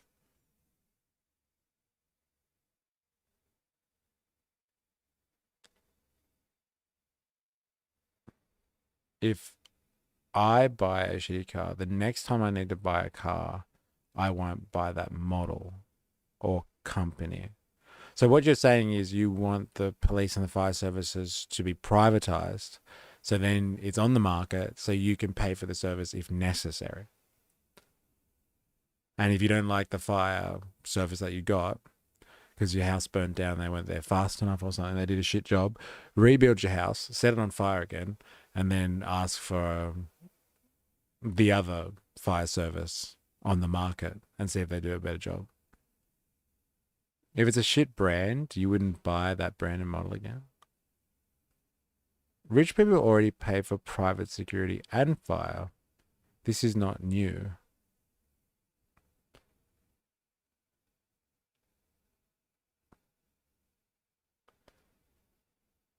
Okay, but like, what are you saying? They don't rely on the police and the fire services at all. I don't think that's true at all.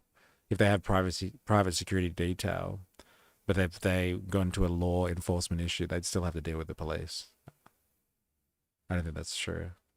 Like they have additional security detail.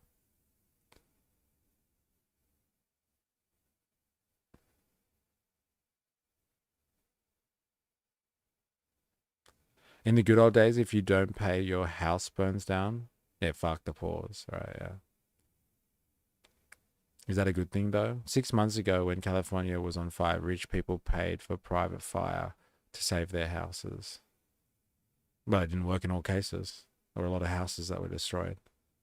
So then you'd never hire those people again because your house was burnt down, and the other people that did get their houses saved, then they would pay for the service again. I don't understand where your logic is going. You might have to speed it up a little bit here. It's a bit, you know. Would you pay income taxes if you needed, like, to provide that fire and security? Like, what you're talking about here is in certain enclaves of society, there are people that are rich enough to have services provided to them. But that's only if the service is there. So, like, I'm assuming this doesn't exist everywhere. True, but the incompetent fire chief doesn't get fired. She just gets stabbed to death by her psycho wife. Savage. Private fire and security because they can afford it and want exclusivity in every element of life rather than paying taxes and having brilliantly sufficient system for all. Yeah. Again, can you just can we just go back to the original point? The original point was, yeah, that's not a joke that happened. Yeah, got it. I was assuming that you was referencing a historical event. Would you pay income taxes if you had to rely on some, you can't find the fire and the police services on the market? Would you pay income tax to have that or not? Are you happy to pay income tax? So you are. No. Okay, so that's contrary to what you said earlier, that you want a fire and a police service. You only want a fire and police services if it's on the market. And so in the current scenario, if it wasn't on the market, then you just would have no option, I guess. So it's only if the market can deliver. But in the current circumstance, and I'm assuming this is the libertarian thinking, because it's provided by the government, the market doesn't move in there and provide the services. And so if the government moved out, then there would be potentially fire and police services on the market for you to choose from.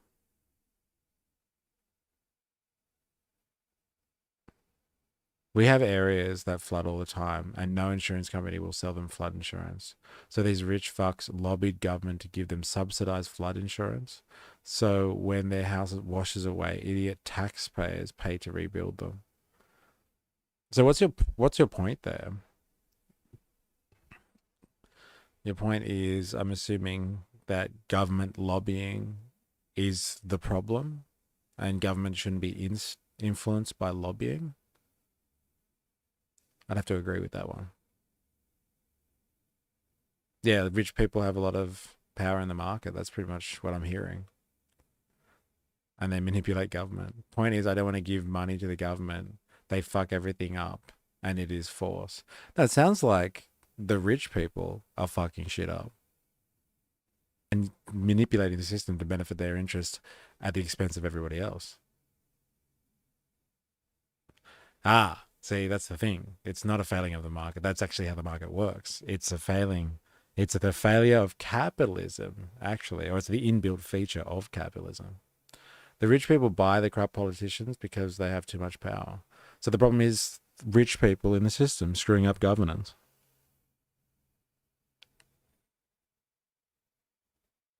Sound like you want to join the workers' revolution to get rid of these rich fucks? That's what it sounds like. The problem is government has too much power. Well, that's not the problem you described, though.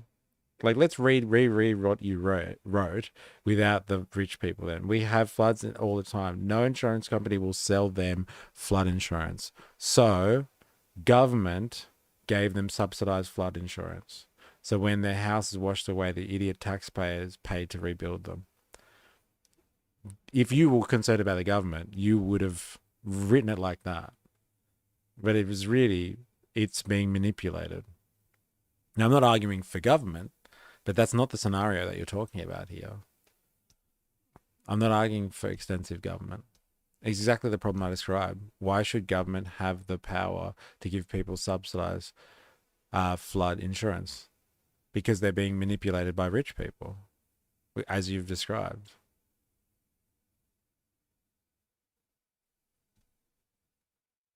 I wonder if the rich are edible. Because they have power. Too much power. They are manipulated, and the system allows them to be manipulated. Look, they have power, but that's the point. They have power, yes. That's the point. But what you're talking about is the manipulation of that power for particular private interest groups at the expense of another private interest group. That's a problem in and of itself. Take away the power, then what can the rich people buy? Stuff on the market? They'll manipulate the market to do that? They're still rich. And so they'll use the power, the social power that comes with the accumulation of money to do deviant things. I think what you're arguing is the deviancy of the rich that comes with the power that they have. And that's being superimposed on systems. So it's being superimposed on a market system. It gets superimposed on a governmental system. True, when their house washes away, they can build a new one. They can buy a new one and not make me pay for it. Fair enough. Right. Okay.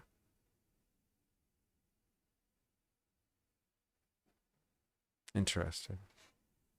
Interesting.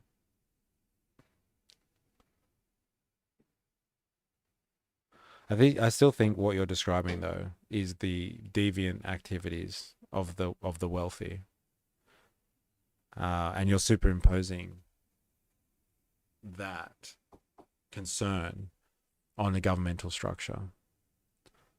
I don't want to pay for rich assholes' new mansion, or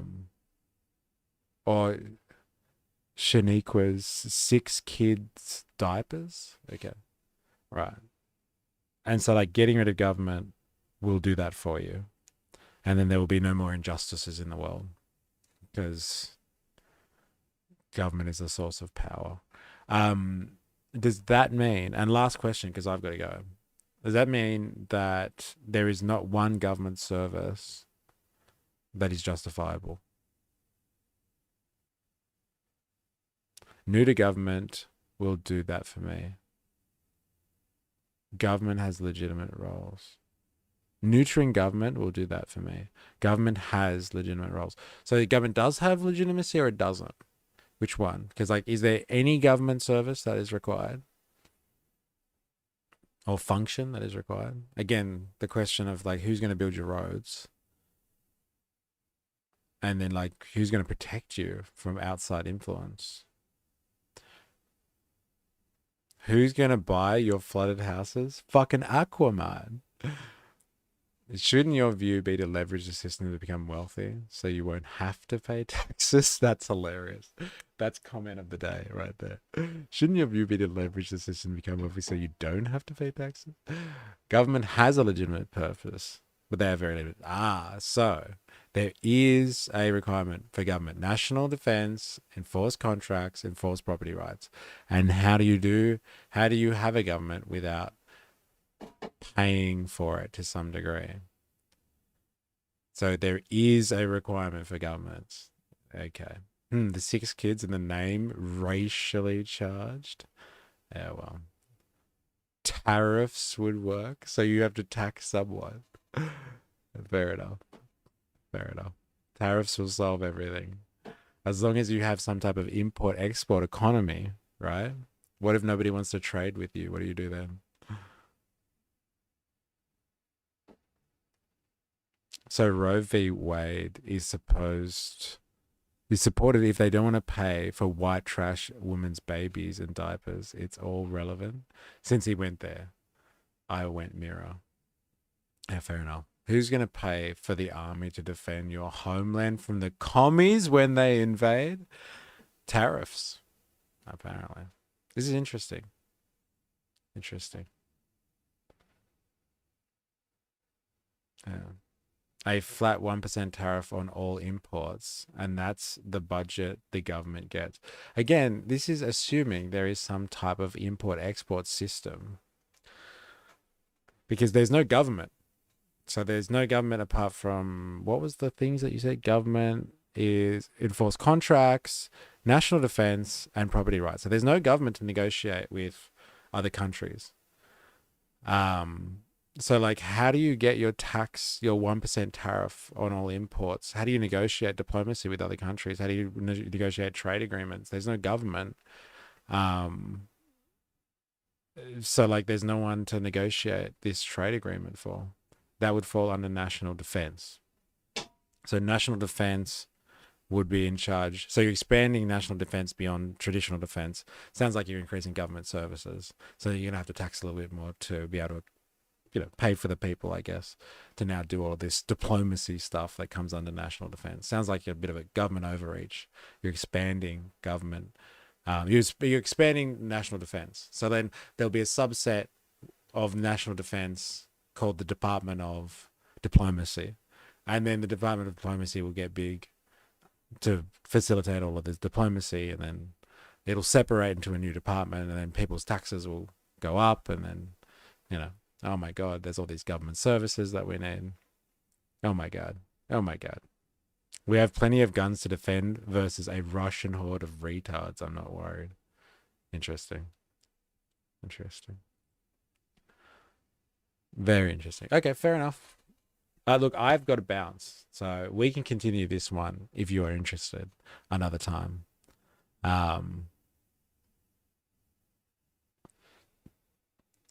like, I don't think you give government services the weight that they deserve. Your average American gun enjoyer has better rifles than the US military. LOL, oh my, citizens with guns and not an army. They don't bode well typically in war unless military trained. Why do all the US people with guns think life is the movies? Good stream today, dude. Thank you. Thanks for hanging out. And yeah, thanks Han for engaging in the discussion as well. Everyone's kind of jumping in there, so like you're getting reamed. So good on you. Good on you for being a good sport. To everybody else, thank you very much for hanging out. It's been interesting. And we'll be back tomorrow. I haven't decided if we're going to do another Australian version of Far Right Fridays or not, or we'll be doing something different. But like, come join us tomorrow. If you've been watching this, you're new here, subscribe, etc., etc. You know the score, so you don't miss out on other things. But yeah, thank you very much for hanging, and I will see you all on the morrow. And we can continue some more of these discussions and debates. Enjoy your evenings, your days, wherever you are in the world. And until next time, please remember, I am, you are, we are a mystery.